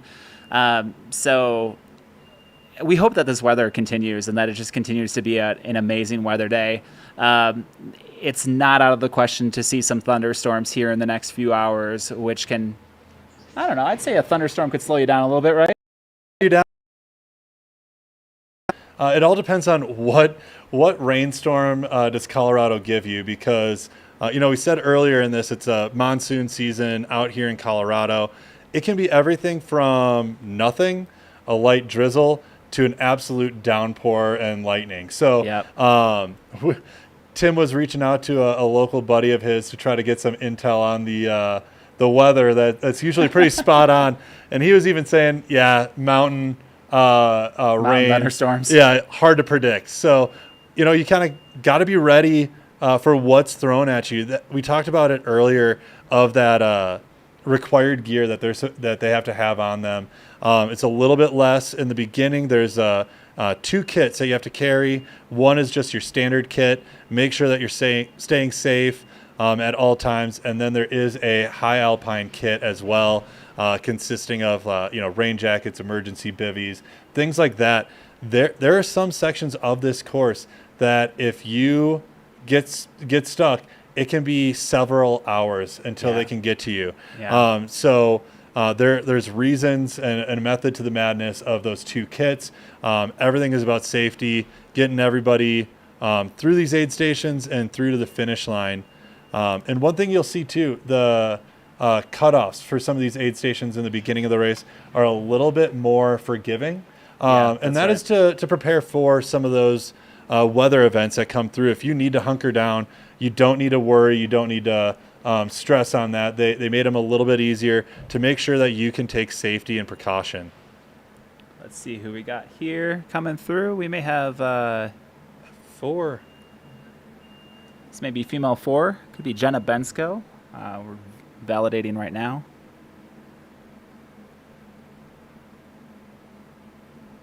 Yeah, so in that time here, we've had a few runners come in after Jesse Haynes. We had, that's right, it's Jenna Bensko from Boulder, Colorado. So cool to see. We are getting fast times everywhere. Yep. And so early in the race, too. I mean, there's so much that can happen, but it is so cool to see the performances that are being put down by all of these runners out here. Yeah, so Jenna Bensko, to get into High Lonesome 100, she ran the Black Canyon 100K. That was her qualifier, but she has had a pretty good race results here. So at 2024, she was 4th at the Black Canyon 100K, her qualifier. Later that year, she won the Blue Sky Marathon, a great race up in Fort Collins put on by the NAR runners. She was 6th place at the Gorge Waterfalls 50K, and this one's pretty epic. The Collegiate Peaks 25 miler. It's a local race here as well in Buena Vista. She was 1st overall this year. So cool to see. And if you have a chance, there's a free trail article about Jenna Bensko. It's titled "You Made It Weird." Appropriately named for so much of ultra running. Yeah. I'll drop it into the chat there. "You Made It Weird" by Jenna Bensko. One thing too, just as a shout out too, of just the area that we're in, give some respect to the area too. Of we had talked about the big mountains that are out here too, and them going over Antaro. Part of the Nolan's 14 that Francois just broke the FKT on as well. So as you hear about him talking about those mountains and the kind of grueling conditions going up and over of that, that is what these runners are. It's a portion of this. Antaro is part of that. Yeah. So mentioning, that looks like Sam Delgado right there. Let's see here. Is that number 208? 206. 206. Yep. Yep. Sam Delgado of Golden, Colorado. Ran into him last week. He was saying he was just running some local routes and just feeling as fit as ever. So Sam is feeling good, ready to go.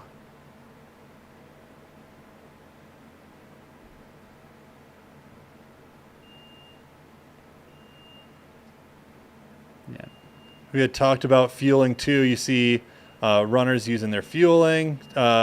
Make sure that they're ready for these next sections as they make their way down the remaining piece of Antaro on the way to St. Elmo as well. And these aid station rock stars, just getting people in and out of here has been so fun to see. Yeah. A couple more mentions too. We had Matthew Webb of Denver, Colorado come through. Michael Martinez of Monument, Colorado. Michael O'Brien of Silverthorne, Colorado come through. That was and then Daniel Crespo of Leadville and Adam Rylance of Arvada should be coming through here as well. And we're waiting on female 5 to come through too. I think I may have seen on live stream coming through. Let's see here. We're expecting we're expecting Rachel Lemke. Oh, it looks like she is in and out. In and out. From Bozeman, Montana. Yep. And next we'll probably expect on the female 6 it would be Amelia Boone coming through. Amelia is Amelia's in the aid station right now, it looks like, and really quick in and out. Came in so fast that we didn't even see her come in. All right, Amelia, female 6. Amelia has been part of the ultra community for so long and has given so much to this ultra community. A previously obstacle course world champion.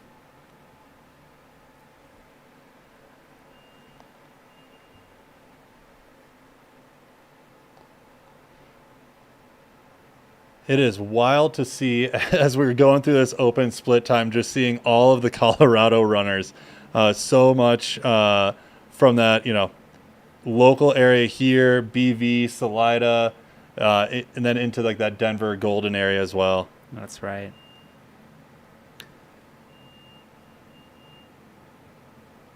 Yeah, it looks like the next comms aid station, we've got a ping that Scott Traer is the 4th male coming through.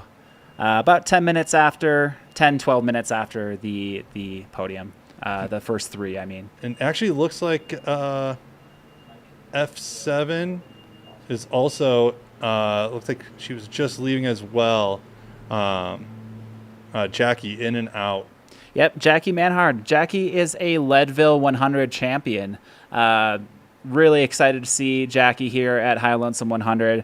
Expect Jackie to be up there. It's still early in the race. This field is going to continue to, yo-yo back and forth, depending on who's the climber, who's the runner, who's got the mountain chops, and who's just got that raw speed. We're going to see a lot of that coming through. And we've talked about it multiple times. There's so many sections that cater to all of it. And we've talked a lot about Antaro, but this next Laws Pass section is a big uphill, downhill. So, yep. It's always fun of seeing the course one direction, and they get to see it all over again, yep. Knowing what they're about to experience. Yeah, that's the thing that's so interesting about this next section of the course. All the runners are going down the backside of Mount Antaro in towards the St. Elmo aid station. From St. Elmo, they have the only out and back section of the course. They're going to go over Laws Pass, and that is a 2,000-ish foot climb. They're going to go up and down to Cottonwood aid station, and then as they're coming back, they're going to. If you are looking for that top 10 spot, if you're racing against people, you're going to see exactly where they are in the field. So there may be a little bit of, hey, I don't feel so good, but I'm going to sprint past them so that, they're gonna think that I'm on fire right now, and I'm feeling great. Gotta love ultras. It's 90% mental, and the rest is in your head. Yeah. So you start to see that in the games played. But the great part about this, when I experienced this race, is the community around it is so great. Everybody was cheering each other on, though. Yeah. As you're doing that out and back section, everybody is high-fiving or cheering each other on. All right, we're doing our best to find out who is coming through the aid station, and we'll give you updates as early as possible. That may be... We're expecting Silke Coaster and Cecilia Williams of Leadville coming through. We'll keep an eye out and see who just came into the aid station. As you see here, I mean, they come in and out so fast. So to get the ping and get it up on open split time, our volunteers are doing an amazing job getting those out real fast. And we're going to do our best to take a look at those bibs and see who's coming through. That is Silke. That is Silke. So we always expect Silke to be up there. And that's amazing. Pre-race photo, Silke took a picture with her daughter. So knowledgeable about this course, knows so much. Silke actually shows up to the pre-runner briefing months before. There's a Zoom that happens for all the runners, and Silke this year showed up and gave all the runners a chance to get an understanding of the course and what to train on. I know it was Kevin Canaday and Silke Coaster and a couple other runners, and Silke she's very open to give runners great knowledge about this course. She absolutely loves this place and has been part of it pretty much since the very beginning. She is also a previous course record holder here at High Lonesome. In 2019, she got the course record. It has since been broken, but she's always up there. I expect to see Silke in the race here. Yeah, and we got the speed runner.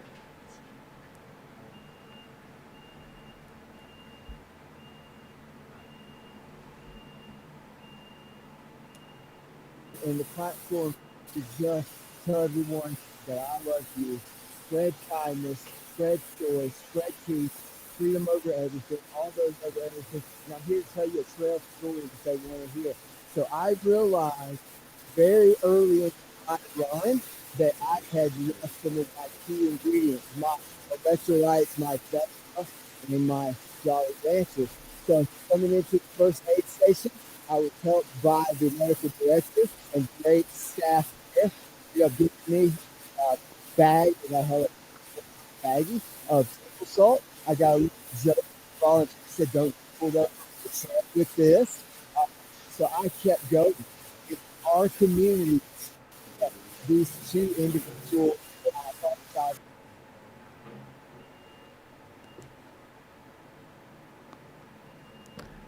Interviewing one of the runners coming through. That was the early sprint start. Yep. Kicking off the race hot. Yeah, so you can see the grueling toughness, but also the beauty of this section. If you go and look at race photos, a lot of the race photos are going to come from the top of Laws Pass, where Mile 90 Photography hang out up there and get these awesome photos. But a lot of the other race photos are going to be like around this area, taking a picture from Antaro, showing you the entire course, the beauty of this. Welcome to the Sawatch, everybody. And this is a really cool angle to show. There's the runnable sections, but then they're still steep, rocky, chunky. You get in that groove, you hit a switchback, Yep. and all that. So these runners are looking smooth, though. They've put in the miles, they've put in the training. They're still looking good. Knowing that you're at mile 17 of a 100-mile race. There's a long, wonderful day ahead of you. Yeah, it's 83 miles. It's fine. It's fine. Let's see. So we also had Luke J come through Baldwin. Luke J is about 17 minutes behind the leaders. And we got some more runners coming through Antaro. We're going to do our best to list them out. We've got Cecilia Williams, F9. Cecilia is Leadville, Colorado. Cameron Rickard from Montrose, male 23. Patrick Hanschmidt, male 38. There was some questions about Canadians. We do have a Canadian in the race. Patrick Hanschmidt is residing in North Vancouver, BC. I've run those trails before. They're absolutely brutal and beautiful. The BCMC trail, the grouse grind, getting up to the ski resort, and then running those amazing British Columbia trails. Looks like Patrick lives in Trail Paradise, but he's coming over here to see even some more Trail Paradise. So welcome, Patrick. We're pumped that you're running the High Lonesome 100. We've got a few more. We got Nathaniel Gilbert from Denver. We've got Ben Wells from Golden. And we should be having a few more coming in here soon, but we've got a lot of locals from the Denver foothills, but then we've also got folks from all over the world coming here to run High Lonesome. It's so cool to see that top pack all within 20 minutes of each other too in there. I said it earlier, a long race, there's a lot that can go on. 20 minutes is nothing at this point in the race. Like there is so much that can happen. Again, crazy to see of what can happen on these trails. You have the tipped over trailer there going down as they're entering into that Antaro aid station. As a fellow Patrick myself, as the lone Canadian in the race, I wonder if he's gotten the new nickname of Tricky as well. Yeah, we'll have to see. We may have some more Canadians, but we do know that we've got Patrick Hanschmidt. So Patrick's entrance into the High Lonesome, the qualifier, was the Orcas Island 100 in 2024. But Patrick's done a lot of the Pacific Northwest race, the classics like Cascade Crest, the Fat Dog 120. And fun fact, Caleb Efta, the race director, amazing race director of High Lonesome 100, his longest race ever is the Fat Dog 120. We'll have to ask him how it went for him. I know 120 miles, a lot of things can happen, but that's Patrick has also run that as well. So no stranger to long distance runs. Chris asking about the logistics involved in getting to Hilo. We're about 2 hours west of the Denver proper here. Nice, easy drive out here. Would say if you are coming with a crew, though, having a high clearance vehicle is definitely recommended. Makes it a lot more enjoyable for the crew. Heads up that anything you can do to make the cruise day better makes it better for yourself as well. Yep. As we are, going to be performing 37 hours of the live stream here, they are also out there for that whole time with you. So yep.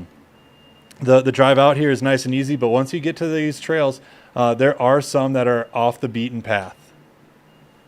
That's right. The highest capita of all-nighters right now is happening here. We've got runners running through the night, live streamers streaming through the night, volunteers up all night. A lot of the aid stations at the tail end of the race, they're gonna pull an all-nighter together, supporting these runners. So it's a huge community effort to put this on and in this rugged Sawatch Range here. Got another runner coming through. Let's see who we got.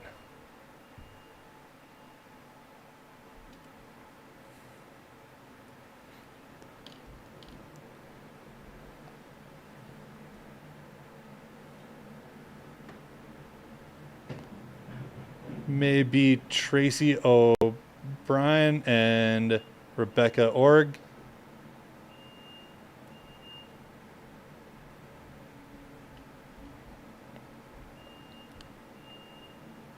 We've got a question in the chat. There's 225 runners this year. 2017 it was 75, and it's continued to gone up by about go up by about 25 runners every year. The Forest Service has allowed this for this runner size to increase, and we're really at a sweet spot here with 225. You can get some insight into the lottery entrant data. I just dropped the link here in the chat, highlonesome100.com/lottery entrant data. And we got the 10th female through Antaro. We got Tracy O'Brien. Oh, and Rebecca coming in with her as well. All right, Rebecca Orig. Nathrop. The race starts in Nathrop, so we got another local here. Just for those who are not from the area, Nathrop is where the race starts. Just north of Nathrop is Buena Vista. A little bit north of that is Leadville. And then we got Salida, Colorado to the south.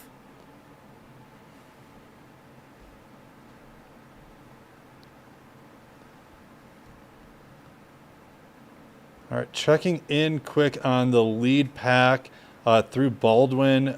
We have our top 6 are all through at 9:50. So 3 hours and 50 minutes.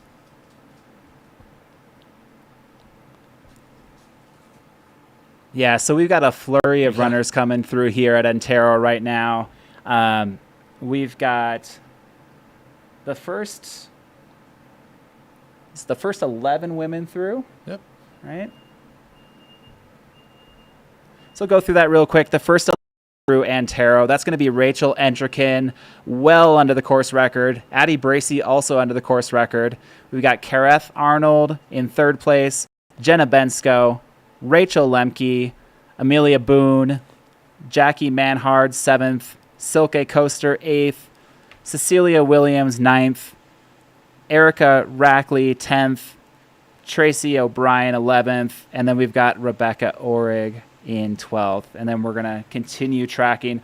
I'm looking down the list too, and there's so many more crushers that are coming up. Yep. We've got a really massive competitive field on the women's side. I'm just looking at some of these names that are about to come through, and it's just it's pretty awesome. I can't wait to see. I mean, who's coming up next? We've got Taylor Bacon, we got Grace Bomber, we got several of these great runners who we kind of mentioned in the beginning that we're expecting to be up there coming through.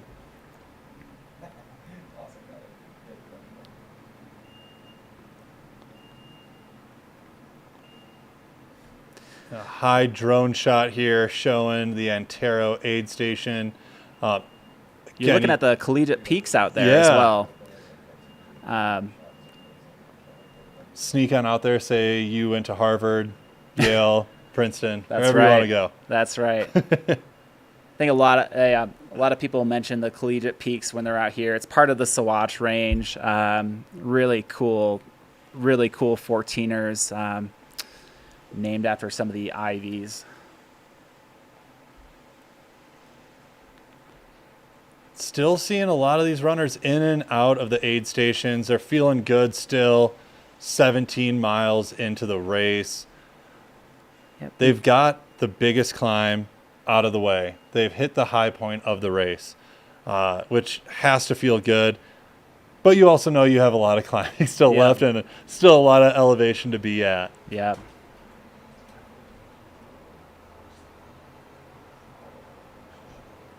Yeah, we got Hannah saying Rachel is ridiculously fit and ready. I think the CR could go down today on the ladies' side. Absolutely, Rachel is looking so fast today. I know we're only 4 hours into this race, but we know that she can go pretty far, huh? She has the legs to take her to the finish, and fast, as she has proven in. I know Chris had said it earlier, just in case people didn't. 2022, she has won every race. So multiple different distances, disciplines, all of that. So really cool to see.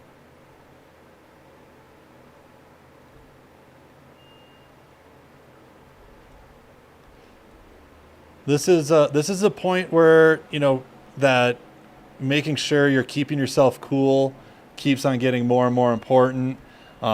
Even coming from, Arizona, and being in that heat, being out here at elevation in exposure is definitely a different experience. It gets hot. The sun is powerful. So all of these runners making sure that they can stay cool through this next couple sections is going to be really important. It'll be cool to see as we get over Laws Pass, is there any snow? I remember going up and over that my year and having some snow. May or may not have grabbed some, threw it down the back of the pack, and ready to go. Yeah, it was bone dry in 2019 when I ran it. It was pretty hot going up and down it, and I mean we can already feel it here in the Mountain Outpost studio. I mean we started. You don't have to look at us, but we were wearing matching Western shirts. I think that we're probably getting into t-shirts here pretty soon. Got a ton of great runners coming through here. Really just beginning their journey after they've gone up and over 13,000 feet and back down, bombing down this hill. Hey, I want to give a shout out too to Hannes in the chat. Hannes ran the 2018 High Lonesome 100 and was third place, sub 24. So we've got some past finishers here in the chat. Thanks for joining and coming along, and obviously so many from the High Lonesome family hanging out in the chat. And also, Anthony, thanks for the shout out. Been a dry year this year, and definitely saw that on multiple sections of the course. No snow on Laws. Depending on the runner, that's good or bad. Looks like we're going to go to Antaro live.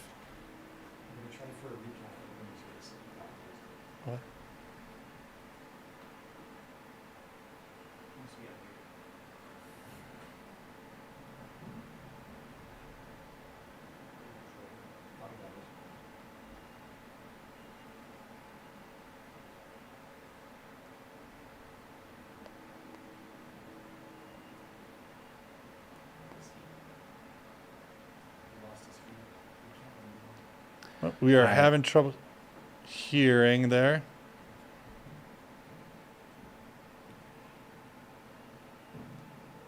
No audio yet from the Antaro aid station, but we're seeing some good vibes. We're at another aid station here. Is this St. Elmo? St. Elmo aid station. Always a party here as you come in. Best part about it, you get to experience it twice. The stoke is high for these aid station workers. I believe, is this the beach theme, the Hawaiian theme aid station? I think so. So there's a lot of positivity to go around to get you ready to do that Laws Pass up and over and back. Yeah, there's lots of excitement and joy at St. Elmo. One, to get down and know you've made it there. St. Elmo is at mile 25, so you've gotten through a quarter of the miles, and then you get to see him a second time, knowing that you've gone over Laws Pass twice, and you just got that gentle road section over to Tin Cup. So they're there to bring food, drink, lots of joy, lots of motivation to the runners, and it really does help, whether you're in the front or the back of the pack or middle. Like you're gonna be really happy to see the folks at St. Elmo. And we did see Rachel going through Baldwin as well about 8 minutes ago for us. So cool to see. She is still cruising along.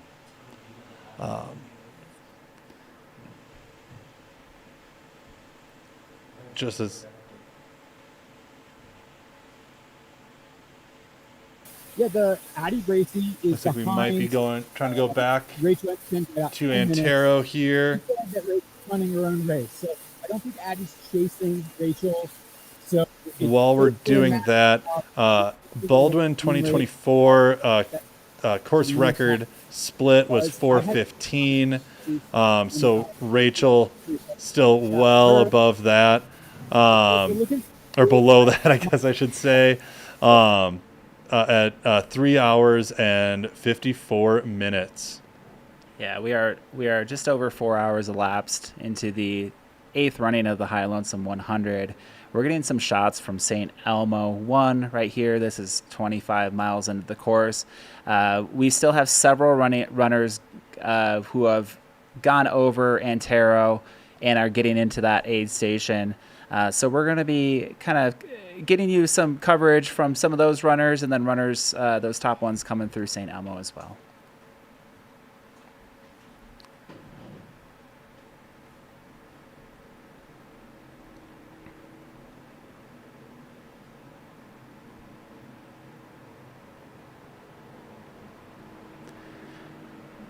Yeah, so at St. Elmo, runners will get down to the town of Alpine, and then they'll do a gentle climb into St. Elmo.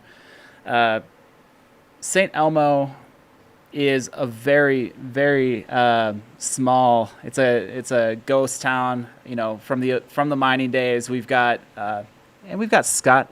That's Scott Jurek right there on the camera. What's up, Scott Jurek? A legend in himself there. Cheering on the racers. So Scott Jurek did a little commentary, or spoke a little bit last year at the High Lonesome 100. His wife Jenny Jurek was running High Lonesome in 2024, and he came back to hang out today. I think we're getting M1 coming through. We've got a Ryan Sullivan coming into St. Elmo. Looking strong. Yeah, everybody's saying casual Scott Jurek.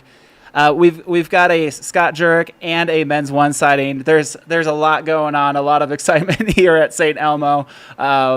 This is where you want to be right here. Aloha, St. Elmo 1. Course record split from start was 4 hours and 7 minutes by Ryan Smith. Okay, Ryan looks like Ryan's a little bit under the course record here. In and out. High fives, ready to go. Now, when you get into this section too, you're still in coverage. Oh, and we got M2 coming through. That's Ryan Smith. That's Ryan Smith. Okay, the battle of the Ryans continues. They are so close to each other. Ryan Smith is not letting Ryan Sullivan go. They're 25 miles into the race, and they are neck and neck here. And so cool to see too. Like I was saying, that fastest split, it was Ryan Smith before that had that fastest split to see. And we have M3 Jeff Colt making up some ground in those last sections. Yeah, so I think at the last aid station here at the Baldwin Comms, Jeff was a couple minutes back, and now he's kind of gone right in. So we're expecting.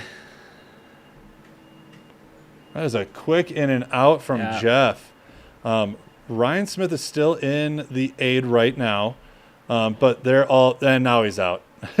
Yeah, so I'm trying to see time in aid station, and it's still registering for all three of them as 0 minutes because they probably haven't even had a minute elapsed in the aid stations. So we're seeing a lot of really quick transitions right now. We saw that out time of St. Elmo in 10:06, 4 hours and 5 minutes and 4 hours and 6 minutes. So a minute in between those runners, which is so cool to see. It's going to continue to be a battle today between all of these runners on both the male and female side.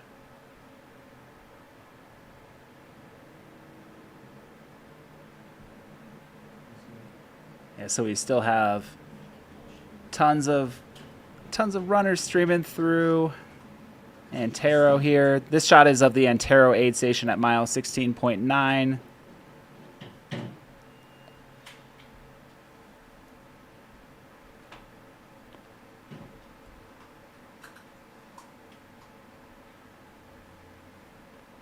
Runners enjoying that first full aid station, 17 miles into the race.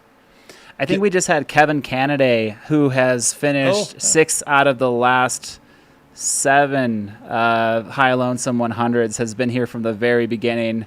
Kevin Canada just left the Antaro aid station looking for his 7th finish.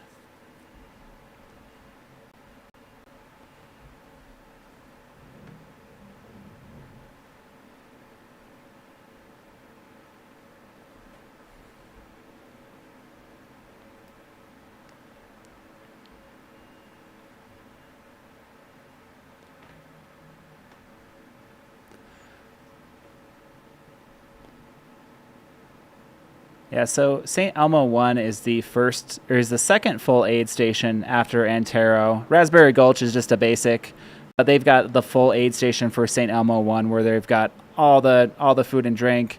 The cutoff for St. Elmo 1 is going to be 3:30 p.m. So once we cut back to St. Elmo 1 and we start seeing some of those runners flow through, we've still got plenty of time for the full field to get through there. So shout out to the St. Elmo 1 volunteers for spending all this time out here with the runners, supporting them from the very front to the middle to the back to experience this amazing race.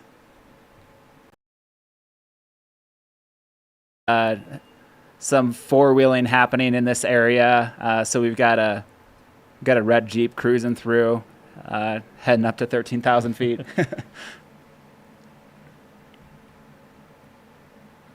Yeah, that climb that post St. Elmo, very similar, I would say, in feel as that climb up Antaro in the beginning there, with the pines all around you, creek coming through that whole area. As Tim had alluded to, there's a lot of creeks and things that you can cool off in. If somebody has a filter, fill up with water quick and those things.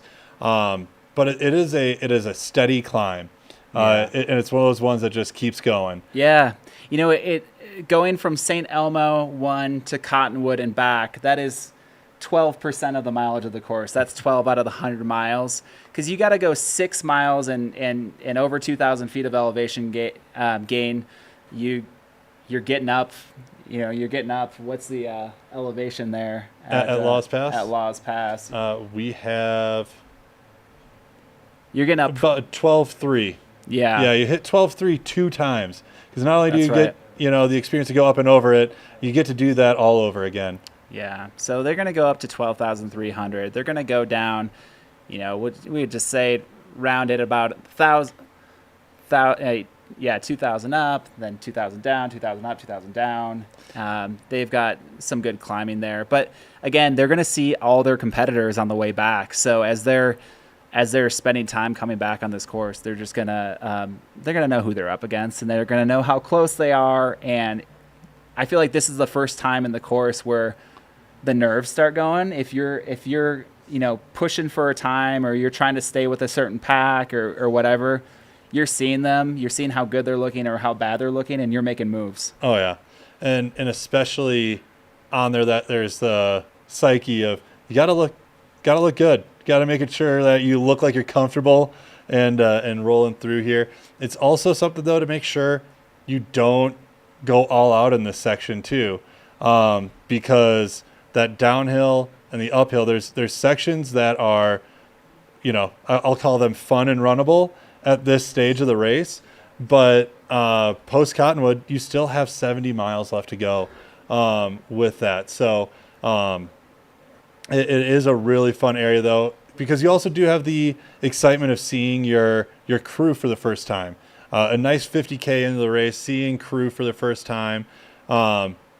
These runners right here on the live stream, they're seeing the aid station for the first time since Raspberry. Also a warm welcome and piece of excitement to keep you going. That's right. We're getting some waves at the camera. Good job.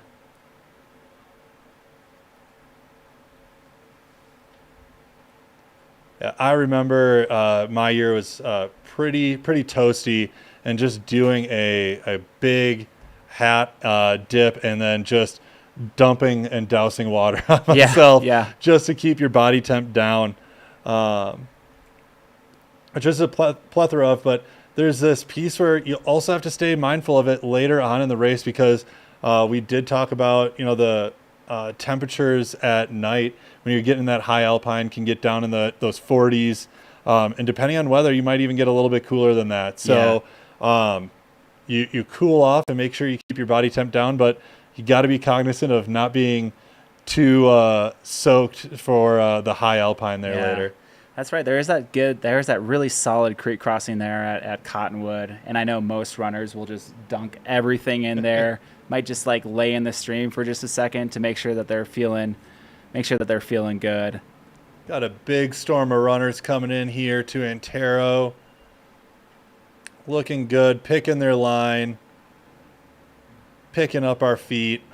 Yeah. The thing I always have to remind myself while running downhill with rocks. Yeah, and you got some different strengths here too. You've got runners that ski all winter, and I know somebody mentioned in the chat when we saw so many going down Antaro, got those ski legs.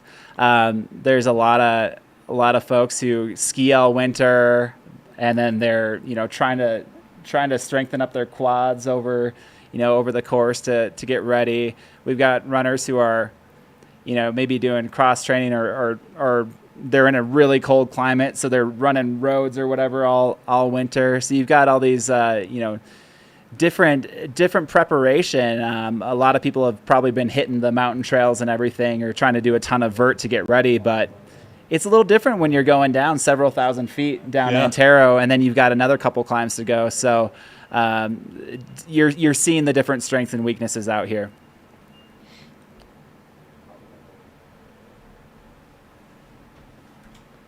And this is what we'll see a lot through this first chunk of the race too.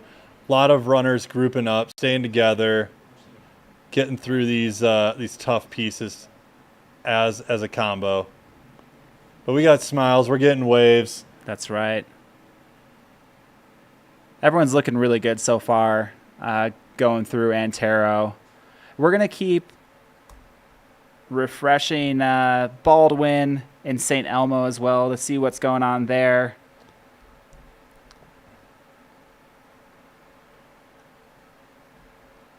So there have been five female on top going through Baldwin Comms Aid Station. That's 21.1 miles in. First place is Rachel Entrikin on a 9:54 a.m. Then we've got Kareth Arnold coming from Paonia, coming in at 10:02 a.m. Addie Bracey immediately following 2 minutes after. Addie Bracey is Buena Vista, coming in at 10:04 a.m. Then we've got Jenna Bensko from Boulder coming in at 10:13 a.m., so just 3 minutes ago. And then 2 minutes ago, we had Rachel Lemke, Bozeman, Montana, representing Montana, coming in at 10:14. So that's 4 hours and 14 elapsed into the race. If I'm looking at the splits too, we should be having a Scott Traer or Luke J coming in here hopefully soon at St. Elmo, so we'll keep an eye on that one as well.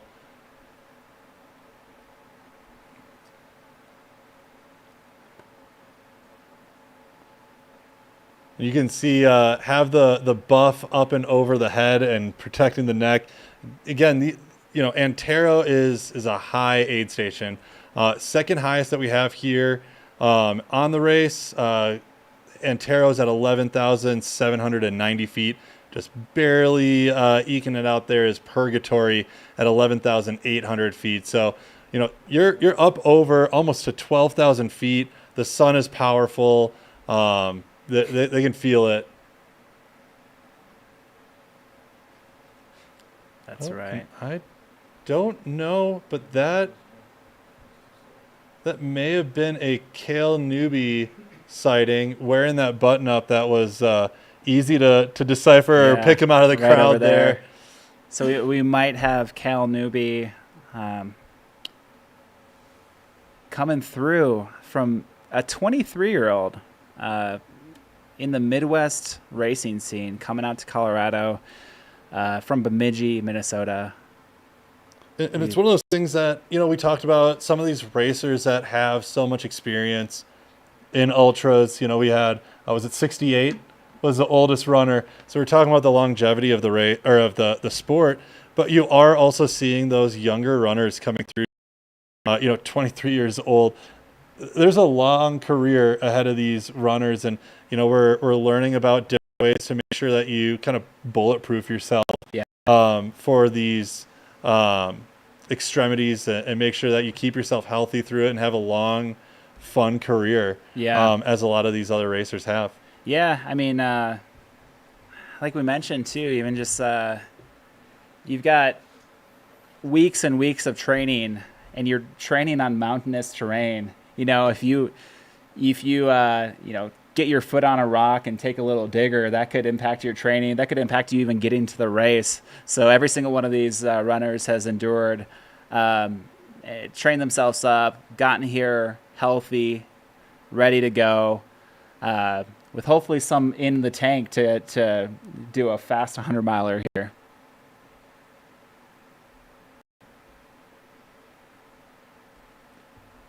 We were talking about aid station speed. You got somebody that may have some experience in this, getting the water bottle out, getting it ready to go. Little things like that just add up in this race. You have 100 miles to go through, 14 aid stations I think it was from start, in between the start and finish line. So everything that you can do to cut out that time at the aid station is time you're off of your feet. We have a Scott Trayer in St. Elmo here. Looks like he's brought the armbands out. Again, protecting himself from the sun here. Awesome. Great to see Scott here in St. Elmo. So the top three men through St. Elmo 1 were Ryan Sullivan, came in at 4:04 elapsed. Then we had Jeff Colt coming in, and Ryan Smith and Jeff Colt really coming in at the same time around 10:05, 10:06. So they were all within 2 minutes of each other.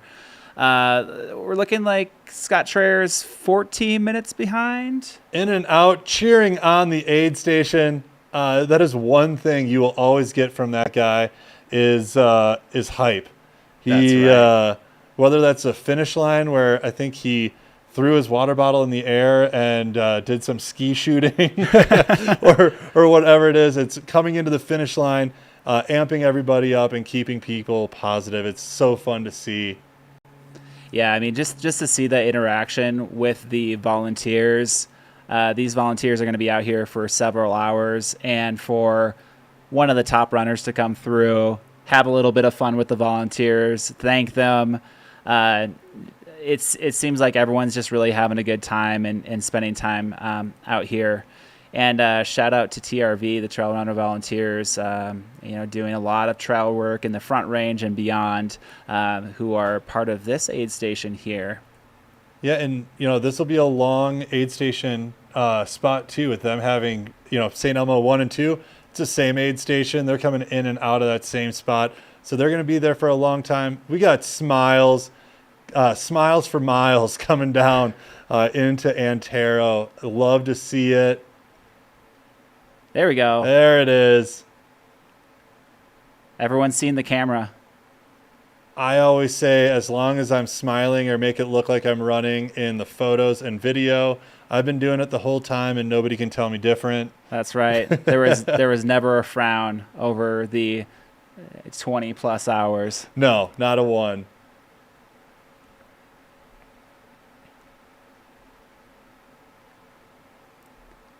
And again, checking the foothold or where you're stepping. These rocks move on you. I went down just a little bit yesterday before I turned around. And some people are going to let loose, but got to be careful, which 17 miles in the race, you want to make sure you're setting yourself up for success. Yeah, so you can see running from they're running from the ghost town of Alpine to St. Elmo. there's actually going to be a lot of folks out there, like locals, that are just cheering and also kind of bewildered, like what's going on. You're also seeing a four-wheeler ATV coming through out at St. Elmo. It's a pretty popular spot for four-wheeling, but also a little further down down that road, we've got the Continental Divide Trail that the runners are going to go on right at Tin Cup and coming off of the Colorado Trail. So this is just a recreational playground out here for ultra marathoners and everyone alike. I'll just do a little preview, but not to give anything away, but I'm excited to see right before that Continental Divide, the aid station there. You hit Tin Cup right before you're there, and let's just say it's some fun film to get on the live stream. That's right.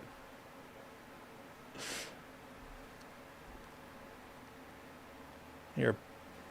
Yeah, so we mentioned there we go. we mentioned TRV, Trail Runner Volunteers, but I also want to give a shout out as well to some of our nonprofit partners here. The Colorado 14ers Initiative. In Colorado here, there's 60 peaks rising above 14,000 feet, and the Colorado 14ers Initiative is really helps keep these trails going, keeps them safe, keeps them available for generations upon generations. And we also have the Continental Divide Trail Coalition. They help support the Continental Divide National Scenic Trail. So the runners basically from Tin Cup all the way to Monarch are going to be spending time on this trail. And Continental Divide Trail Coalition really has been supportive of this race, and High Lonesome as well has been raising funds for these two organizations. On top of our trail work requirements, 8 hours of trail work requirements, and then also some of these race proceeds are being funneled in to support these nonprofit partners. So we're super thankful for the Continental Divide Trail Coalition and Colorado 14ers Initiative for supporting the 2025 High Lonesome 100. Yeah, and it's cool to see, at the race briefing yesterday, representatives from both were there to express their gratitude and kind of what these funds that we're raising for them go to, and what that helps protect, and all those different pieces there. I do want to just call out, we do have the top 7 female racers through Baldwin as well. Woo! So we got Rachel Entrikin coming in first, Kareth Arnold in second, Addie Bracey in third, Jenna Bensko in fourth, Rachel Lemke in fifth, Jackie Mannard in sixth, and Amelia Boone in seventh. So Things are starting to get spicy. let's see.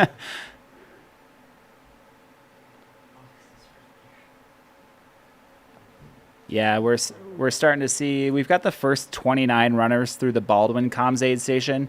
Baldwin's is just right by Alpine, and they're going to be making their way up this 4x4 road to get to the town of St. Elmo, where they're going to start making their trek up Laws Pass. We've already got 4 runners making their way up Laws Pass. This 6-mile route to get to Cottonwood. They're going to go up over this high alpine pass and do a bit of climbing. I love this. You can see the aspens in the background here at St. Elmo. This part of the course, I loved climbing. It was really, really fun to see. You're in the pines for the first several hours, Yeah. and then you're just surrounded by these incredible aspens for this entire time over to Cottonwood and back. So a nice little change of pace. Yeah, and you're seeing right now St. Elmo, the ghost town here, part of what you run through. So you can see a little bit of a flatter segment than what we've had on the live stream here. So it's a nice relief for some of these runners to give you that break right before you hit that Laws Pass climb. And as Tim said, when you hit that, though, again, it's just the beauty that you're struck with the whole time. We had, you get to the top of this and you start getting to that Laws Pass. And even though you get out of the trees, again, you're just surrounded by mountains and the views of where you came from, and just looking up and over that, kind of seeing where you're going to. It's kind of a fun scene as you get up over Laws Pass. Again, another area that you make sure that you're jogging or smiling or maybe both, as usually there's a live stream camera or where pictures are being taken. That's right. Yeah, so within St. Elmo, there's a few original buildings that remain. They try to keep them intact. It's a really cool area. They've got the St. Elmo General Store, the Ghost Town Guest House, which is a bed and breakfast over there. Really cool area. It used to and in the back in the 1800s, and now we're at the point where when the Alpine Tunnel, so runners are actually going to run down the Alpine Tunnel to Hancock. It was the highest Alpine train tracks basically in the world at that point. They ceased to exist, and now that town is a little bit less populated. I think at its peak it was a couple thousand, but now there's just a few seasonal residents there. It's and you'll see that throughout the race itself too. When you're looking at St. Elmo, Lost Wonder Hut, like all these different areas just have history back into mining. Mm-hmm. And even the Antaro climb, there's still mining sections on that as well. So you see it through this entire race of these ghost towns, and Hancock actually as well. Yeah, there's another one that it's cool to run through like these kind of pieces of history that help build Colorado in this segment or this area of Colorado specifically. Mm-hmm. And is this Baldwin?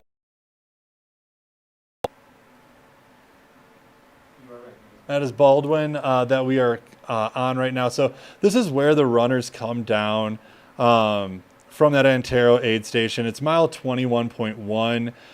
It's 4 miles or 4.2 miles since they left that Antaro aid station. You can definitely see, like I said before, on that other drone shot, that this area definitely flattens out a little bit more. A little bit of rolls, but not much at all in there versus what these runners have been training for or preparing for. So cool little section to see as they get down to the bottom of that and kind of continue through this. Yeah. Again, they're taking mining roads down there. They get to Alpine Town Site, and then they run by Alpine Lake to get themselves over to 4 miles of this really beautiful 4x4 track over to get to St. Elmo, where they hop on single track again, and then get up into 12,000 feet again. It's the Billy Mays of, but wait, there's more. As you get into these climbs and into these mountains, always fun to see these shots right here too, of just, you see the switchbacks on the Caltopo, and then you actually see it in real life, and I think the only thing you can just say is damn. It's so breathtaking and so beautiful. And as you're looking up out in this range as well, looking in the collegiate peaks, looking in that whole area, it's so cool to see. So we're getting some more drone footage here from the 7,000 feet sky cam of runners making their way down from that Antaro saddle. So we got a couple cameras set up. We're spending some time looking at the runners going through Antaro. We're looking at Baldwin comms, which several runners are going through now, and then we're also looking at St. Elmo 1, where we're seeing the top 4 men have gone through. That may have changed here in the last few minutes. Yeah, we've got Luke J came in and out of St. Elmo at let's see, 4 hours and 27 minutes elapsed. So 5 minutes ago, Luke J was in and out of St. Elmo really quickly, chasing that pack of the first four. But we will be awaiting the top females female runners to go through St. Elmo 1 as well. We are pumped to see them get into St. Elmo, and we are going to be tracking runners across the course from Antaro to Baldwin to St. Elmo right now. And see in the live chat, we're talking about the beauty. I mean, this just continues through the race. The one recommendation that I always make to runners, once you finish a race and you get done, make sure to come back, because a lot of people are going to be at night in that purgatory section before you get to Monarch, and some of those views through there just continue that. And it's amazing to see, in the daylight. Yeah.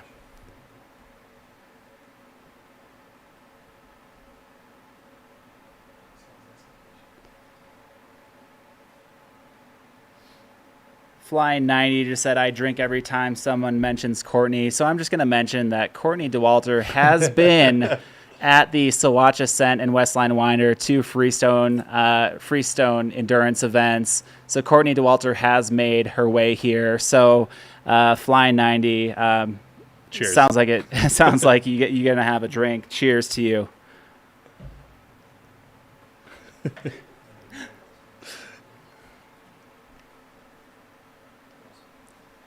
This should be is that Laws Pass that we're seeing on here. Like we kind of said before, you leave that St. Elmo aid station and you're in those pines through that whole section you see there on the left. You have a creek running right by you. Make sure you cool down in that area, which is so nice, and appreciative of having that. And then you open on that trail, that single track trail there. You climb up that to go up and over Laws Pass. Again, you got going up over 12,000 feet there, 12,300 feet. And even when you look at it to get down to Cottonwood, you drop all the way down to 10,000 feet. These runners are now in that section of the race where they are above 10,000 feet until about 65. Yeah. I mean, it's not just getting to 13,000. It's not just getting to 12,000. The cumulative altitude, it just really hits you. It's more about that being above 10,000 feet for so long that is really going to impact these runners who might, I think there's some runners here in the field that do not see much altitude impact, but there's going to be a few in the top that after 7 hours of hanging out, hitting 12,000, hitting 13,000, going back down to 10, they're going to start feeling it. And then they're going to have some big climbs in the Continental Divide Trail. So it's, what we're seeing here, I mean, there's a lot of first time 100-mile runners here that can, get out and do this course. But, a lot of these runners are experiencing the altitude. So, real quick on the women's side, we have 32 first 100s. They've done their qualifiers. You don't need a miler to qualify for the High Lonesome 100, but we've got 32 first 100s, and then there's 13 on the men's side who are doing their first 100s. So shout out to those who are having their first experience. We've got about about 45 runners in this field, 45 out of 225 who are taking on a 100-mile distance for the first time. And we wish you the best of luck, and we hope you have an awesome day out there. We would love to see 45 of those 100-mile finishes so that they can, get that bottle of Laws whiskey and get that belt buckle. Yeah, it's one heck of a way to do a first 100 is starting off with high-low. And you love to see it. And actually, there's a lot of success in those first-time runners as well at the 100-mile distance. We had talked earlier, before the race, there's so many things that Freestone does to help prepare these runners for this race. We talked about that the last night there was a get-together for everybody to go over the race, to see and know kind of what's to come, how to prepare for the high elevation, what's going to be at the aid stations, all those things. but I believe it's about a month or two before the race. Caleb has a live stream with the runners that they can hop in on, ask questions. He goes through a full course preview to get to know what the course is, what to expect of what's coming up, what you're going to experience, all of those things. And one thing as a runner of this myself that I really appreciated is he goes through the entire gear list that is needed. It takes out all of those questions of what constitute as X. Yep. You know, what is a fully seamed rain jacket? What is my high alpine gear? These are the things that you need so that at the last minute you're not scrambling. You can really prepare yourself for the race. And then I think the coolest thing that he does, you talked about it before with Silke, is he has previous racers and finishers come on there as well to give firsthand experience of what it takes to finish this race. Yep. What is it like? What are you going to experience in this? And also like how to train. Yeah. What are those things that have helped them finish? I know Kevin Canaday was on there that he had said, you know, as a 7-time finisher, what it takes to finish this race multiple times. And they're incredibly thorough too. They don't just cover the race. They have this year and several years past, they have a Zoom where any crew and pacer can join and ask questions, as many questions as they want. They find out what's required at each of the aid stations. So because we know pacers crew are going to have a really long day out here. They're going to be on their own adventure, supporting their runner, whether they get to run 25 miles on the Continental Divide or whether they're just hopping in a car and trying to get themselves to the aid stations. It's really important to know what's happening here, and the High Lonesome race crew, Caleb, Kelsey, everybody from the High Lonesome team really makes sure that from runner to crew to pace to volunteers know exactly what's going on.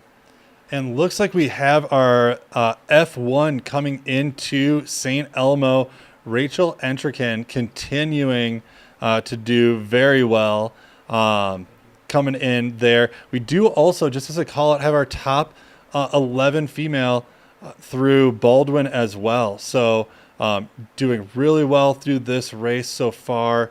I'm going to quick get through the fastest splits here. Looks like 4:59 total time was the fastest St. Elmo won on here. So Rachel well above that.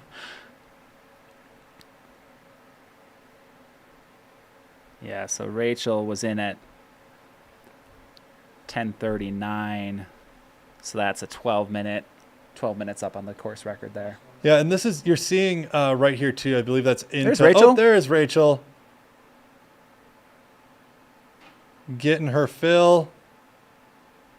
Grabbing a couple goodies. Rachel just looks like she's having fun out there. Yeah.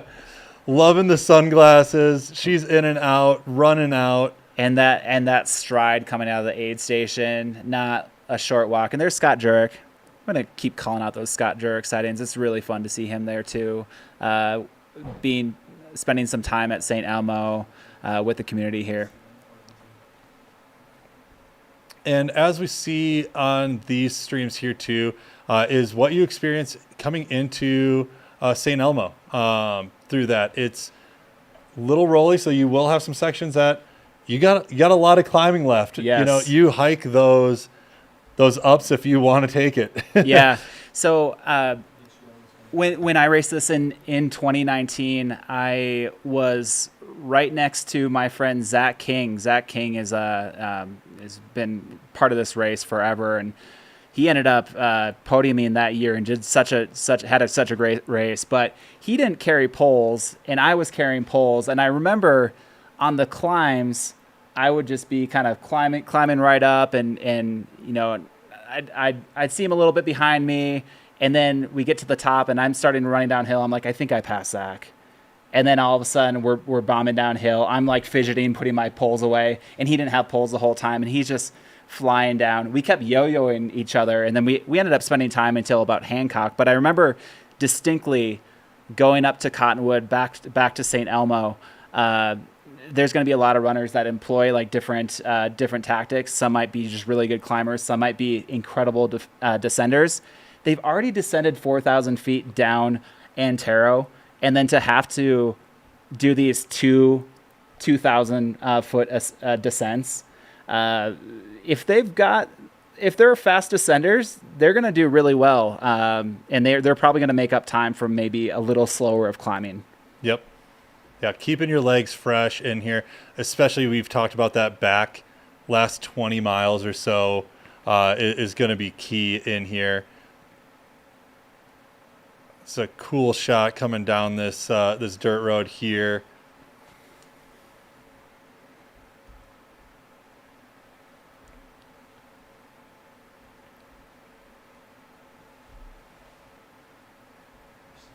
Yeah, so flying 90, mentioning the drinking game every time someone mentions Courtney. I think we're gonna add in every time we see Scott Jurek flying 90. We're gonna have to cheers with you, okay? So we're gonna have a few more Scott Jurek sightings as we spend some quality time here at St. Elmo in our Hawaiian shirts, out in the sun, bringing the aloha vibes.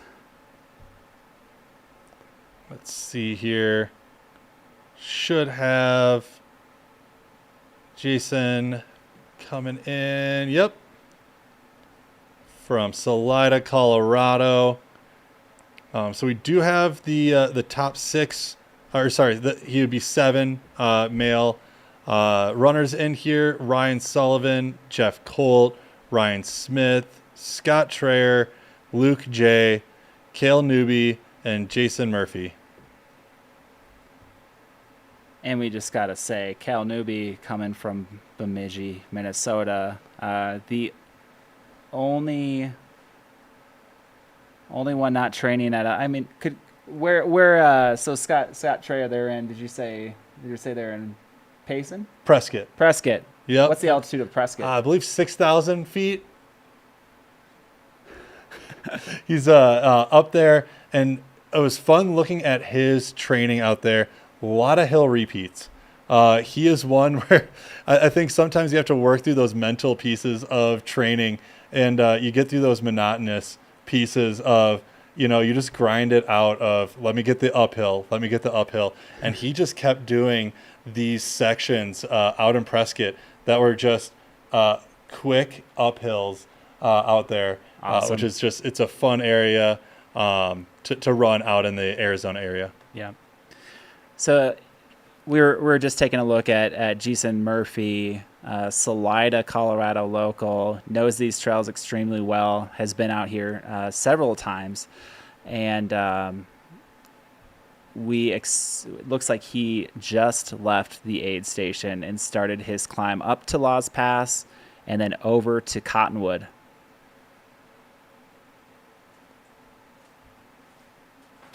So now we have... Yes, and Jason was 7th male to get through St. Elmo 1. So we're going to be spending some time here waiting for our runners to get over St. Elmo. We are also going to have the Osprey Skycam taking us over to Laws Pass so we can see some of that alpine environment that they get to spend some time in as well. And then we're going to see some of those runners up there too.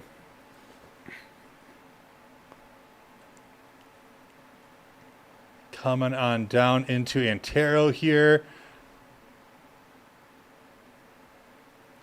So for those who are watching this and don't necessarily feel like they're ready to do the full 100, that Antaro descent that you just saw, in the Sawatch Ascent, you basically get to the saddle and then turn around and then go back to the start, going down a little bit of a different trail, the Browns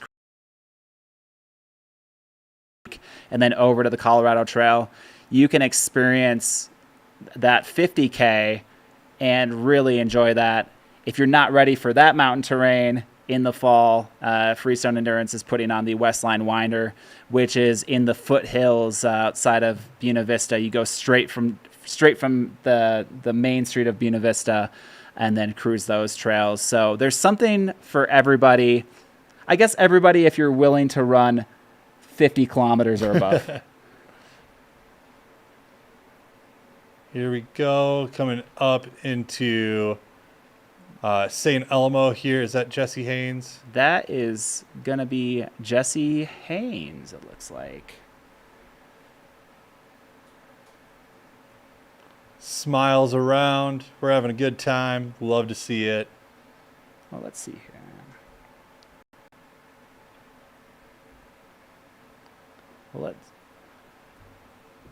We'll take a peek at the bib there. Yeah. We'll take a bib at the bib. Yep. Bib at the bib. That's a shot there of St. Elmo. Oh, but I think that might be, is that F2?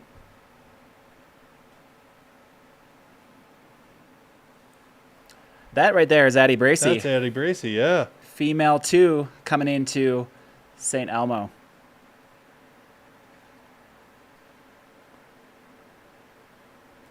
Yeah, so we mentioned that it's a road to get from Alpine to St. Elmo. But I mean, look at this road. I mean, there's rocks everywhere. It is a 4x4 road. You know, a lot of these were originally mining roads that were kind of dug into this area to have these towns, and they're going over this super rugged road, and now they get to hop on some single track. Is that Kareth?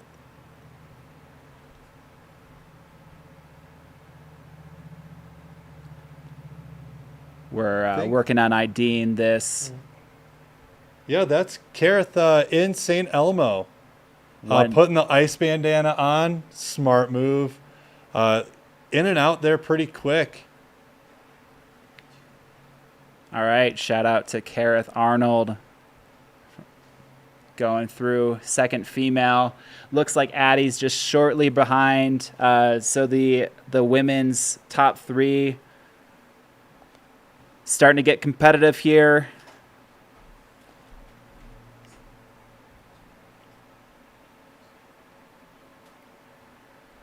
Things are heating up, literally and metaphorically. Another ice bandana. Yeah. Things that are just, they help out so much. It's not only just obviously the ice being cold itself, but as that melts and just, wets the pack and keeps you wet as you're running too, you'll get to those high sections and you'll get that breeze, and it just helps keep your core temp down so much. They're a lifesaver. Training in Arizona where it's 105 plus, they're a game changer. So it's also here in high mountains, keeping cool in the sun. Here is Addie Bracy coming in. Top 3 female runners are coming in. Looks like there was a question in the chat if there was a limp. We're trying to get an idea. It looks like she had a pretty dang good running stride coming in. We're pumped to see Addie Bracy in the top 3 here. Maybe she's going to ask for some Coca-Cola. The liquid elixir. Got those Hawaiian shirts slinging out Coca-Cola.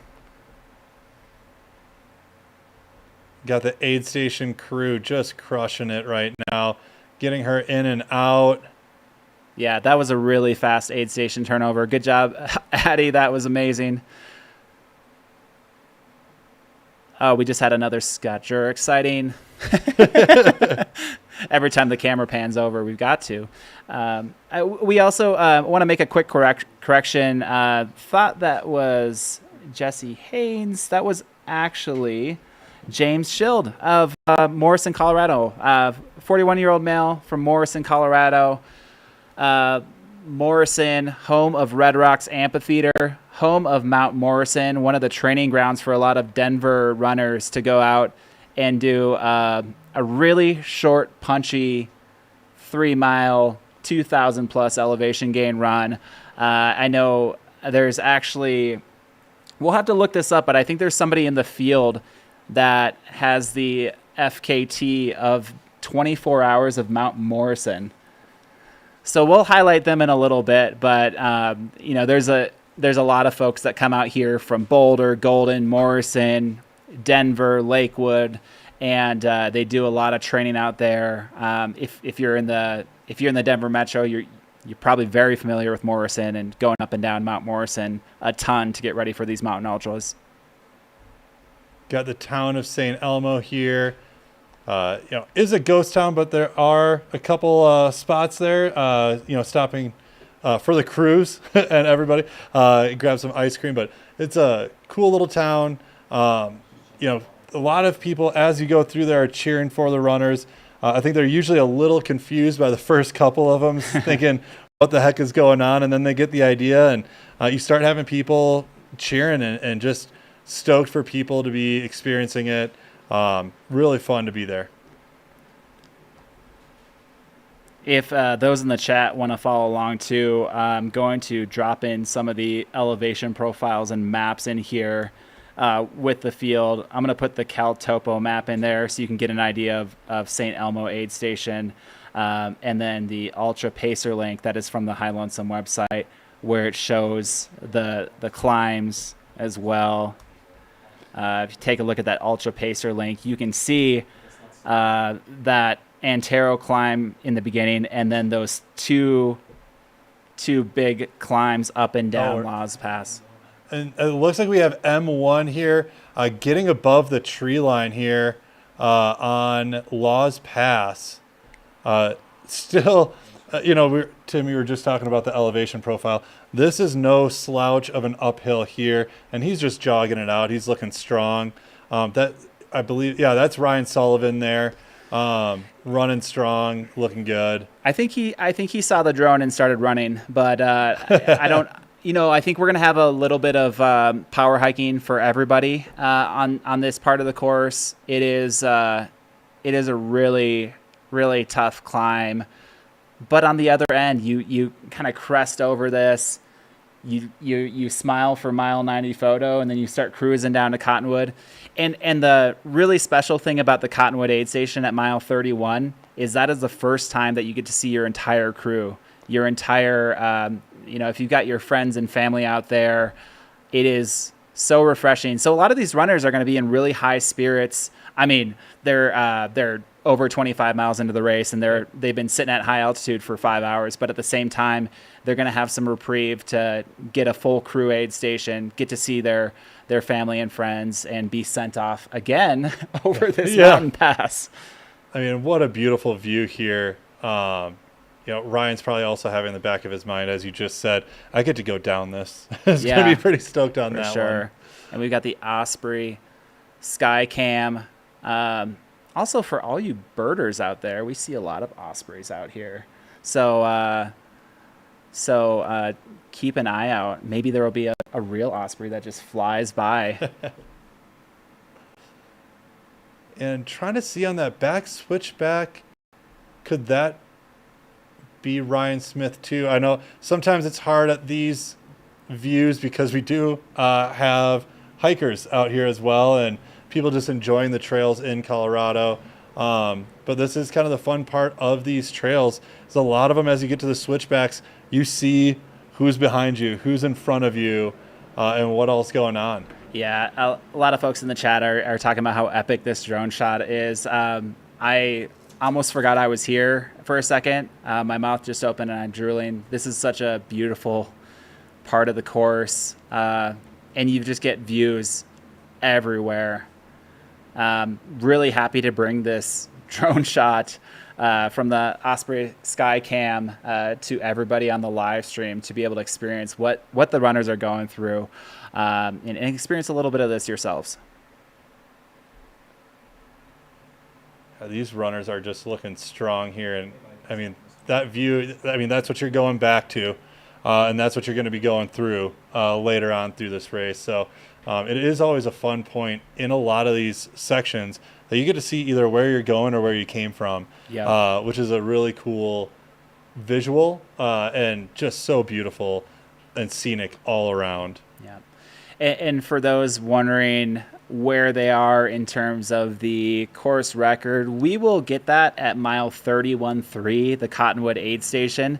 We're not going to get a time ping here at Laws Pass, but this is a really iconic, special part of the race. The Laws Pass being aptly named after one of the sponsors, Laws Whiskey House, who has been with the race from the very beginning. Every single runner who finishes gets this beautiful engraved whiskey bottle from Laws. So shout out to Laws Whiskey House. Shout out to Laws Pass for bringing the views.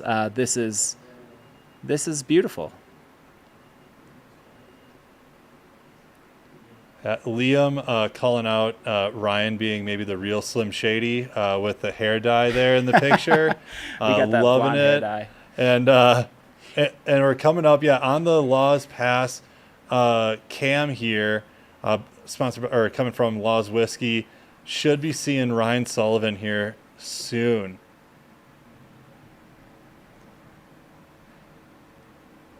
Yeah, it's funny. We're actually seeing a lot of the in track and field. I was at the Prefontaine Classic a couple weeks ago, and there was a few runners who had the blonde dye, short hair.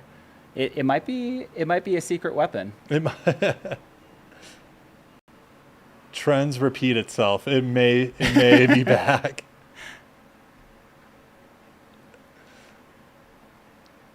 Yeah, so we're looking for blonde buzz coming over Laws Pass. And this is a cool spot. We just talked about, you get to certain sections and you can see where you're going, where you came from on these hikes. And this part is really cool as you kind of get both of that. You can see behind you what you just came from for St. Elmo, and seeing Cottonwood down out ahead. And kind of that downhill that you have. Really cool section here. Pretty remote from a aid station, Cottonwood is. Mm-hmm. Have to limit the amount of people that go out there. I believe it's 2 people from each crew can go out there. Yep. Supported by a local 4x4 company that drives them up to that aid station. And just goes to show what it takes to get these aid stations to some of these spots. That is Ryan Sullivan cresting over this saddle here. All right, Ryan. Looking good. We saw him running on the drone shot. Now we're seeing him run over this. Looking strong. Yeah, so for those that are wondering, from St. Elmo aid station to the top of Laws Pass, that's a 2,300-foot climb. It's about 3 miles and 2,300 feet climb. Now they're going to descend 2,180 feet down into Cottonwood Pass. So it feels like it was just a blink of the eye where we saw Ryan Sullivan at St. Elmo, and now he's just climbed in a casual 2,300 feet over the pass at 12,000 feet and is now making the descent into Cottonwood. So we should expect to see a fast time there to Cottonwood. And we'll be looking here for Ryan Smith, Jeff Colt, and everyone. Cool.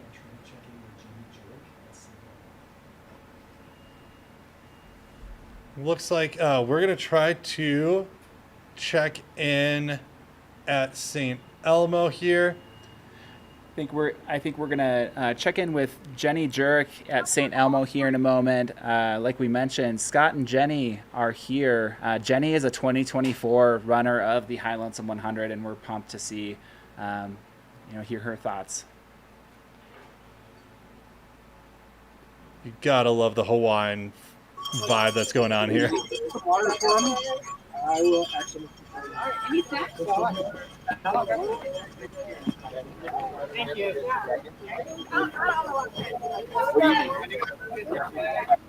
Yeah, we got some runners streaming in and out of St. Elmo, so we'll give an update here on the female. I think female top Nike runners too. may have taken inspiration from some clothing that's here at this aid station. Yeah, let's take a look at the. All right, a good one. And shout out to the aid station too of just getting these runners in and out. We're seeing a lot of movement, which is awesome to see. Yeah, so folks, we've said that we've got Rachel Entrican, Kareth Arnold, and Addie Bracey came in and out of St. Elmo 1. But we've also got Rachel Lemke, came in 3 minutes ago, and Jenna Bensko as well came in. So we've got female 4 and female 5 come into St. Elmo.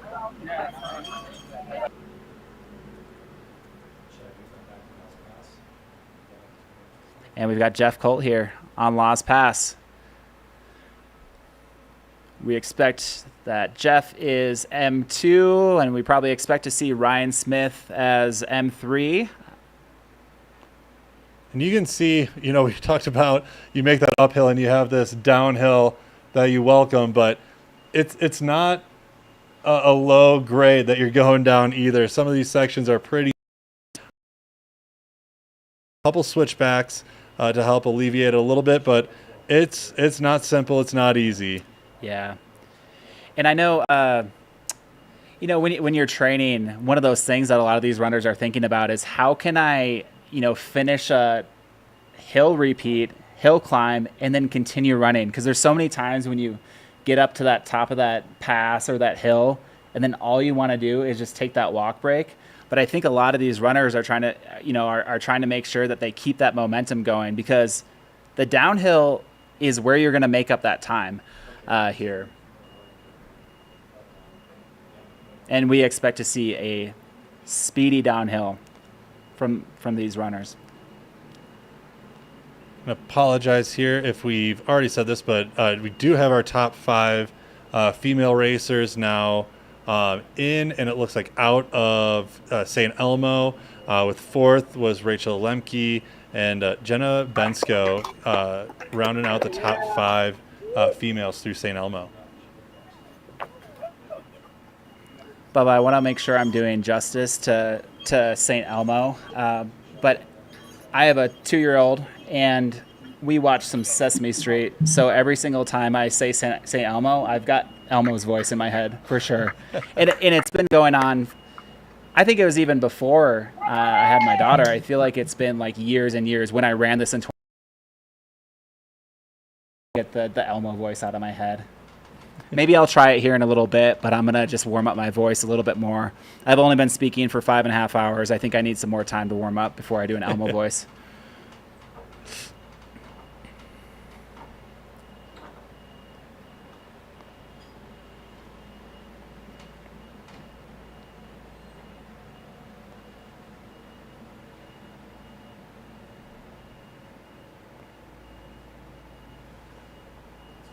Yeah, Ryan talking about, these are always the fun sections that you get to know. Not only what are you going up and over, but you're so lucky you get to do it again.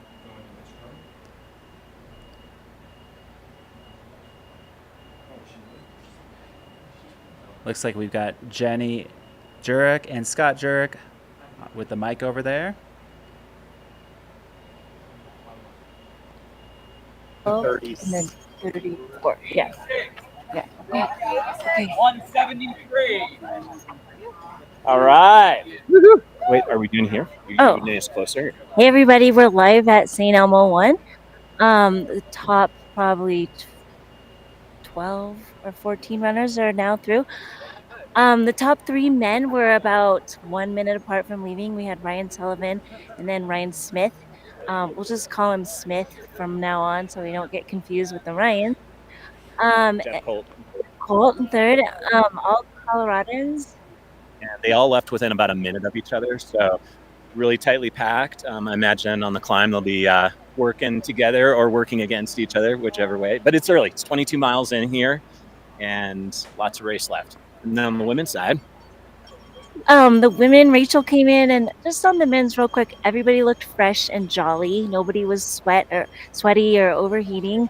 Rachel also, she looked cool as a cucumber, no hat.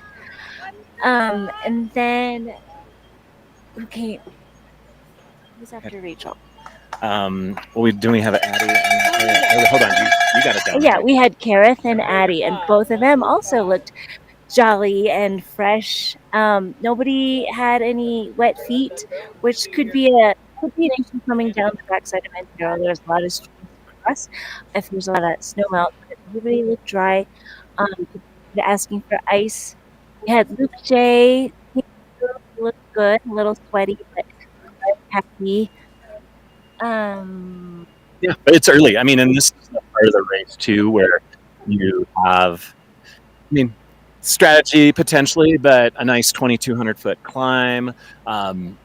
It's also a time of day when the thunderstorms start rolling through, possibly on the way back. So, again, very early in the race, but feel like everyone looked great, both on the men's and the women's side. And now we've got a good wave of folks coming in here in that top 20, rounding out the top 20 anyways. Good job. And when they come here to St. Elmo 1, they have to run a rolly road section. So off a big climb from Antaro, big downhill descent. It's pretty rocky. And they get to kind of stretch out their legs and find a groove, pick up some speed. And right through here, they're going to do a big mile climb up to Los. So it's a good time to eat and refuel and kind of just tune yourself before another 3 miles down to Cottonwood. And then flip it and run it back.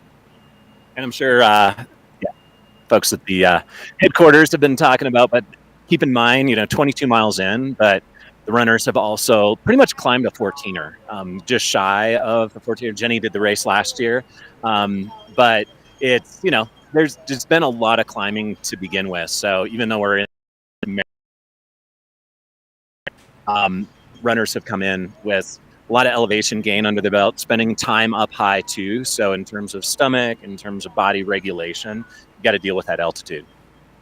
Fortunately for runners, it's a lot cooler than it was last year, so I'm still in my long sleeves, but they are starting to heat up, and the clouds actually look like they're hanging in, so they might get a nice cool climb up to Laws. Okay, more runners are coming in. Here's another female. Hey, Jenny, can you hear us? Unfortunately, I can't hear this window, so I can't hear what you guys are seeing.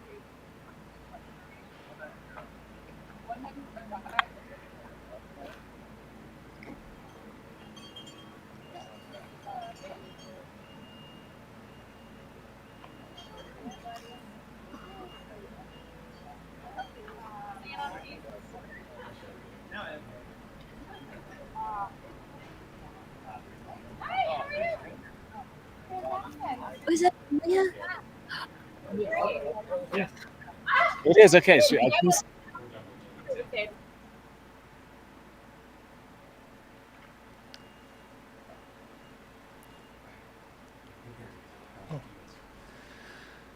I think Bubba and I have turned into Wayne and Garth.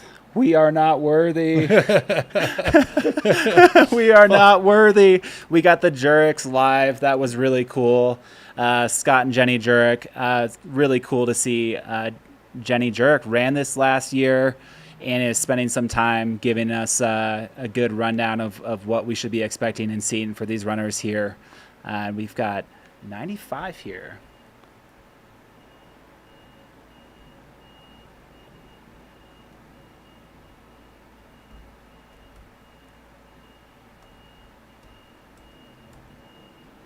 That's Jackie Manhard.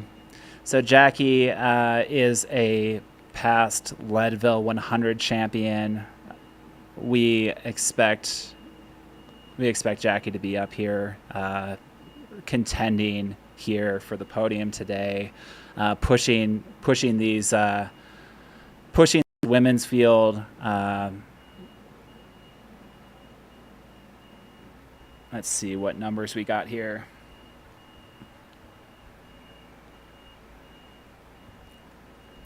Yeah, so Jackie came in at female at F7. So it looks like we've had Rachel Lemke come through St. Elmo. We've had Jenna Bensko, female 28 of Boulder, Colorado, Amelia Boone of Golden, Colorado, and Jackie Manhard is here at the St. Elmo aid station. And Cecilia looks like Williams has made it in as well. That's right. I think we've got Cecilia in orange, and then Jackie came in and Jackie came in blue.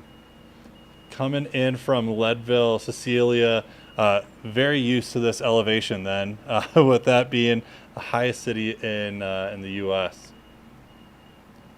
Yeah, so it looks like Cecilia is grabbing the poles and is going to be using the trekking poles to get up and over Laws Pass. And I think we're gonna see a split here with the top 10 men's and women's of who decides to use the poles on these climbs and who decides to just go heads down, hip forward, and run it. It's gonna play to different strengths, and I think what I've noticed for a lot of runners is they'll say, like, towards the tail end of the race, their upper body's sore, but it's kind of spread out from the legs and the upper body, so they're kind of distributing the pain. The pain. Yeah. Pain everywhere instead of just pain in the legs. Yeah.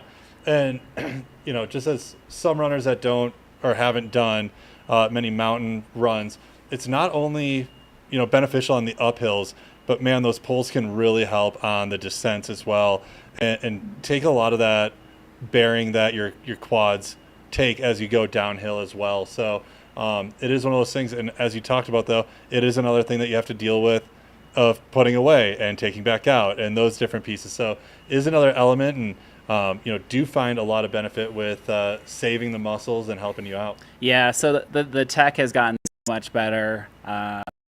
That the ability to throw it in the back of a waist belt, or you're going to have the ability to throw it in the back of a quiver in the back of your pack with all your required gear. So folks are finding ways to do it quickly, but it's still another thing that you carry, that you have to carry if you're going to do it. A lot of runners, we've seen a lot of these runners in the top that have decided to opt out for it, but it can be extremely beneficial if you know what you're doing. Plus, you get to feel cool if you have the quiver system. You kind of feel like a Ninja Turtle or something like that, like pulling that out of the backpack, and just element of fun. That's right. Those collapsible poles when you just like whip them out and they just all come together.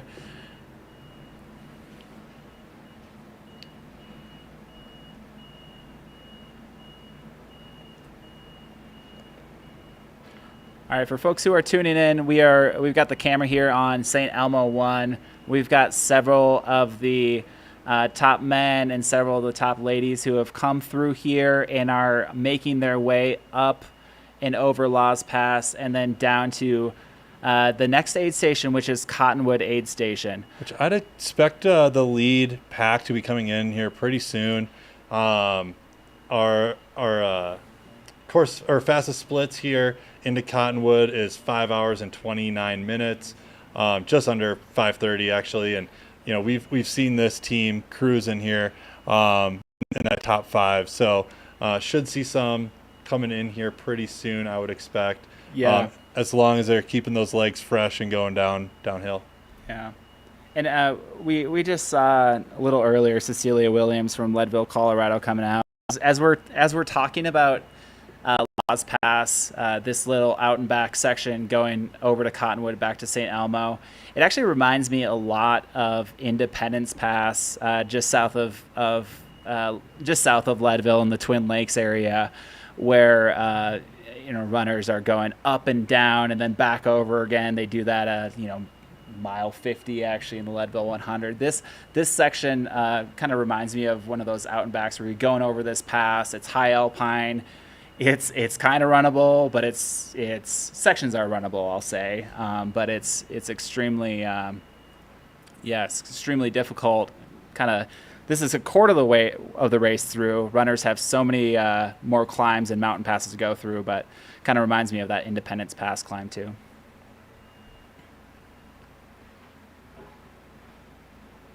Just see the St. Elmo team right now working, getting runners in and out of here, making sure they are ready for of them, the climb and descent. Correction, Eric, you're right. Hope Pass. Oh, That's right. It's Hope Pass in Twin Lakes.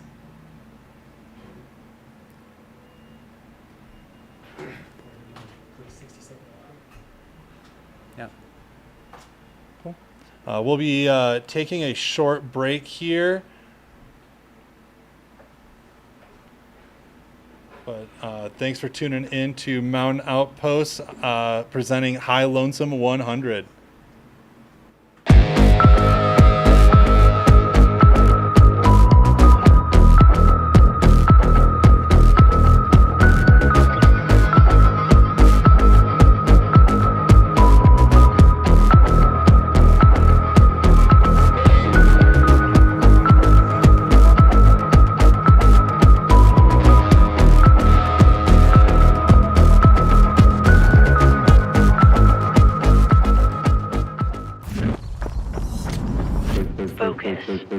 Exhilaration. Euphoria.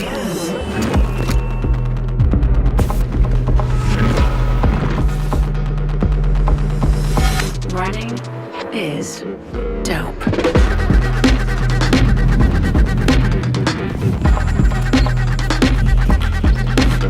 Experience a new high. Ultra. Stay out there.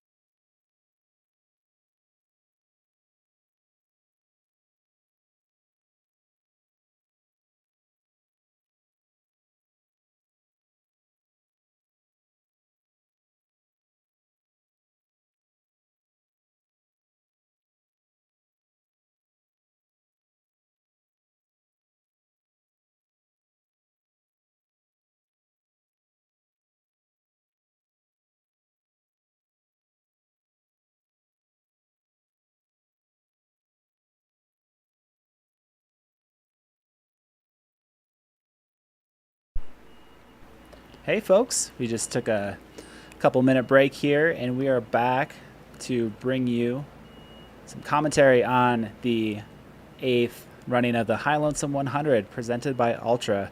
You're taking a look at the Osprey Skycam here. Runners are making their way down to Cottonwood, where that's mile 31, where if they've got their crew there, they're going to meet with them, refuel, and what you're seeing them go down, they're going to turn around and come right back. Yeah, these are some fun switchbacks. They're a little steeper than I think you would want at any given time, but they're still appreciated after that last big climb going up over Laws Pass. I think this might be Scott Trayer. Not seeing the pack, which is helping with a giveaway for him. And here is the Cottonwood aid station. You can see that little piece of water running through the aid station here. Awesome way to quick dip in, cool down, make sure you're staying cool in this heat up at high elevation.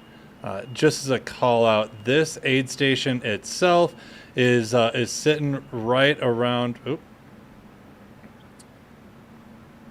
There we go.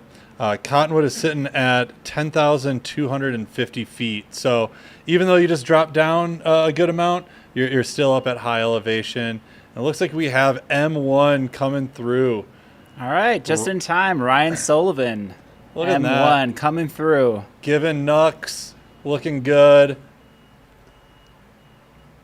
First time you can see your crew. Looks like we got everything laid out of what's feeling good at 31 miles in, and what's keeping you going. That's right. So Ryan looks like does have his crew with him, getting him refueled. This is where we expect all the top runners to take just a little bit of time. It would be, we may see some come in and out, but it would be really hard to get in and not refuel and then have to do that exact same climb that they just descended over again. So this is where they really need to take stock of where they're at. I think a lot of runners here at 50K kind of do a rundown of how am I feeling? Do I need more food? Do I need more water? Really cool to see that. And shout out to Andrew too. He's under course record right now by 5 minutes on this section, which is great to see. Which is insane with everybody that's run this race. So he's looking good. Looks like he's going with a pretty full ice bandana there, which it may be nice to have with that climb. Not as much bouncing that you're going to see with that, but keep him cool through that whole high alpine section, which is nice to see. Yeah. And for the course record times, when Ryan Smith ran the course record, he up until St. Elmo was running the fastest times through that course, and then by Cottonwood, Jimmy Elam in 2023 came in at 5:29.51. We're 5:26 elapsed, and Ryan has been hanging out here for a little bit, so about 5 minutes there ahead of course record pace, and looked really good running over the pass. I mean, and even just the fact that we're saying running over the pass is a good indication of how Ryan's feeling. We said about some of the races that he ran earlier this year. You think of San Juan Solstice too, just big mountain runs. He's used to this, so he's ready to go. Got a lot of hype here from the aid station. Maybe we're having M2 coming in. Yeah, and as you see that... And we see M1 out. M1 out. And you see that creek there on the side. Runners get to take a quick dip in there to cool themselves off. Wow, there we go. There's Jeff. Jeff Colt coming in at M2. Still under course record as well. We got M2 a couple minutes under course record. We'll get some official splits here in a moment here, but certainly under course record pace right now through 50K. And one thing we were just talking about too, you just saw Ryan Sullivan and Jeff passing each other too. Yeah. It's such a mental piece where you're coming in and he's out. So you start thinking about, all right, I got to get in, I got to get out. But really, you're 50K into a 100-mile race. Like, there's a lot of time left. Make sure you don't forget anything. Looks like we might be going with a little bit more neck coverage on the hat here, making sure we're staying safe. And there's Ryan Smith. There's Ryan Smith right there. Coming in. Looking pretty good so far. Also, he is running his fastest High Lonesome 100 ever, coming in under the course record pace right now, too. Ryan Smith has owned the course record for a few years before Jimmy Elam in 2023 broke the course record. And his training leading up to this, too, was really stout and looked really fit as well. Also ran San Juan Solstice there, too, so with a strong performance. Yep, and Ryan Smith is a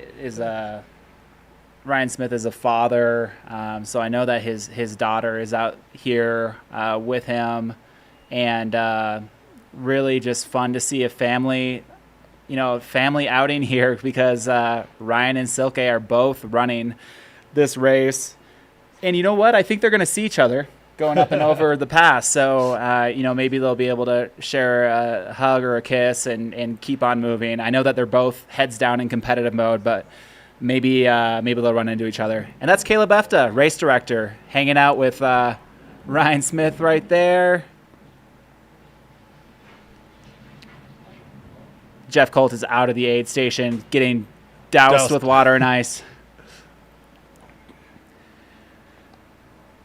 And that's the cool thing, seeing Caleb there. Caleb is going to be at a lot of the aid stations. Kelsey Banasinski is going to be at a ton of the aid stations. They love to see the runners. At this point, Caleb and Ryan have known each other for several years just because of the community that has been built around this race. So really fun to see that.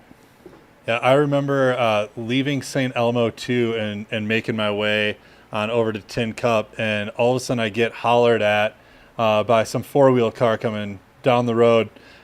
It was Caleb, and giving us cheers. He apologized that there's going to be a little bit of dust as he went by us. He needed to make some drop-offs at the aid stations, but yeah, they love to make their ways through the aid station, make sure that everything is perfect. Like we said, there is no stone unturned that these two do to make sure that all of these runners have the best day out there that they can. That's right. I think Ryan Smith might be leaving, getting some cheers. All right, so we've got men's 1, 2, and 3 through Cottonwood aid station. They are 50 kilometers in to the 2025 High Lonesome 100, about to cross that creek and then head back over Laws Pass. So they've got a grueling climb, they've got a grueling descent, and then they make their way over to the Continental Divide. I love it. And this next section, we've talked, I think, in length here on these passes, but once you meet that St. Elmo 2, it is just a slight gradual uphill, just Jeep road that you're going up. If you have the legs under you, it's nice to be able to run on up there. Again, very, very similar to the Jeep roads that we had previously, with some rock and chunky sections, but nothing too crazy, as it is pretty runnable on that section. Yeah, so at this stage, Cottonwood, after going up and over Laws Pass, and they are going to see their crew. The crew will be taking a shuttle in and out. So there's a shuttle being provided to all the crew to get out here and then get back out to spend time refueling their runners, giving them a pep talk, giving them a high five, giving them some hugs, getting them out of there. Depending on how your race is going, you could already start to be pretty vulnerable at this point. I think it might be early for some, but I know that there's a lot that you kind of come through here. It's already hot. They've just climbed up over a mountain pass. They've been at altitude forever, and sometimes you just want to, sit down and eat a little bit of food and give a family member or a friend a hug or something. Yeah, and we always talk. You say this in a race of, oh, they've hit the 50K mark, like that's nothing, but it's still 50K in at a section that they're no longer going to be under 10,000 feet until the back half of the race, until after mile 67. So there's still a lot to go through.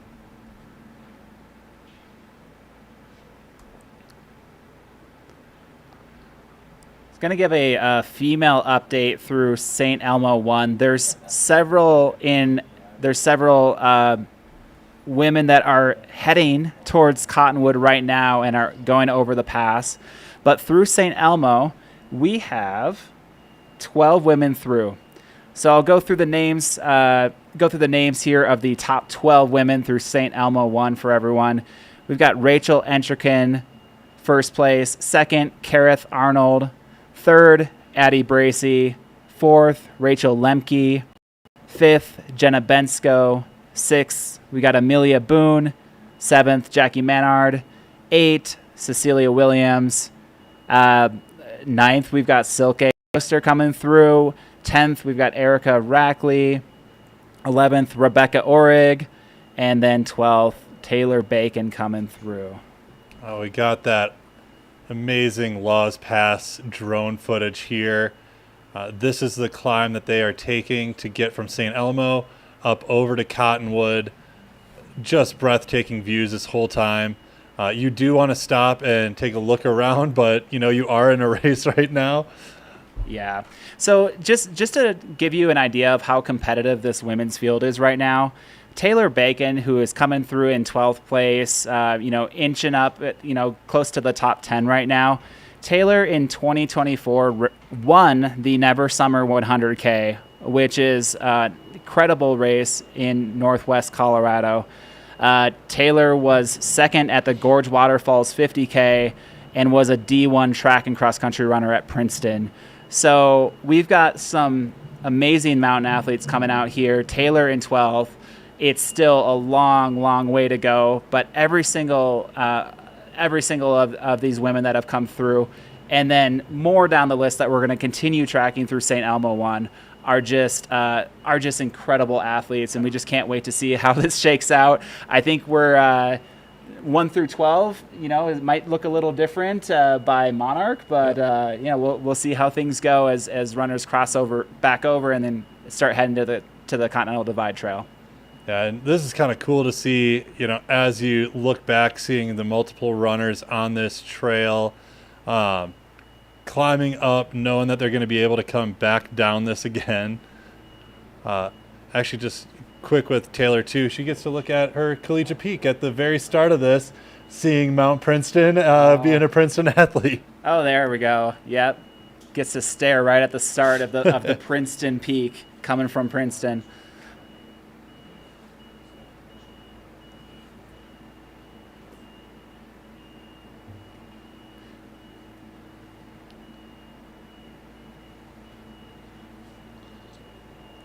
And we'll start seeing here as the runners keep on going up and over that we'll kind of see that what we've talked about of the runners passing each other, seeing where each other are at, kind of feeling out the field and where they stand.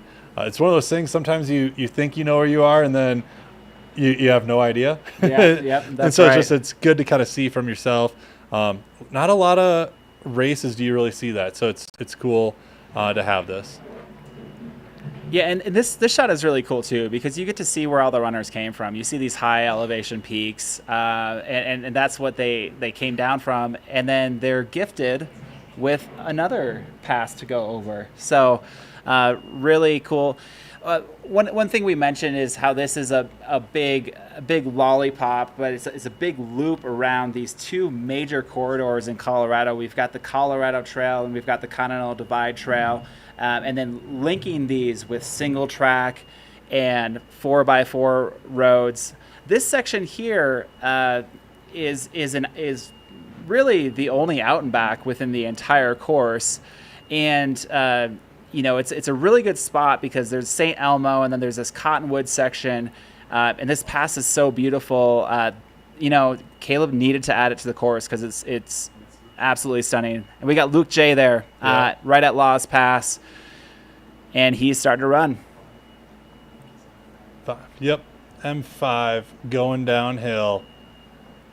Looking strong going down that too. Oh, got a little bit of snow there, but nothing really on course. Looks like you got 2 tracks. There's a snow track and a dry track. We don't have a whole lot of snow on the course right now. It's been a very, very dry year, and the Sawatch Mountains have not had a ton of rain, not even a ton of snowfall over the spring. So we've got some pretty dry trails. The conditions are pretty pristine to run a fast 100-miler right now.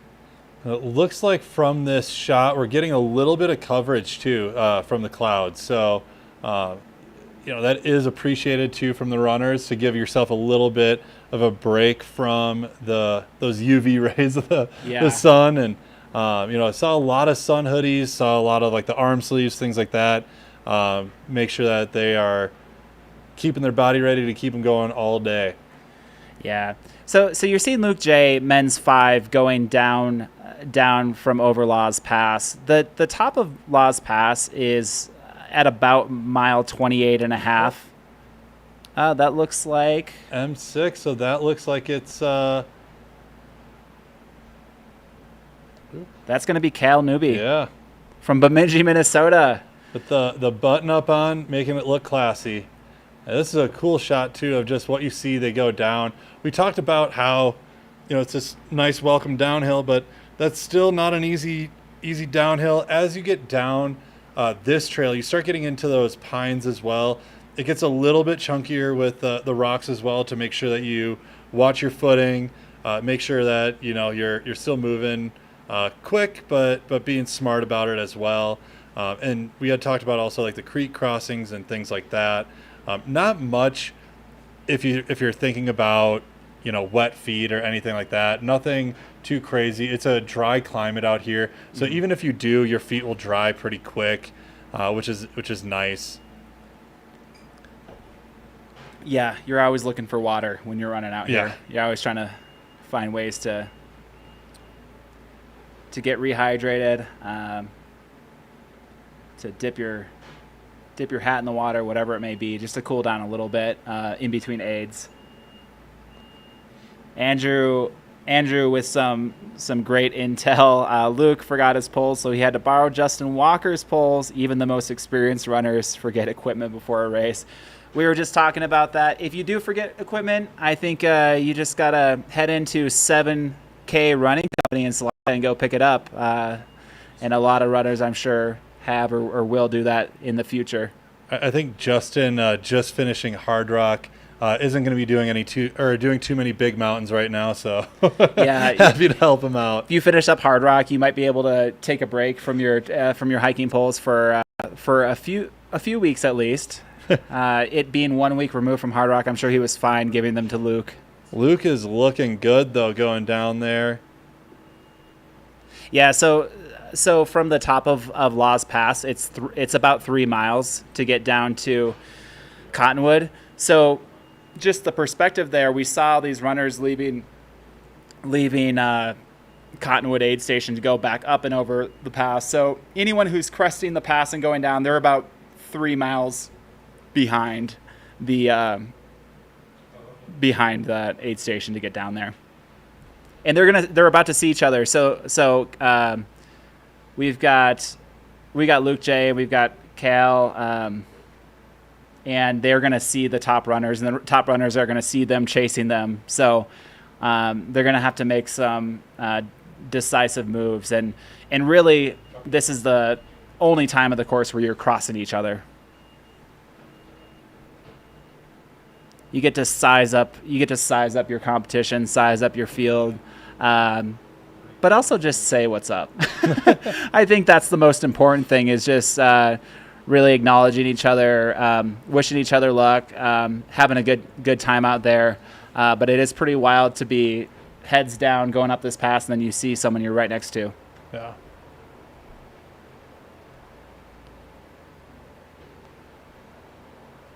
Got this great shot again, and looking over to the left of where you're going to be going once you go up and over and back up and over this Laws Pass. Really cool to see. Is that Rachel? Okay, yeah, that I believe that may be F1 hunting down that pass there. Yeah, it looks like we've got Rachel Endricken into view. So Rachel is cresting Laws Pass. We're looking at the Osprey sky cam, getting a good view of that. We've got some amazing drone operators out here just giving us the goods, so we can see really what's going on top of this pass. This drone is at 12,000 feet. Yeah, and Rachel is, once she starts heading down, she's going to be 3 miles from Cottonwood Aid Station.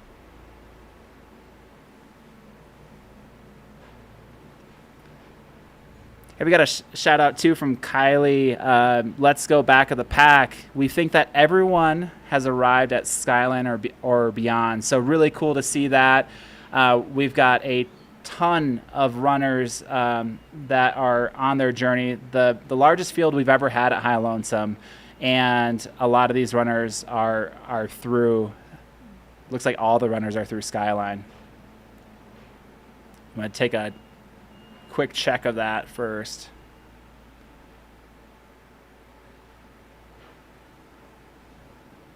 $225 runners through Skyline.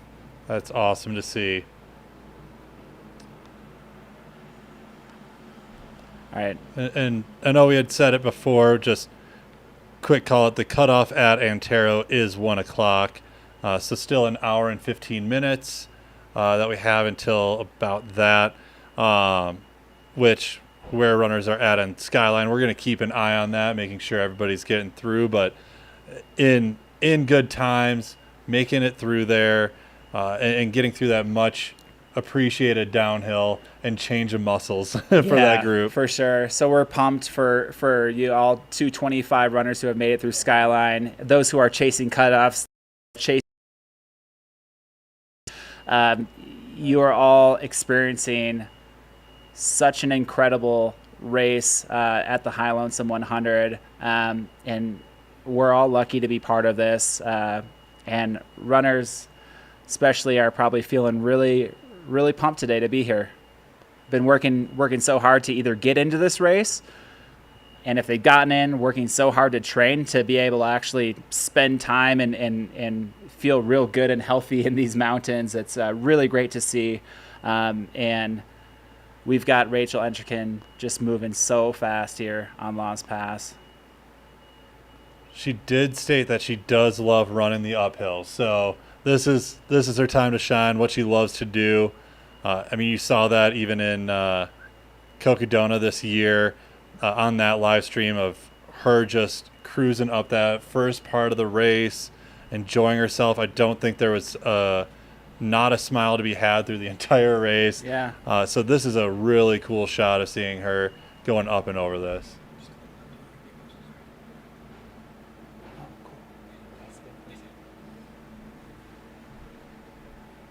Okay. So it looks like we're getting some intel from Cottonwood. So spoke with crews for Ryan Sullivan at Cottonwood. Everything is going to plan, and they're feeling really good. So Ryan Sullivan's crew is feeling really good. And then Jeff Colt, Easy Dog, said he was happy as a clam. All right. I think that may be the most Easy Dog answer of how to be feeling through that section. There is Rachel cresting over Laws Pass. Iconic shot right there with that Laws Pass sign right there going up and over. And all right, now Rachel's going to start making her way down the pass towards Cottonwood Aid Station. Is going to start really running. We're gonna see Rachel start picking up her stride now, and really make a move. She's chasing these course record times, so she's going to use this downhill to her advantage right now. And saw a quick use of putting the poles away there too with the quiver. She's moving good. Yeah. We were talking about how you can easily kind of move in and out, and yeah. Got the quote from Rachel as she goes up and over Laws Pass. Aw, shit. Yeah, so we don't actually know Rachel's intonation yet. That could take a whole lot of meanings. It could be like, ah, shit. Or it could be like, ah, shit. We'll see. And I'm hoping, and what I'm expecting. It was the second one. She's pumped. Good.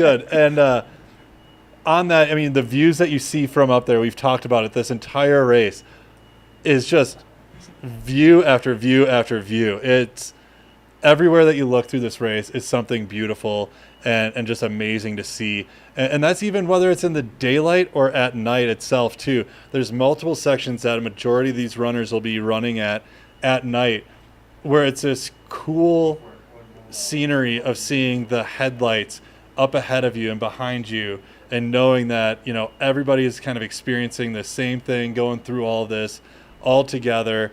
It's so cool to see. And that's what I'm hoping and expecting. Rachel's "ah shit" was the view that was up there. Yeah. And, I think Rachel is getting herself ready for these high altitude races. Rachel was an LA, Los Angeles, California runner, now lives in Colorado, just outside of Denver in the foothills in Conifer, and spends time at high altitude now, trains at high altitude. So now Rachel is spending time. She's coming down 12,000 feet, and she looks pretty darn comfortable. So it seems like that move maybe has paid off, and feeling really comfortable here in the high alpine, high altitude environment. Well, in that whole section, or this whole time before the race too, I know she was out at Hard Rock as well, getting up at elevation that whole time. So really cool to see, all those things and all that work paying off. Yeah. Starting to see crews arriving more and more. Like we said, there's only a couple crew members per runner that are allowed at this aid station. It's very remote. Off-road vehicles are needed to get up here. So to ensure safety and make sure the one-way in and out stays clear, we have these off-road vehicles to take them in and out,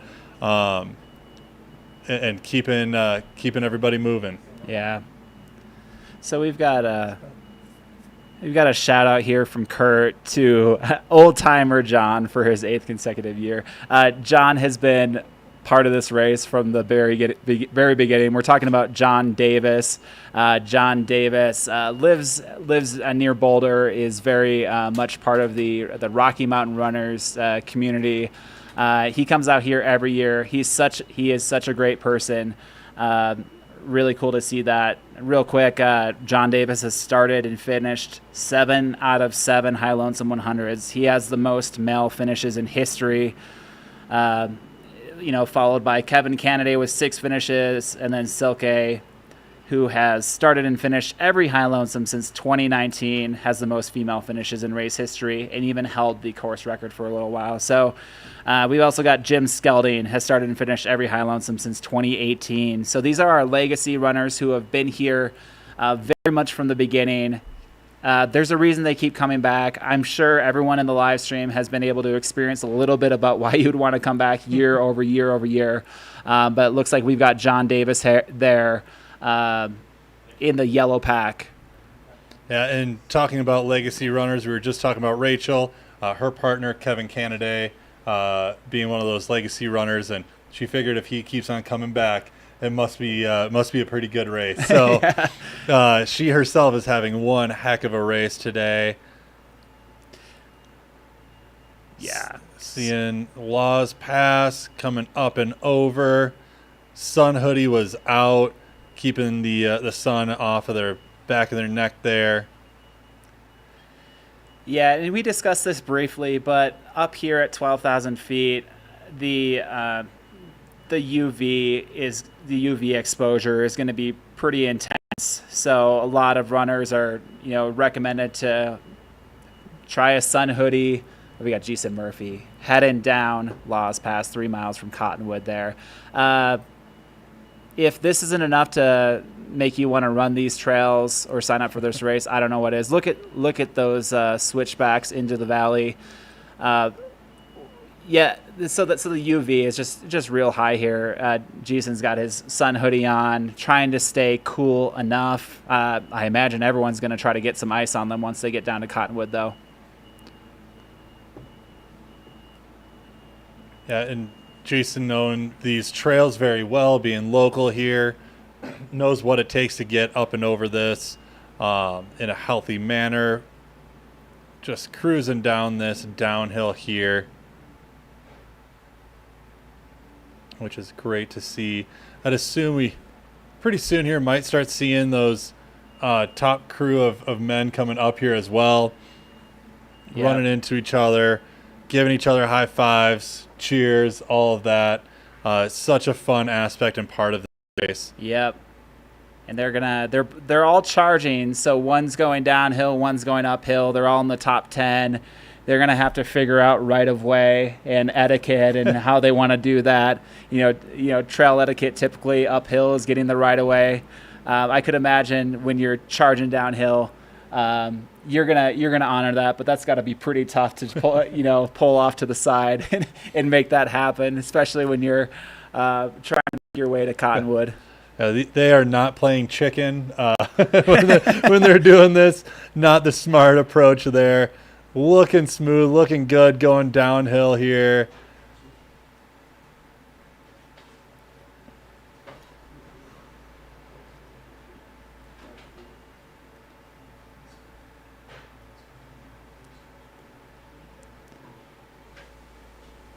Yeah, we gotta give a shout out here to Jason Murphy. Andrew in the chat saying Jason is a 5-time Hard Rock finisher with times in the 29-hour range. He's a local. He knows what he's doing out here. He was a lot of folks have been mentioning too how a lot of these top runners have transitioned from the 2025 San Juan Solstice and are running the High Lonesome. That is a common double for those who are running High Lonesome. A lot will do the San Juan Solstice. And Jason was 9th at the San Juan Solstice. We had mentioned Ryan Smith was 5th, and Ryan Sullivan was 1st with the 5th fastest time ever. Ryan Sullivan is now in 1st place, of course. Jason was also a Sawatch Ascent winner. 60 plus races under his belt. I don't know that exact number, but I know at least 60. So he's got the experience going down here. He knows how to pace himself and what he's going to do. And quick call out too, we do have M4 in Cottonwood. Scott Schreier made it in 11:47. So just about 8 minutes ago.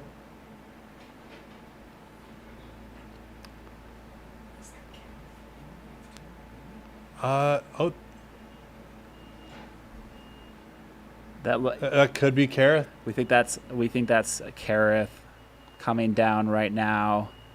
You got the option there. You got the 2 routes. Do you want a little bit of snow or do you want the up and over there? Coming down Laws Pass, getting the poles tucked away. Yep, trying to get into the quiver there. Got the poles into the quiver. There we go. Moving. I keep noticing Kareth with the red shoes. She's making it a little easier for us to ID red, orange shoes.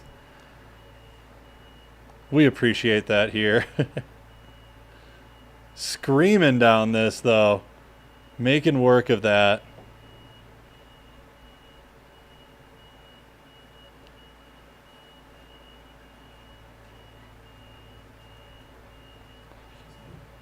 Yeah, again, Kareth was 3rd at the Way Too Cool this year, was 5th at Canyons 100K, has won the Bear 100. Last year was just outside of the top 10 at Western States and is here to run the High Lonesome 100 and doing it very well right now. Yeah, looking very strong.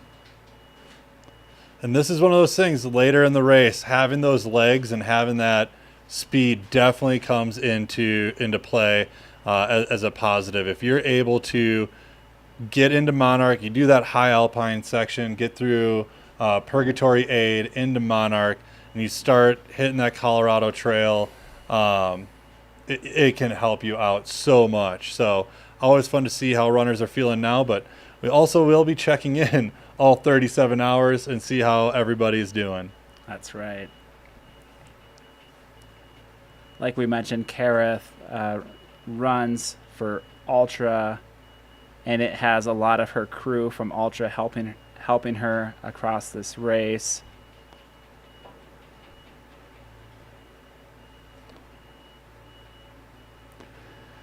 Looks like when asked what Kareth's favorite aid station food is, she said watermelon, rice, and Coke. So she's charging down that hill thinking about watermelon right now. it's the little things that drive you through these. You know, it's the little moments that you just pick apart this race. You said break it into sections, break it into, hey, I get to have this little thing as a treat, you know, at this point. It's all the things of the mental to keep you going. Yeah, when I'm thinking about running 100, having some Maurten gels and drink mix, and then mixing that with a little salted watermelon, that doesn't really sound like a bad combo at all. That would get me going for sure. So really cool to see this shot of Kareth heading down to the Cottonwood aid station. Finally getting into those trees there as well. Hopefully runners are taking time, cooling down a little bit with the streams and going through this area here. So haven't been able to ID them yet, but I'm a big shoe geek. So once the runners start slowing down a little bit on the Continental Divide and we get some close-up hiking shots, when we're here later this evening, I'm going to start trying to ID some of the top runner shoes. Oh, and that's Amelia, I believe, coming in over Laws Pass here. Or Addie Bracey, sorry. Addie Bracey. That's Amelia Boone right there. Is it? Or wait, what do we got? Oh, we're still IDing everyone. Addie Bracey.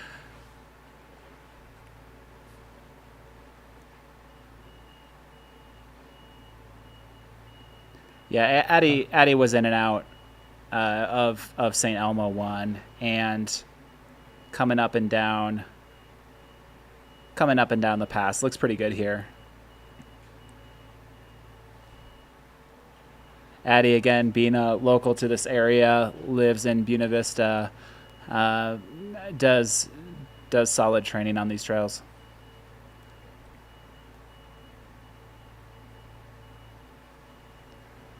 Again, looking smooth through this section.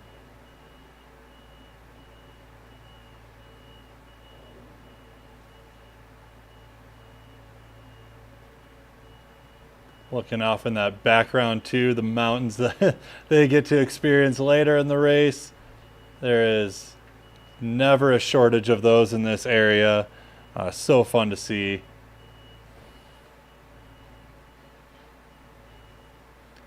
So those who are just tuning in, we are following the top 5 women that are coming down Laws Pass. Addie is the 3rd female right now, and they're about, once they crest Laws Pass, they're about 3 miles from Cottonwood aid station. Cottonwood aid station is mile 31.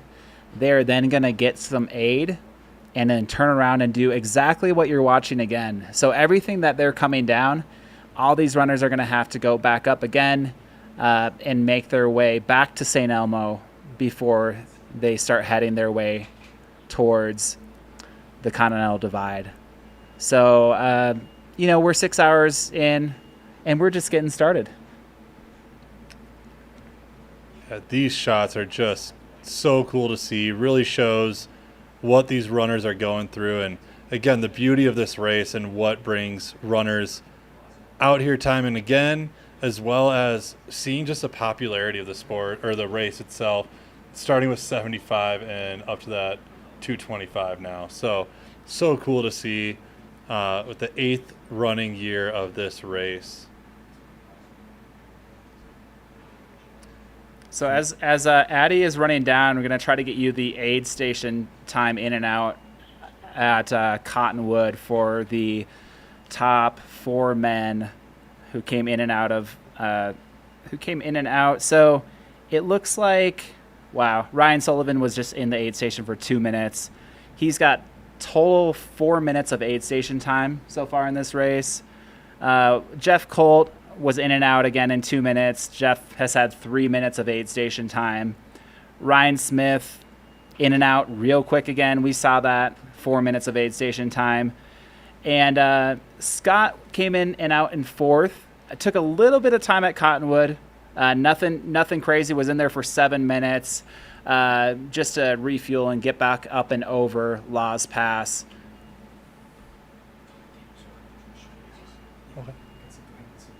Okay. All right, folks. So as you watch Addie going down Laws Pass, Tim here and Bubba are going to be swapping out. We've got Andrew of 7K Feet Running Company. We've got Dom coming in to take over the live stream. Thank you so far for spending the last 6.5 hours with us as we see these dirt bikes coming through and yielding for the runners. That's amazing. Love to see that. But thanks for the time here. And me and Bubba will be back at midnight. So we're going to pull an all-nighter with everyone who is willing to, and we're looking forward to seeing you later. Bubba and Tim, we're out. Out. Whiskey is the highest evolved spirit that is made in the world today. To me, it's the perfect drink. It tastes like the grains it's made from. It comes from 4 basic things, right? Grain, water, yeast, and barrels. It's the simplest kind of thing. The location of where whiskeys are made has an influence on their flavors. We're situated or happen to be situated in Colorado. Great place to make whiskey.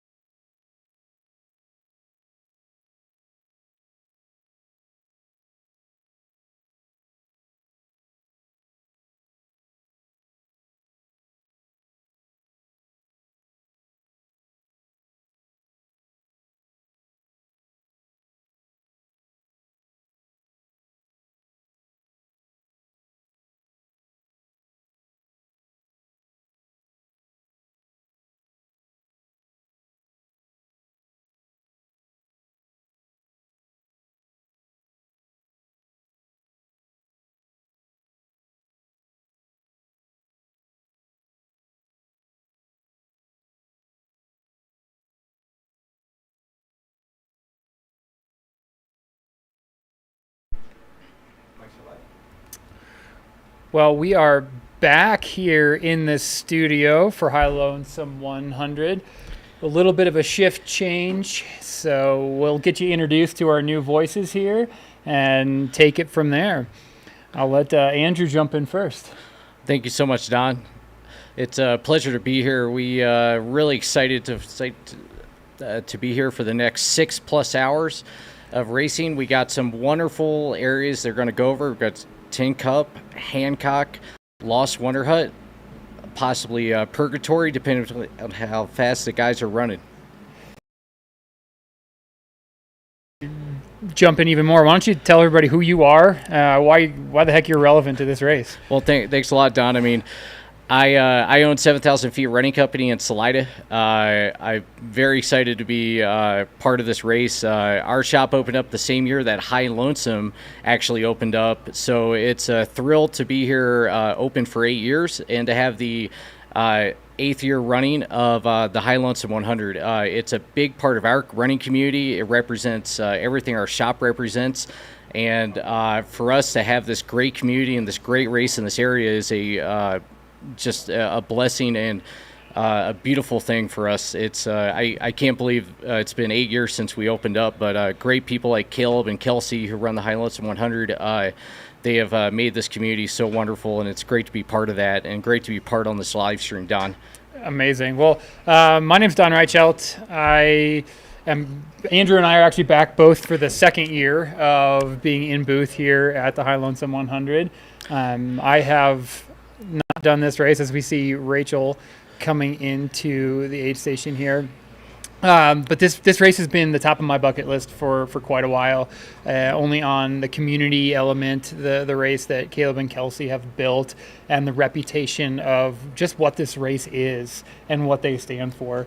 I think it's something that all races should strive to do. So I get the pleasure of kind of sitting in the booth as a super fan of the sport, and I know running fairly well. So between Andrew and I, he's got all the course knowledge and all the local knowledge, and I just get a kind of fanboy here for the next 6 hours right alongside him.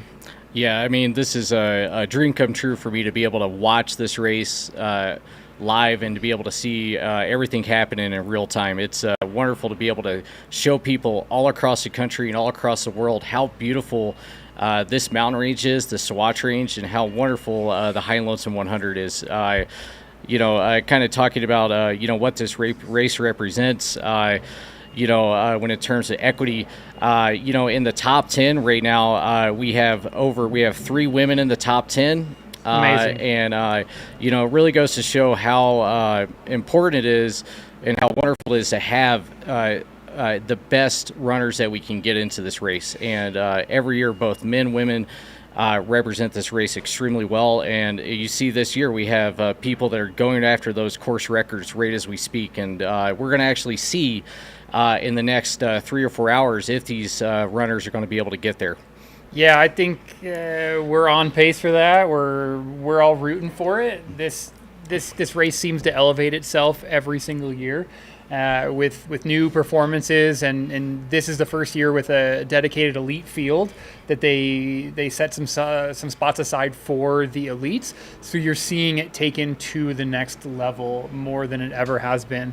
This spot we're seeing on the screen now is Laws Pass. That, of course, is the kind of the famous spot here on the first quarter of the course. I just guess it's technically in the second quarter at mile 28, but definitely that first big climb of the day out of the way. Looking at the weather yesterday, there was a little bit of caution about potential weather coming up on Laws Pass, and man, just look at that drone shot. It looks like we have avoided the worst of it, and nothing to fear as of now. It's always minute to minute here in the mountains. Anything can roll in, but for now I think it's a really, really great sign that we're seeing some blue skies based on yesterday talking to the drone pilots, where they were even on edge of taking off. They weren't sure they were going to be able to fly at Laws Pass. Yeah, the weather gods are certainly giving us some wonderful views right now. So we're pretty lucky with that. Obviously, we still have about 6 hours to go through the afternoon, so there could be some cloud buildup. I do think that potentially some of the mid-packers and back-packers coming into Lost Pass may have to deal with some weather, potentially going up and over Lost Pass. The Cottonwood aid station cutoff is at 6 p.m., so some of those runners coming across around 3 to 4 may find that they're going to have all that required gear that goes into this race. Right, and that's just about 50K into the course at that Cottonwood aid station. So that's definitely something that we'll keep an eye on as we creep closer. But for now, everybody's in the thick of it, and the weather is smiling upon us. So it's shaping up to be an absolutely incredible day here in the mountains.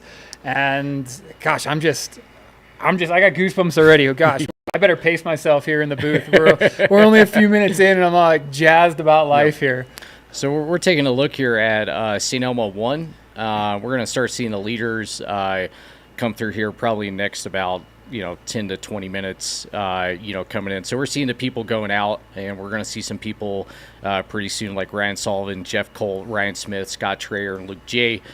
Come in with the next 20 to 50 minutes into St. Elmo 2. Yep, and that will be mile 37 and a half. And so I actually ran where we're staying. I actually ran out to this aid station this morning, and those roads are nice. I was really surprised how runnable that stuff is. So it's no surprise to me that these guys are putting up and gals, look at Rachel, they're putting up some hot times based on some of the runnable miles early. It obviously isn't always that hard. This race has a lot of climbing. It is not an easy course, but there are runnable sections, which if you compare it to something like a Hard Rock, Hard Rock doesn't have a ton of runnable miles. You're either going uphill or you're going downhill. Whereas this course, if you have legs and if you are smart about how you're pacing it, especially later past Monarch, you're going to be rewarded with some really nice flowing miles. And, speaking of those kind of hot miles, when you get back over Lost Pass the second time, from Lost Pass into Tin Cup, you're pretty exposed to the sun in that section. And so having a little bit of cloud cover right now is going to be beneficial. I do think, though, runners that maybe have not maybe gotten the adequate amount of nutrition or the adequate amount of hydration are going to find they're going to hit a bad spot, in between St. Elmo and Hancock due to kind of the heat and the sun. We've seen that quite a bit through the last 7 runnings of High Lonesome, and I don't expect to not. Unfortunately, this is a race that mostly has experienced people that are going to know what to do in all those situations. So I think in this race, compared to maybe some races where you don't need experience, you see less of that. But it still happens. It still happens to the best of us sometimes, where maybe it just slips your mind and you forgot to take that gel, and all of a sudden you're a couple hundred calories behind, and it miles. But if you do that repeatedly, that adds up. And so this, if I'm thinking about my personal racing coming into mile 37, you should be well fueled, well watered, because there's a lot of race left in front of you. And if you're already maybe behind on one of those, these aid stations are a good opportunity to just kind of take a little inventory of where you are, maybe triage some things that you've made mistakes on, if you have, and get what you need. I know we've talked to the team before us, talked a lot about time in aid station. Time in aid station is important. It's important to consider. However, use that time if it is going to allow you to continue the race in a better, a faster method. Because if you come in and you're so worried about getting in and out, but you also in the back of your mind know you may be behind on calories or fluids, it will do you better to take that extra minute, get some extra calories in, get some extra water in, or electrolyte drink, or Maurten, or whatever is your drink of choice, and then leave, because that 1 minute might save you an hour or two on the back half of the race.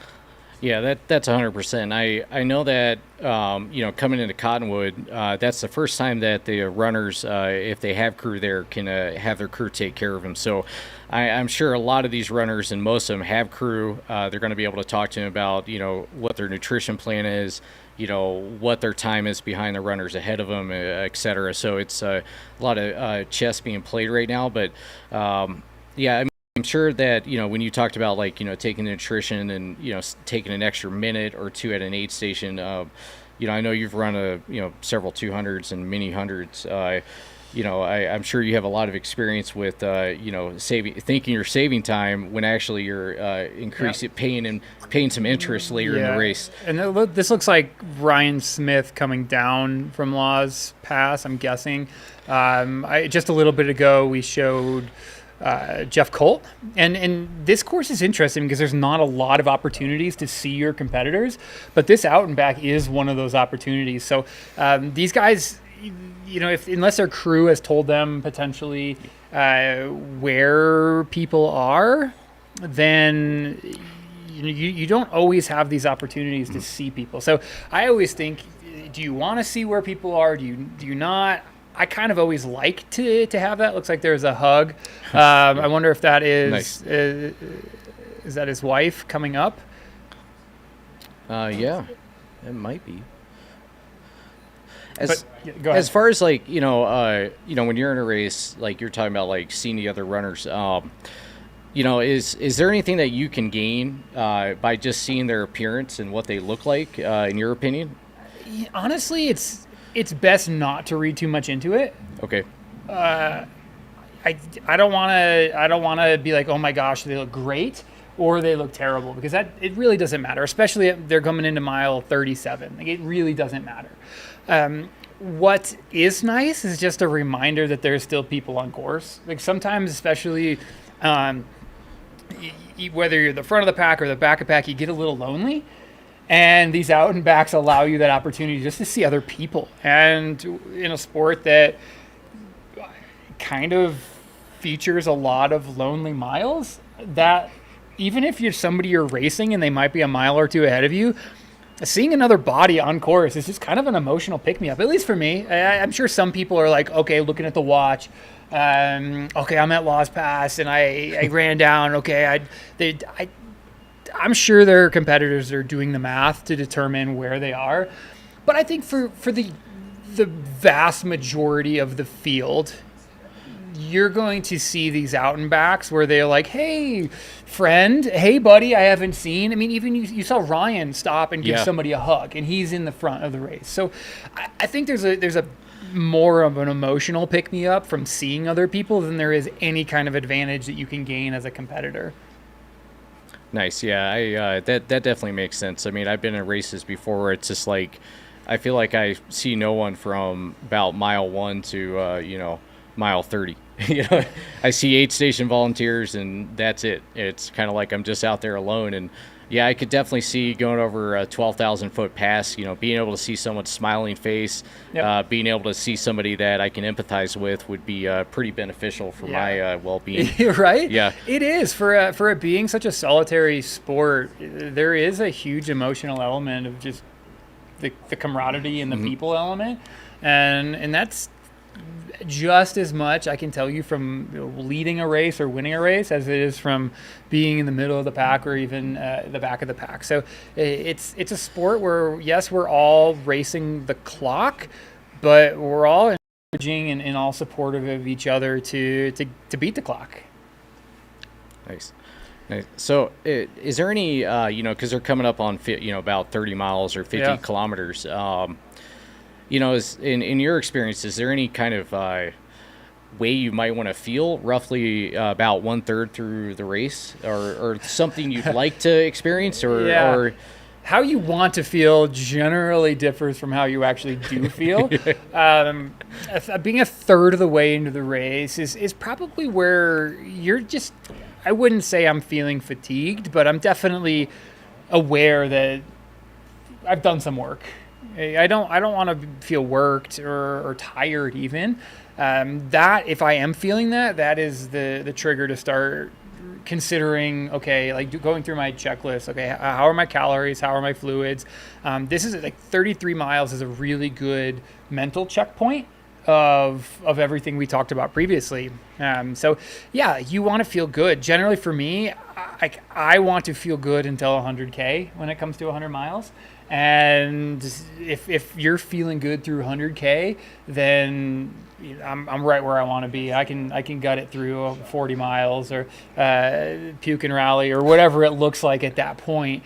But yeah, through 33, you should still be feeling good. You should still be taking in the atmosphere of the aid stations a little bit. Whereas as you get more and more fatigued, you might appreciate the aid stations. You might thank all the volunteers, but you're less enthusiastic potentially if you're tired and you're racing.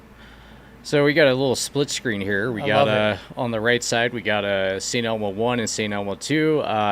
On the left side, we got the top of Lost Pass, and kind of in front of us, I believe that we can see the saddles and the mountains of Harvard and Columbia in the Collegiate Peaks Wilderness up there. So, do you want to give us a rough elevation of those two peaks for anybody listening from afar? Yeah, about 14,200 for both. But yeah, we're kind of looking into the Collegiate Peaks Wilderness, which is famous for I think it has about roughly about 8 14ers.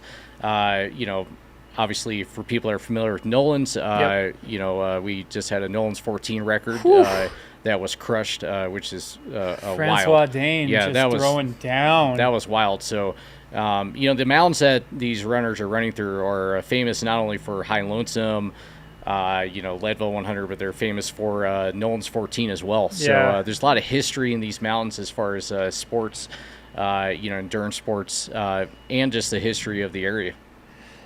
Yeah, it's such a playground. Having lived not even an hour away from here for the past 5 years before we just moved to Denver, this is where everybody comes to play. There's plenty of opportunities to get in and out, and everything to do up, down. It's a really big rafting area because naturally with all the runoff, you're going to have lots of whitewater here. So Browns Canyon, famously the whitewater area that a lot of people tend to go. And it's an absolute playground, as evidenced by the Francois Dane coming here, the French. We're not too far from Hard Rock, just a couple hours from the San Juans as well. So no matter where you are here in this territory, you're going to have some really, really great opportunities to recreate in the mountains. Yeah, on a clear day out here, if you're going over the head wall at about mile 55, over to Monarch at mile 60, you can actually see all the way into the San Juan. So it's pretty wild how close all these wonderful events are to each other. All right, we're trying to get caught up a little bit here on activity to make sure that we're reporting what is happening ahead of us. So right now on the women's side, we have both. We have a 6-minute difference with Rachel Interkin and Kareth Arnold. Yeah, and coming out of Cottonwood. Yeah, and Kareth actually gave a message to our people on the ground, and she wants to give a shout out to her kids. So little Kareth children, if you are out there, she says hello and that she loves you, and she's doing her best out here. Yeah, I know. As a dad of a little girl that's a year old, your kids can definitely give you some real positive energy for sure. Your wife was very pregnant last year at this race. She was, yeah. So that's my only point of reference. About a year old. Yeah, almost exactly right. I would like to think that maybe being here at the live stream last year, my child just said, it's time to come out so I can experience. All about High Lonesome and all with the wonderful running community has to provide. So it's been pretty cool to have my kid hanging out at the running shop with me the last year. That is awesome. Yeah, baby's first 100. All right. So these nice little downhills, like this is especially 33 miles in, having this cruiser of a downhill. The other advantage here is it's an aid station, so you've been to it before. It's a really minor thing, but it's really nice to know the layout of an aid station, just because you can start thinking as you come in, like, okay, what do I want? What do I need? And you know where it is. So they have this nice cruising section after they've been up and down laws twice, that now they can start making a plan. And when they get there, it's mile 37, and right, like you're going to have a nice 100K to go. Yeah, so coming into St. Elmo, it's a non-crewed aid station. So obviously coming in the second time, you're going to be familiar with what they have, where it's located. Obviously there's enough aid station volunteers there that most runners should be able to get kind of like personalized concierge service as they kind of come in and out. Which will really help. Once they get out of St. Elmo, it's about 1,000 feet and about 4 miles up to Tin Cup. And then it's another about 1,500 foot gain coming in from Tin Cup to Hancock. So they have about roughly from St. Elmo, roughly about 12 miles before they can get to Hancock and see crew again. But it's going to be, roughly, they're going to stay roughly above 10,000 feet once they get out of St. Elmo. And that's not going to be easy, even though there's not a lot of gain per mile relative to the previous 40.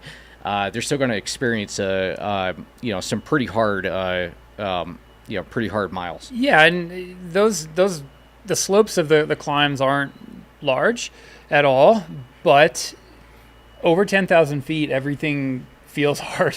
Even if you're adapted, I know a lot of these athletes live here. Those top 3 guys live here in Colorado.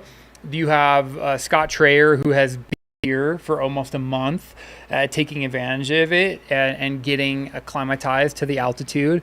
You have the women that are up front, also primarily from here.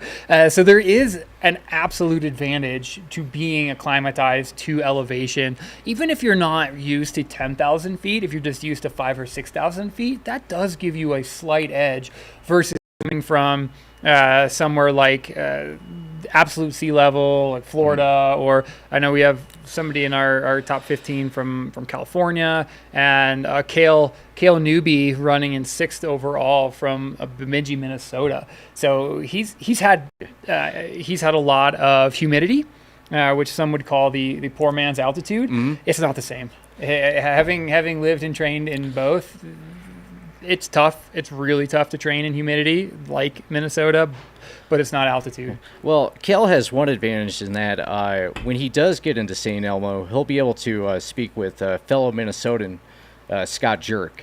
So there we go. I think maybe, I'm not sure if that's an unfair advantage or not for Cale, but I do think that, maybe Scott can give him some good advice coming from lower elevation. That is true. Of course, Scott now lives in Boulder, Colorado, so maybe there's something to being from Minnesota and then reconsidering it. But Cale's only 23. He's got a lot of years ahead of him to figure out what he wants. But he's so far running an incredible race. Just right in front of Rachel there, right behind Luke J. And Luke J is somebody that I'm personally rooting for. He's a previous champion of this race, and I know we talked about it previously with the group ahead of us, but he just got into the race last week. So he was on race morning of Hard Rock. He was 2nd on the veteran wait list. Race morning, one gentleman got in ahead of him, and so he ended in the if you're playing euchre, we'd call it the stink hole, in the last spot, not getting in. So a bit of a heartbreak, and after that happened, Caleb graciously reached out and actually gave him his one of his race director discretionary spots, which I think is just incredible. Yeah, and Luke has run this race multiple times. He was obviously very prepared to run it as well. He's won this race. So when you look at the top 5 men here, I mean, you have multiple Western states top 10 finishes. You have several top 5 Hard Rock finishes. And obviously Ryan Sullivan is just a a hammer. I mean, the 8 hours and 12 minutes, a world-class performance. Yeah, that's a top 5 performance. That is a very, very, very good performance that any runner would be happy to have. Oh gosh, I'd be any year of their career. I'd be thrilled to be within an hour of that. Yeah, and so you kind of, when you look at this, top 5, and even throughout the top 10 of this whole race and top 20, most of these individuals are all very experienced runners. Yep. They understand. The importance of, they understand the multiplier effect of running at 10,000 feet plus, which any mistakes that you incurred can become, just exacerbated. I'm gonna make a statement that I reserve the right to retract later once I think through it more. But okay. I think the front of this race is going to be more competitive and more interesting than Hard Rock. Just with the depth in the names, Hard Rock.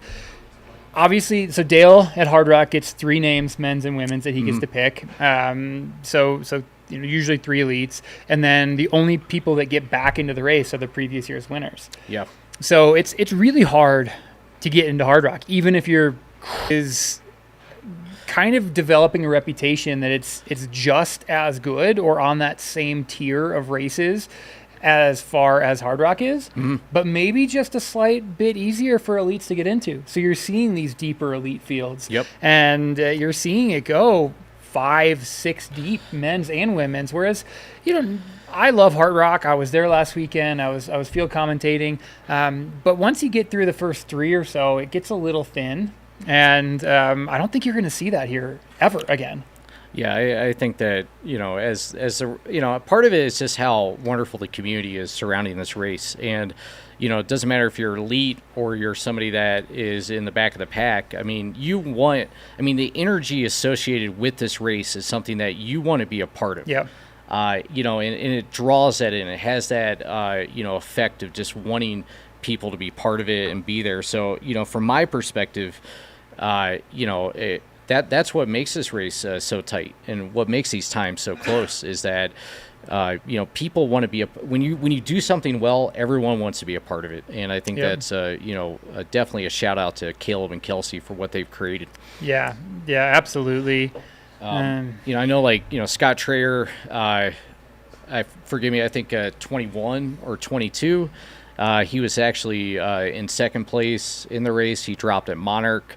So he's somebody that understands how to run fast here. He's somebody that has enough experience to do extremely well. And, honestly, everybody in the top, wouldn't surprise me if any of the men in the top 9 or 10 could easily, drag themselves back into the top 5 or even top 3. Oh, yeah. And we saw last year, 3 guys get out hammering, and then we shut off our broadcast at night and woke up to some shakeup in that top 5 last year. This year, we have ensured that's not going to happen because we're running this baby all night long. Yep. So, just every finisher is going to get their finish line time, and if something absolutely bonkers happens overnight, the booth is going to be up and running, and the commentary is going to be here to capture it. We are right now at Cottonwood. We're starting to kind of see sort of more of a rush hour standpoint right now. Obviously, a lot more crew has arrived. The way that High Lonesome is doing it, they're shuttling the crew members out there, to make sure that the parking, et cetera, can be fulfilled. But we're starting to see a lot of action out here in this aid station right now, which is pretty fun to watch. So I just jumped into the chat for the first time today. So shout out to everybody keeping this the chat going. It looks like I've missed quite a bit of fun conversations about pizza. A personal topic that I love and is near and dear to my heart. I actually just picked up a pizza on the way over and shared it with the team. So it looks like what we see in the center here, we're seeing Addie Bracey. I see the ACG Nike. Oh, yeah, sure enough.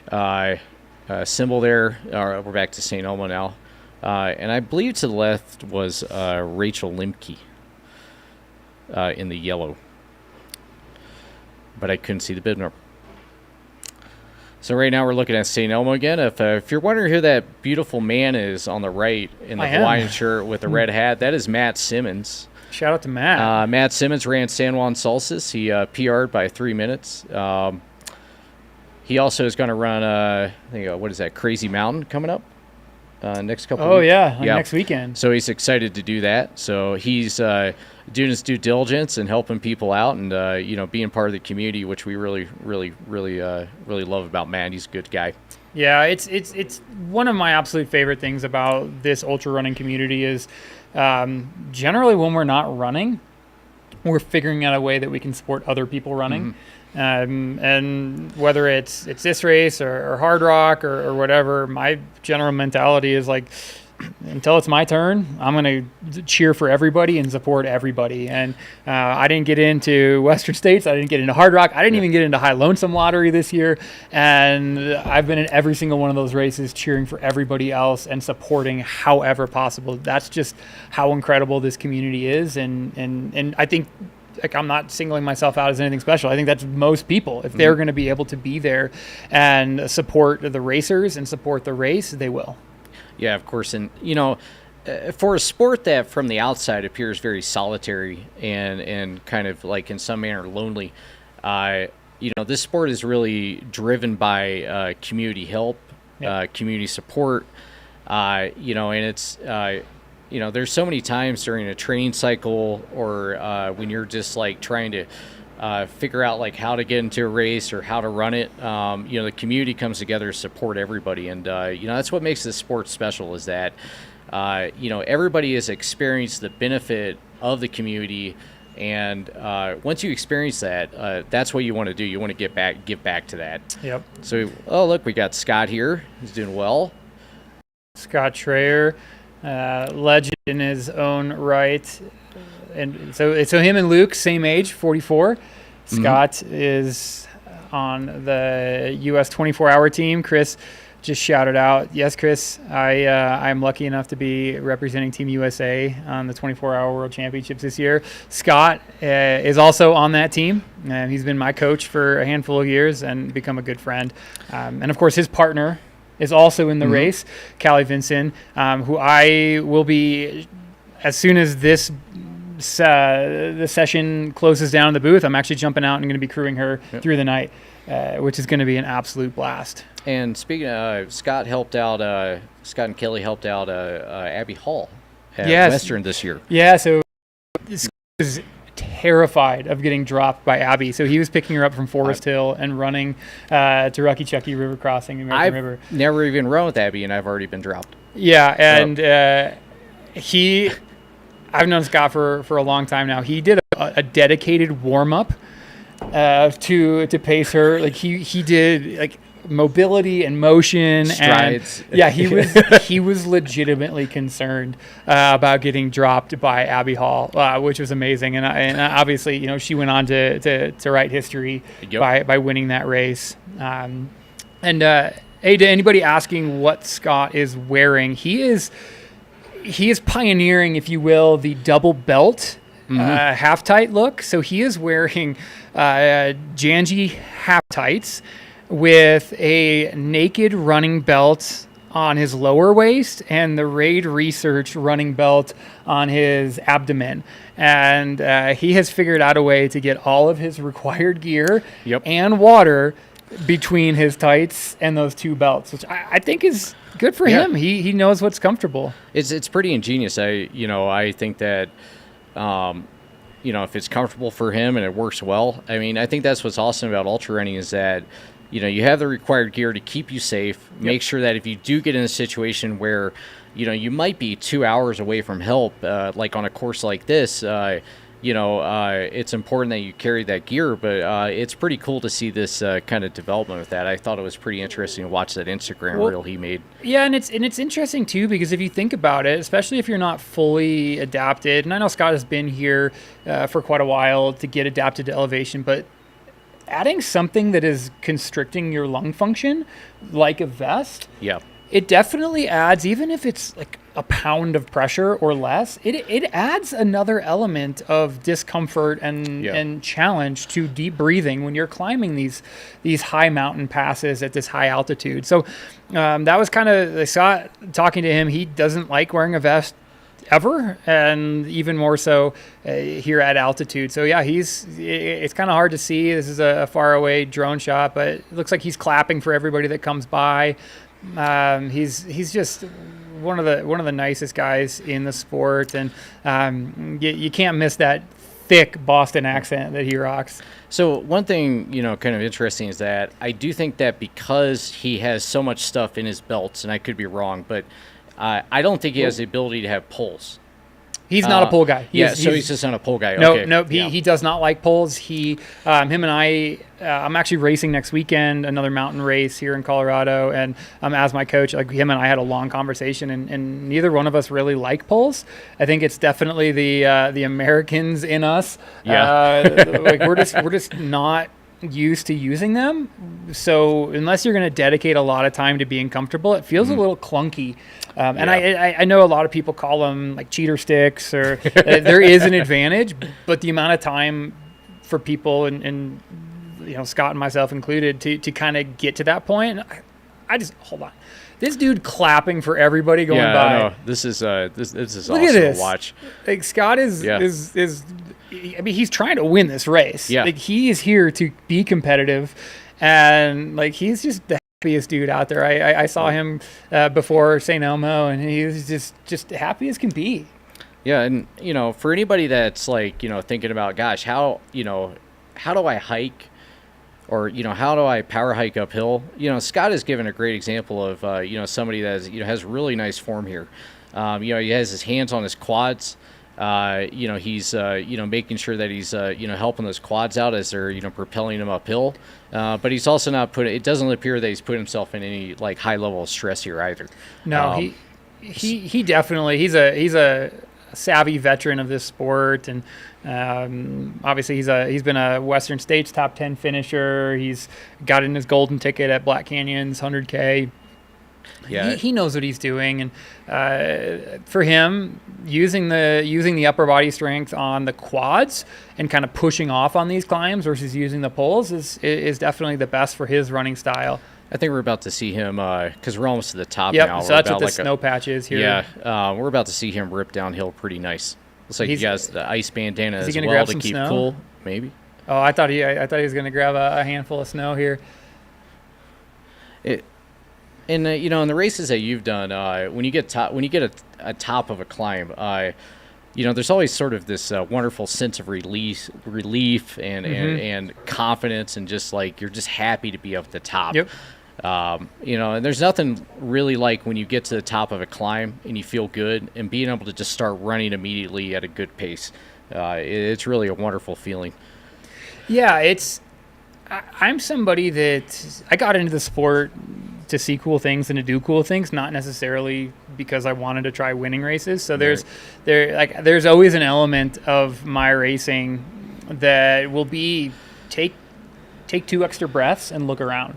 Like take it in. Like those are, when I'm 80, those will be the memories I remember, and not like, hey, I set a course record, or I qualified for X, Y, and Z, or did like, it's like holy moly, like I remember that view from Laws Pass, and like the volunteers up there, or the people that had hiked up there just to cheer. Like those are the memories that mean the most for me. Mm-hmm. And like I think Scott's somebody that's in that same boat where obviously he's crushing it and here to be competitive, but he'll take a second, look around, take it in. So speaking of close race right now, we see both Ryan Sullivan and Jeff Colt have left St. Elmo within a minute of each other. So they are they're still continuing to be right next to each other. This is going to be pretty fun to watch in the next 5-6 hours. Yeah, it's going to unfold, and I'm super excited to be here with you, Andrew, and watch it. Yeah, it'd be kind of interesting, because they're both really good runners. I'm kind of interested to see if Jeff might actually pull ahead by Hancock, because he has a lot of good speed on him right now. Yep. So we'll see if there's any sort of change up in the lead there. Yeah, and the women, the women's lead pack of Rachel Entrekin, Kareth Arnold, and Addie Bracey, they're only 10 minutes apart as well. So we definitely have some racing. And nobody here is thinking of racing quite yet. Okay. They might be. Most won't be. They're still running their race. But it's pretty dang cool that we have these two fields that are right with each other.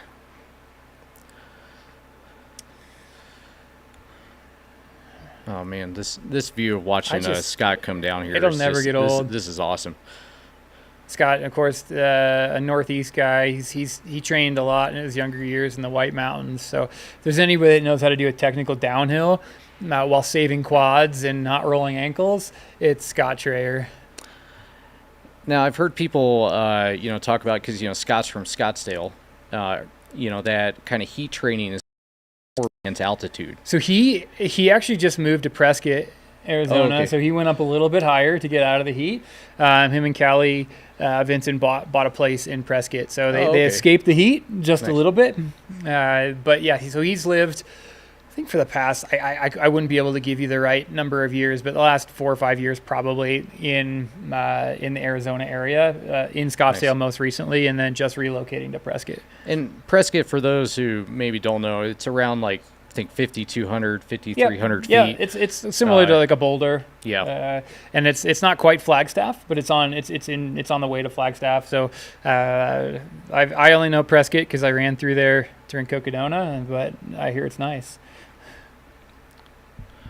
Let's see. So we're still waiting on Ryan Smith to come in. Yeah, it'll be interesting to check. A lot of times these bigger downhills, especially with some, like this is not what I would call a technical downhill, but there's definitely some rocks. You'll start seeing a lot of differences in running ability and style. I'll tell you, I'm a decent uphill runner. I'm a terrible downhill runner, and I think Scott might, if he's got those Northeast downhill legs, maybe he picks up a minute or two here. It's within his wheelhouse and starts reeling in that front three. So it's always interesting after these big mountain passes to kind of just to recalibrate and see where people are. And here we're looking back up again towards the Collegiate Peaks Wilderness from Laws Pass. That looks like Mount Yale in front of us right there. This is one of the best parts of this race is the work that Mountain Outpost has done to get these permits to fly these drones. And these are some of the most beautiful mountains here in Colorado. And without this broadcast and without our incredible partners, obviously Altra bringing our broadcast here to you, a lot of these places nobody can eat. So it's just so special. Even us who have seen this, and it looks like just in our split screen we have Ryan Smith in Elmo too. So he's in St. Elmo the second time. We'll get a refresh and see if we have time. We didn't see Ryan Sullivan, so it looks like he's in and out a few minutes ago. Both Ryan Sullivan and Jeffrey Colt are in and out, and now we have Ryan Smith in St. Elmo 2. So first three guys into St. Elmo number 2. Looks like Ryan checking out.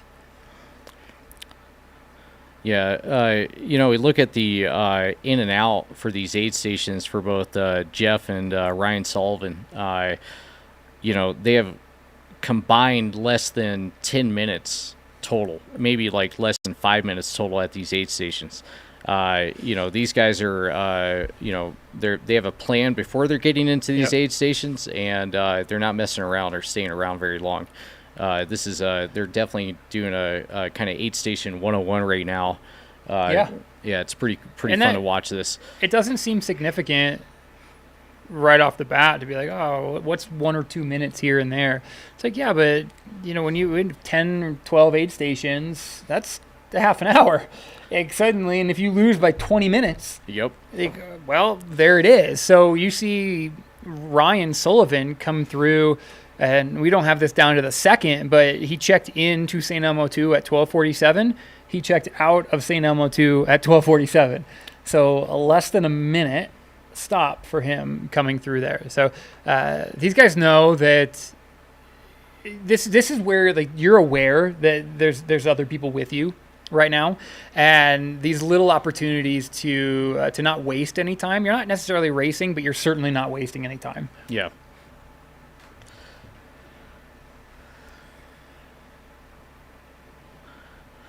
So it looks like Ryan has gotten in and out of there. Yep. Pretty quick.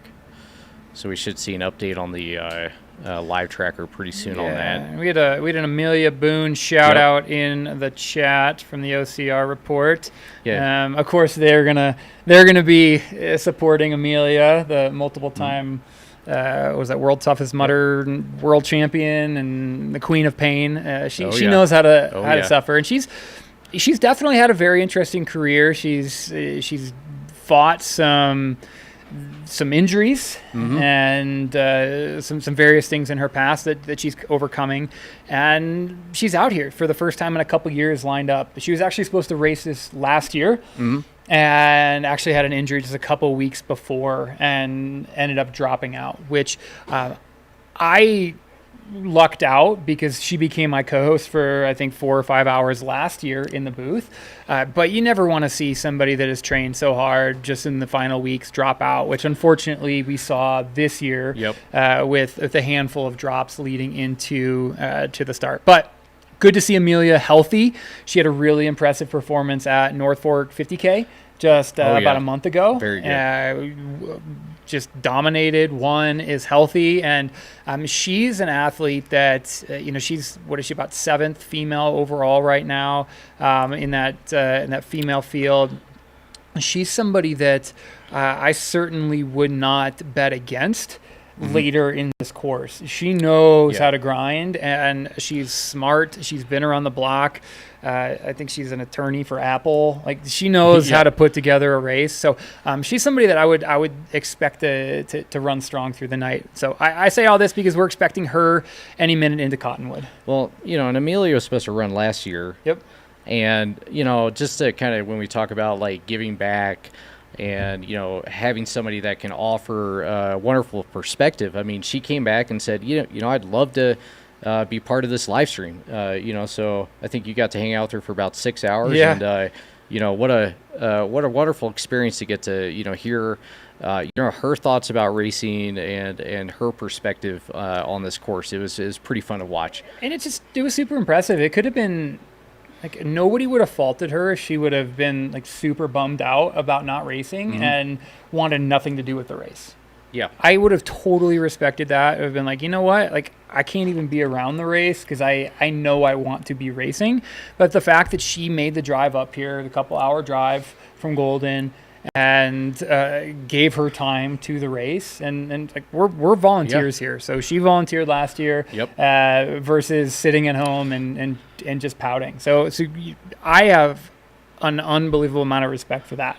Yeah, and I think that, it's just it's another example of just what type of kind of culture and environment that Caleb and Kelsey have created for this race, which is that you're injured, but I still want to be part of it. I still want to be part of this race, and it's pretty awesome to watch. I was at the lottery party and super disappointed that I obviously didn't get a spot in the High Lonesome, and the first thing I did is shoot Caleb an email shortly after and say, hey, didn't get in, how can I help? And here we are. So it's just such a cool field and environment, and like anybody that is watching this race that has an opportunity, whether through High Lonesome or a little bit of PTO where you get to Colorado, come check out these trails. Come to this race. Come to the 50K Ascent or the some of Caleb's other races that have a similar vibe. People want to be here no matter the capacity.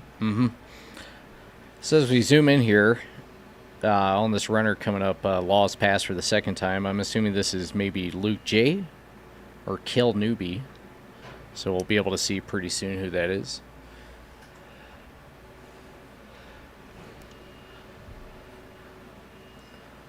It doesn't look like we see any polls here. And just a quick little course record check. The course record time into St. Elmo 2 would have been 12:50. And so we had our first two guys both under course record pace on Jimmy Elam's course record. And, Ryan Smith within 5 minutes of that. Right on it, too.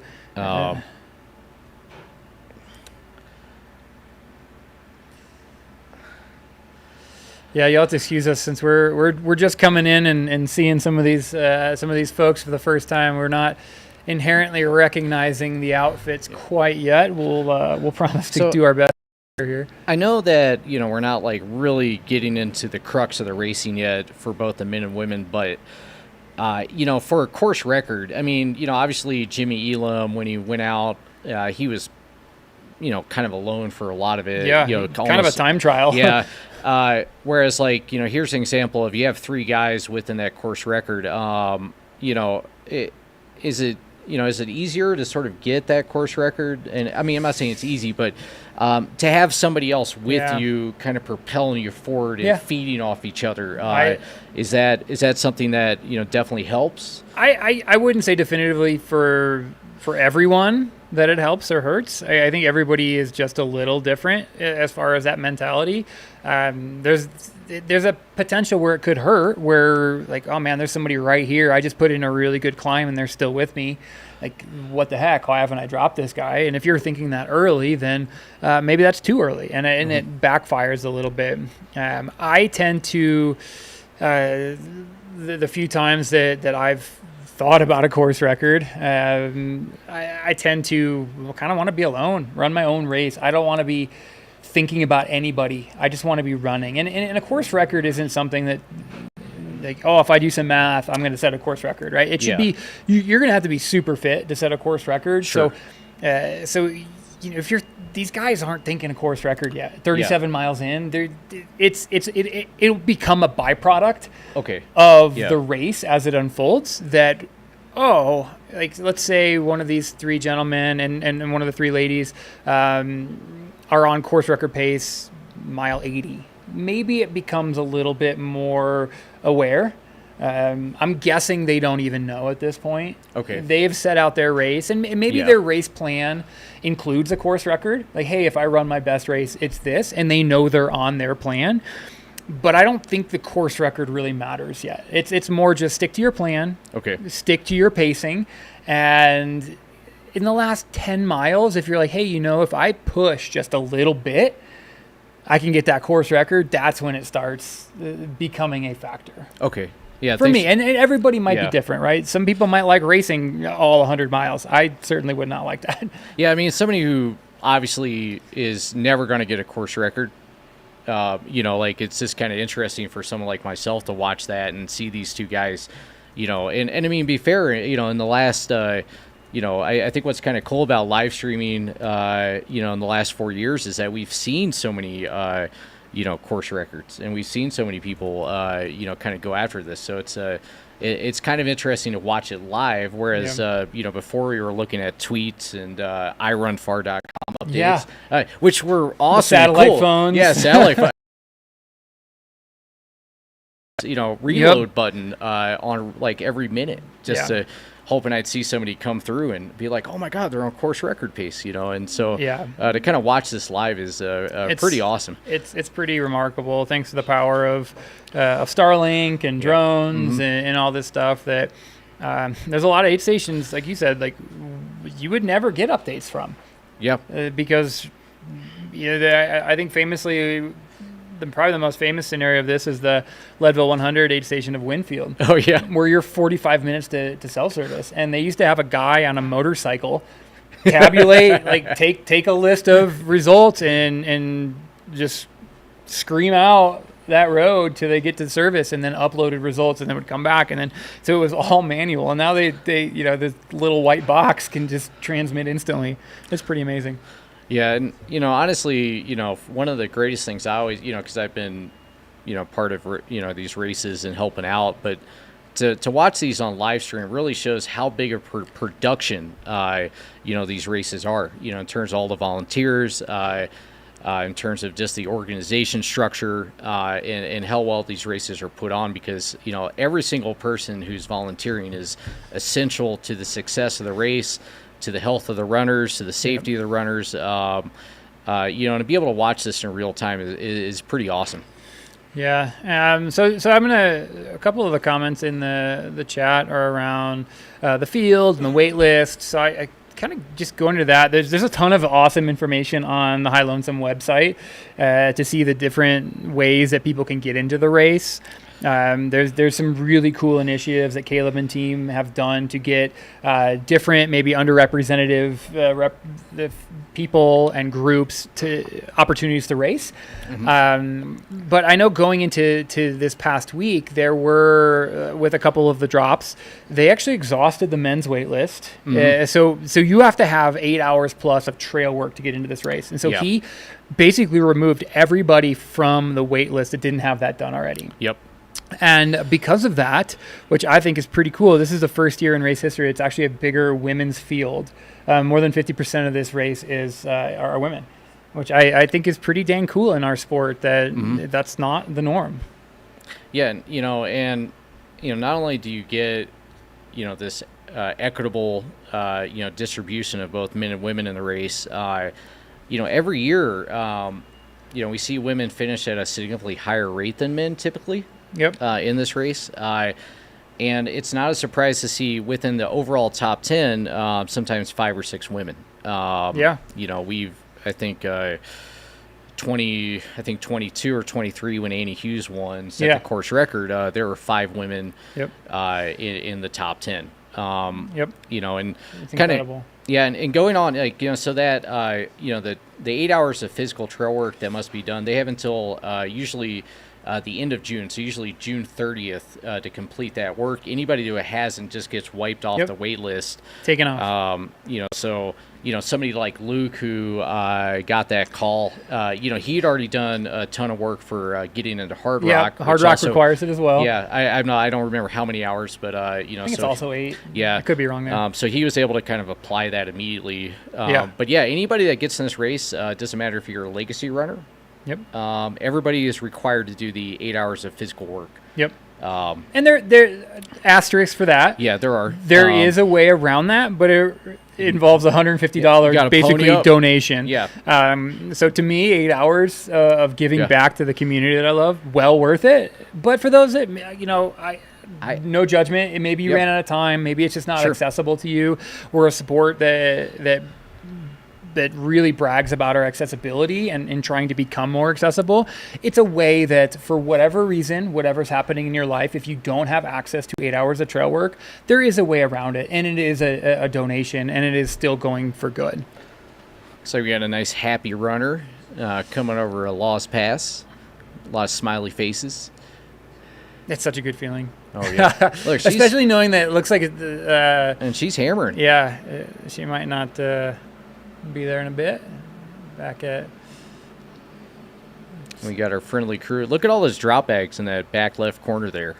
Yeah, so drop bags are really, really cool coming in and out of aid stations. You usually have somebody on a walkie-talkie. Specifically, I think at this race you have Rocky Talkies, a nice sponsor of our race.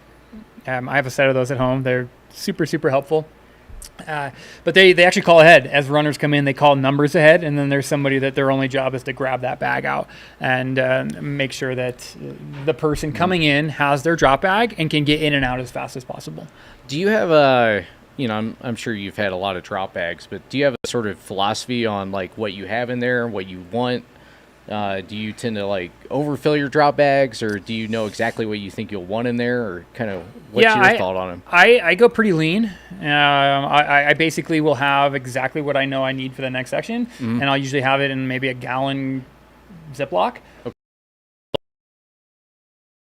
Okay. Maybe a bag of powder to throw in a bottle currently, and fill that up and hit the road. And then as I'm running out, I'll stuff all my fruit snacks and my electrolyte powders and things like that into pockets as I'm running out. But it should be a pretty quick process. And I don't mean quick as in like you're risking forgetting something. Quick, it's just like you should put in some time the days leading up to the race to make sure you're not wasting time. Because even if you're somebody that is going to be doing some cutoff math later in the day, if you can save a minute or two here and there just by having your drop bag really well organized and really well planned out, then you can potentially buy yourself a little bit of mental freedom from doing that math at the end of the day. Nice. Thanks for that. Thanks for that little insight there. Yeah, I always think about coming into, and I'm in this process right now for Creed 100 next weekend, and it's like, okay, what can I do today that takes even one spot of stress off of my race day? And for me, it's even packing bags per aid station for my crew to have, that I know I'm going to need X amount of calories for this next section. This is what I need. I'll label those bags so that they don't even have to stress about, okay, did he want X, Y, and Z? Oh, here, like trying to read a spreadsheet. Nobody wants to read a spreadsheet. What if it gets wet? What if it gets forgotten? I'm not going to risk that. So I'm going to pre-pack and pre-organize everything. So I know that everybody, because the crew is under a ton of stress too. All right. I don't want to give them extra stress by trying to guess what I want. So I usually have two bags, one bag of like, I know I need this. This all goes in my pack. And one bag of, maybe I want some gummy bears. Yeah. Maybe I want a Reese's peanut butter cup or something. Give me that option. But also don't give me a ton of options, because then I start thinking, and it's like, oh, well, that looks really good. Well, that looks really well. Maybe I want pizza, and it's not worth it.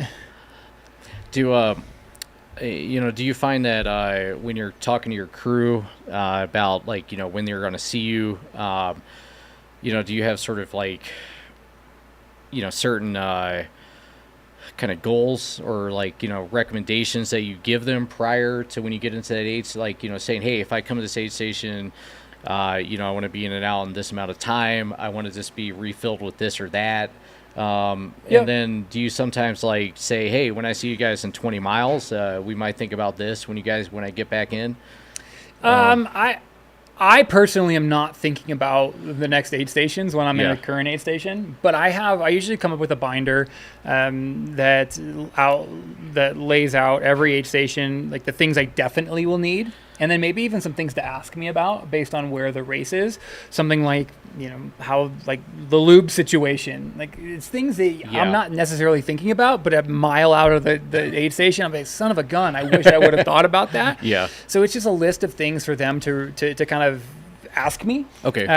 But for the most part, I'm lucky enough that I've had my same crew for these races for the past 6 or 7 years now. Nice. They know me really, really well. They do a pretty good job of, with little direction, giving me what I need and getting me out. And hey, shout out to Heath Bell. He's an online friend now. Creed. So a little bit of conversation on the Creed 100, but Heath will be out there to get that buckle. So just hanging out here at St. Elmo.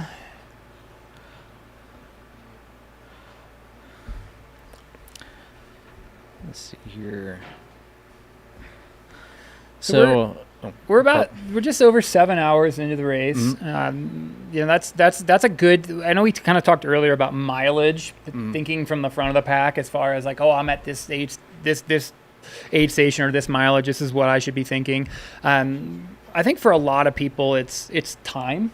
Okay, I'm 7 hours in. Yeah. How should I be feeling? There's a lot of athletes that I coach or I talk with, and it's like, hey, this race started at 6 a.m.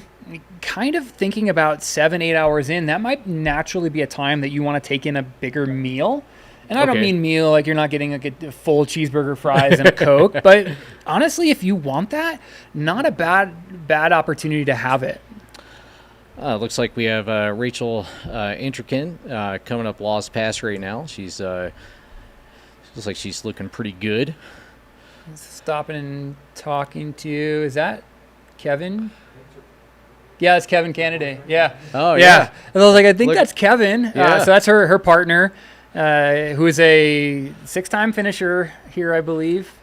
And nice little family moment there on Laws Pass. Rachel is, I'm sure everybody knows this now, an absolute beast and just an incredible athlete. And quite honestly, one of the funniest, happiest people that I have had a chance to meet in a long time. I raced her at the 48 hours at Jackpot, and she, of course, won because she's that good. And I interviewed her last week at Hard Rock, and she's like the happiest human.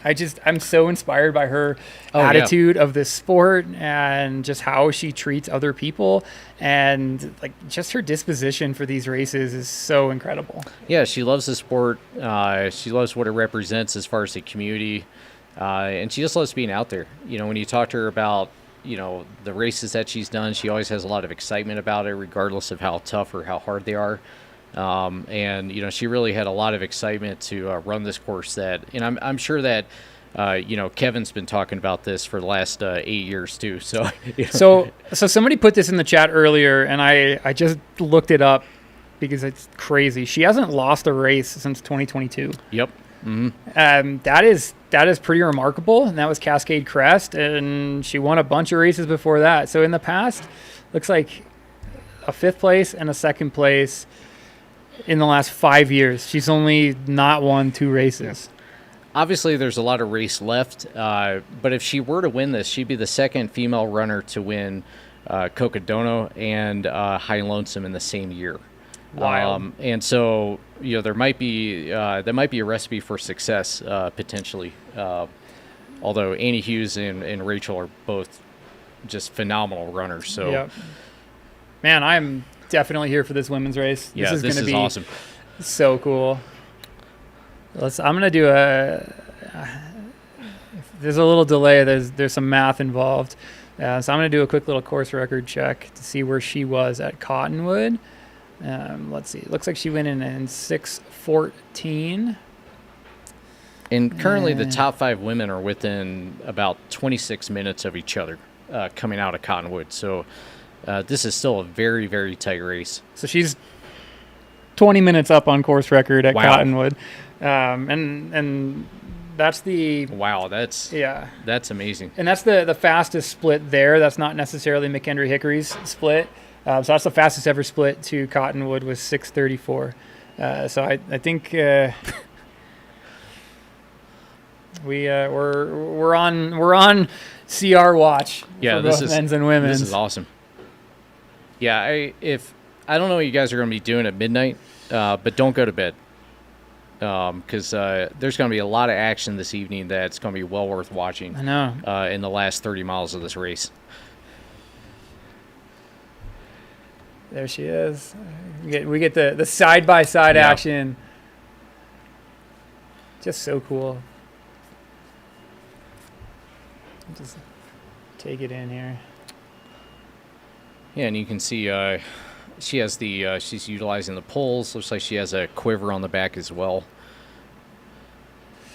Yeah, so anybody that's kind of newer to mountain running with poles, the quiver is just a really easy. Most of these poles are Z poles or trifold, so just really easy to break down. As you can see, they're actually still in Rachel's right hand here.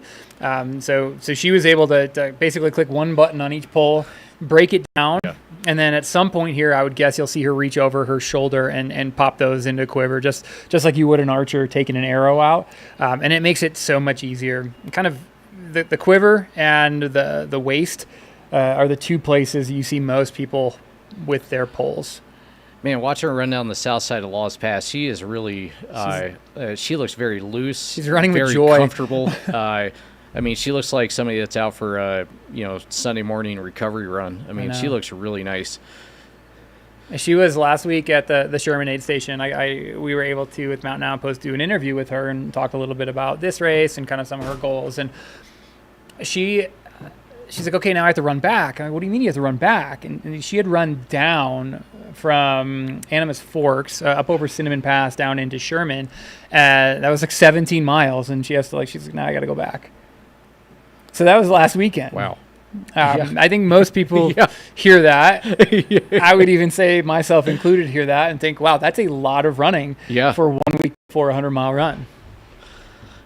Yeah, it is pretty amazing to see how big of long runs a lot of these elites are doing 2 weeks before, the race, and just like kind of the level of performance and the ability to recover that these elites have.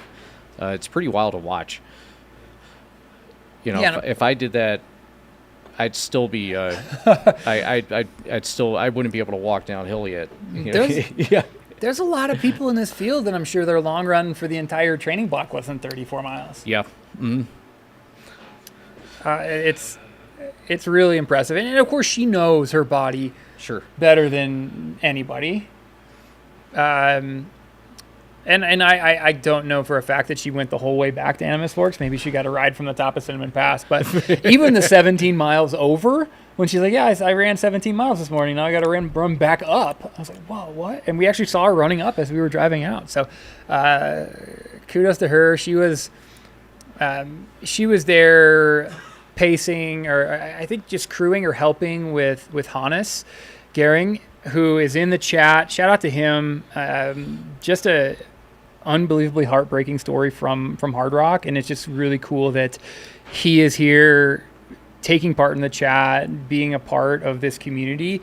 So if anybody didn't hear the story or read the story, Hannes, I apologize. I'm maybe going to get bits of this wrong, but there was I think a spider bite situation. They got super infected, and he ended up having to be hospitalized and he was at the Telluride aid station for hours, just desperate, 75 miles into the race, and his knee was like the size of a grapefruit, and oh my God, nobody wanted to take him off the course. He had worked for almost 10 years to get into Hard Rock, and he got pulled off the course. And I think this past week he had surgery, and now it has been in the chat most of the day, encouraging other runners. So Rachel was helping him on his journey through the San Juans last week. And again, just the type of sport this is, that she's racing this week, could have been at home kicking her feet up, but instead she'd rather be out in the San Juan supporting other athletes. Yeah, and again, that's just another example of how, somebody, that's just bad luck, and instead of just saying, I had bad luck and having a lot of self-pity, supporting the runners, supporting people who, want to compete, and then this is, that's what this sport's about, and that's why I love it. That's why I own a running shop, Yeah, absolutely the same. It's these true human interest stories of our sport that, for the most part, right, most of us this isn't our day job. Yeah. Right? Like, we do this because we are in love with the community and the people and the sport. So we have another, looks like, is this F2 coming up over? Yep. So this is Kareth see those with her red bright, shoes? bright red Ultras, or pink. Coming down. Yeah.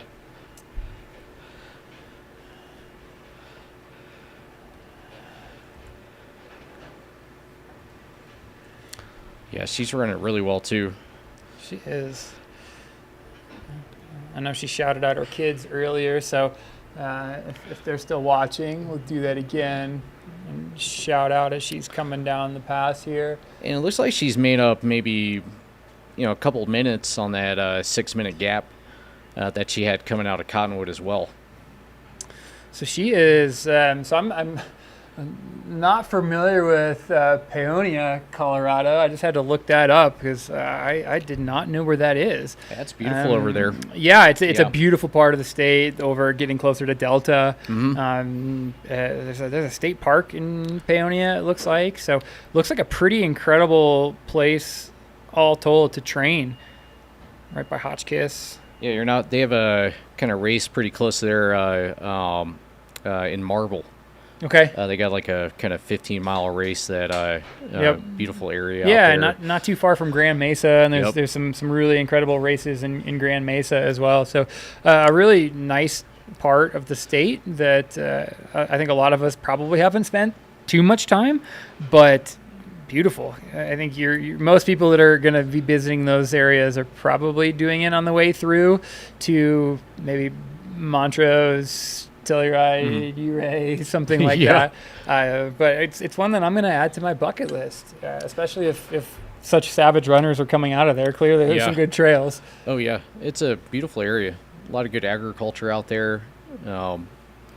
It's definitely a place that it's kind of I think it's about the same size as Salida. Just you don't get the whitewater rafting. Okay. Population of just under 1,500. Oh, okay. So a little smaller than Salida. Okay. Yeah. Well, look at that. Yeah. Isn't the internet great? The internet is beautiful. No. We should. I'll have to take my wife and Ophelia out there to go maybe camping.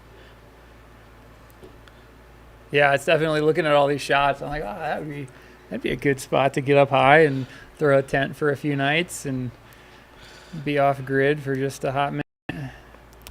We should be seeing pretty soon. Yeah, so let me pull up that course record split on the guys and see when we might be looking at Tin Cup. So course record into Tin Cup was 7 hours and 33 minutes, and looks like we're 5 minutes up on that. Look at that.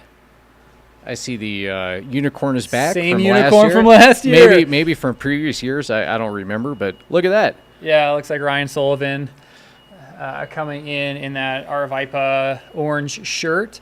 Is that Colt with him? Yeah. Looks like they're coming in together. Yeah. Yeah, so it looks like we have men's 1 and 2 running in together, which is pretty cool. Both 5 minutes up on course record pace. So this is where maybe for these middle miles, it is really nice to have somebody. Like, you might not be talking to them, but just kind of ping-ponging a little bit and being aware that there's another human around you is kind of nice. But I wouldn't expect either one of them to even remotely be thinking they're racing yet here. Yeah, so from Tin Cup to Hancock, they'll go onto the Continental Divide Trail. The first 4 miles will gain about 1,500 feet, and then another, roughly about 1,000 feet back downhill to the Hancock 8 station. So there's still a little bit of climbing to go. It's about roughly about 8.1 miles to the next aid. Yep. Yeah, and that aid station is at just over 11,000 feet. So it's one of those factors. It's not as high as they've been, but they're going to be up over 10,000 feet for quite a while now. And the stomach is the question that I usually have for most athletes at this point. Here goes Jeff. Yeah, it looks like Jeff is in and out. Another basically minute-long aid station break, and you have Ryan right behind him. Ryan's gone. Looks like he's got the bottle in hand. Ryan from Grand Junction and Jeff from Carbondale, Colorado. Yeah. So the west side of the state is representing. Yep, western slope. So when they get to Hancock, they'll have the ability to pick up a pacer, and it'll be the second time they'll be able to hang out with their crew. So, it'll be kind of interesting to see. I'm sure I'd be surprised if Jeff and Ryan don't both pick up some pacer. But it's not unheard of to not pick up a pacer till Monarch.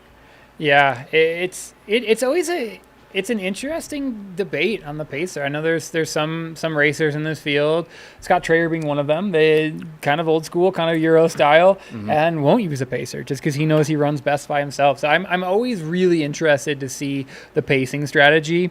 Like Hard Rock last weekend, you had Ludo Pomeray, who had Jim Walmsley and Vincent Bouchard running with him. Right, you're like the last 2 UTMB champions pacing you at Hard Rock. Not a bad group of guys to have.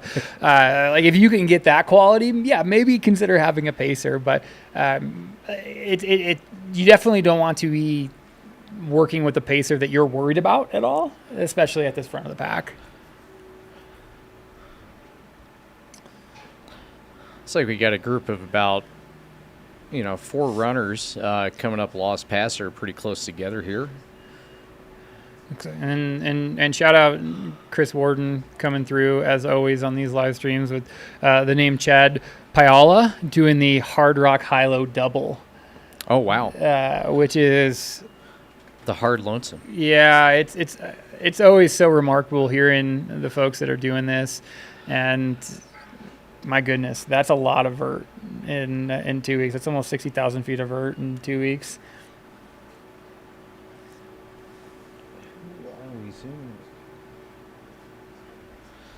Everybody send Hannes some love. Looks like he just came back into the chat.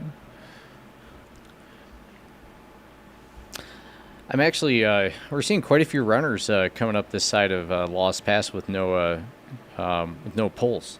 Yeah. I kind of thought maybe we'd see a little bit more, but, obviously a lot of runners are practicing without them. Yep, and it's not super rocky. Yeah. A lot of runners are those big rocky step climbs that you might see more of in a hard rock or in a UTMB. That's when I think poles can really help. When you have these kind of what I would call like a treadmill at elevation climb where you can kind of just cruise, maybe poles aren't best for everybody. Yeah. You get more of a split.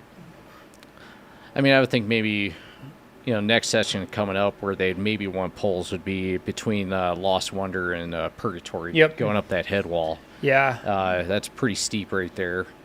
But not necessarily, not necessary by any means. Shout out to Jeffrey Colt, who's apparently in the chat. So I think somebody's logged into Jeffrey Colt's account potentially and is cheering him on. But it's quite funny to see Jeffrey Colt chatting with us here in the chat, as well as obviously crushing this race.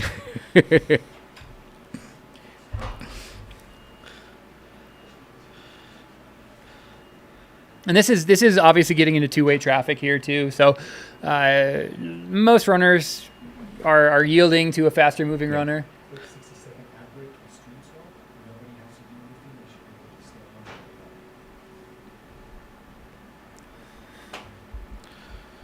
I think we're gonna step away for a quick 60 seconds.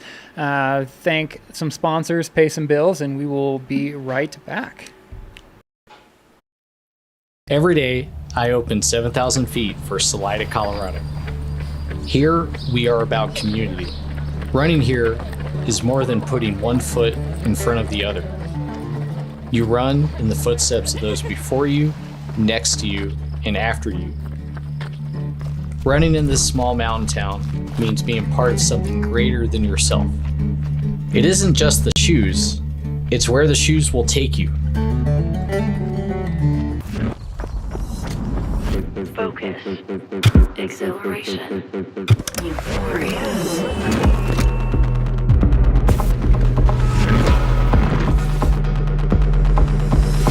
Running is dope.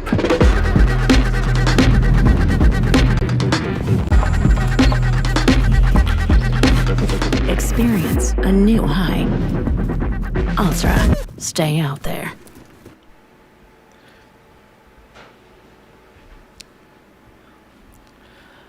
Hi guys, welcome back to the second stream of the High Lonesome 100, brought to you by Mountain Outpost. Thank you all so much for providing this great coverage, both from drone, on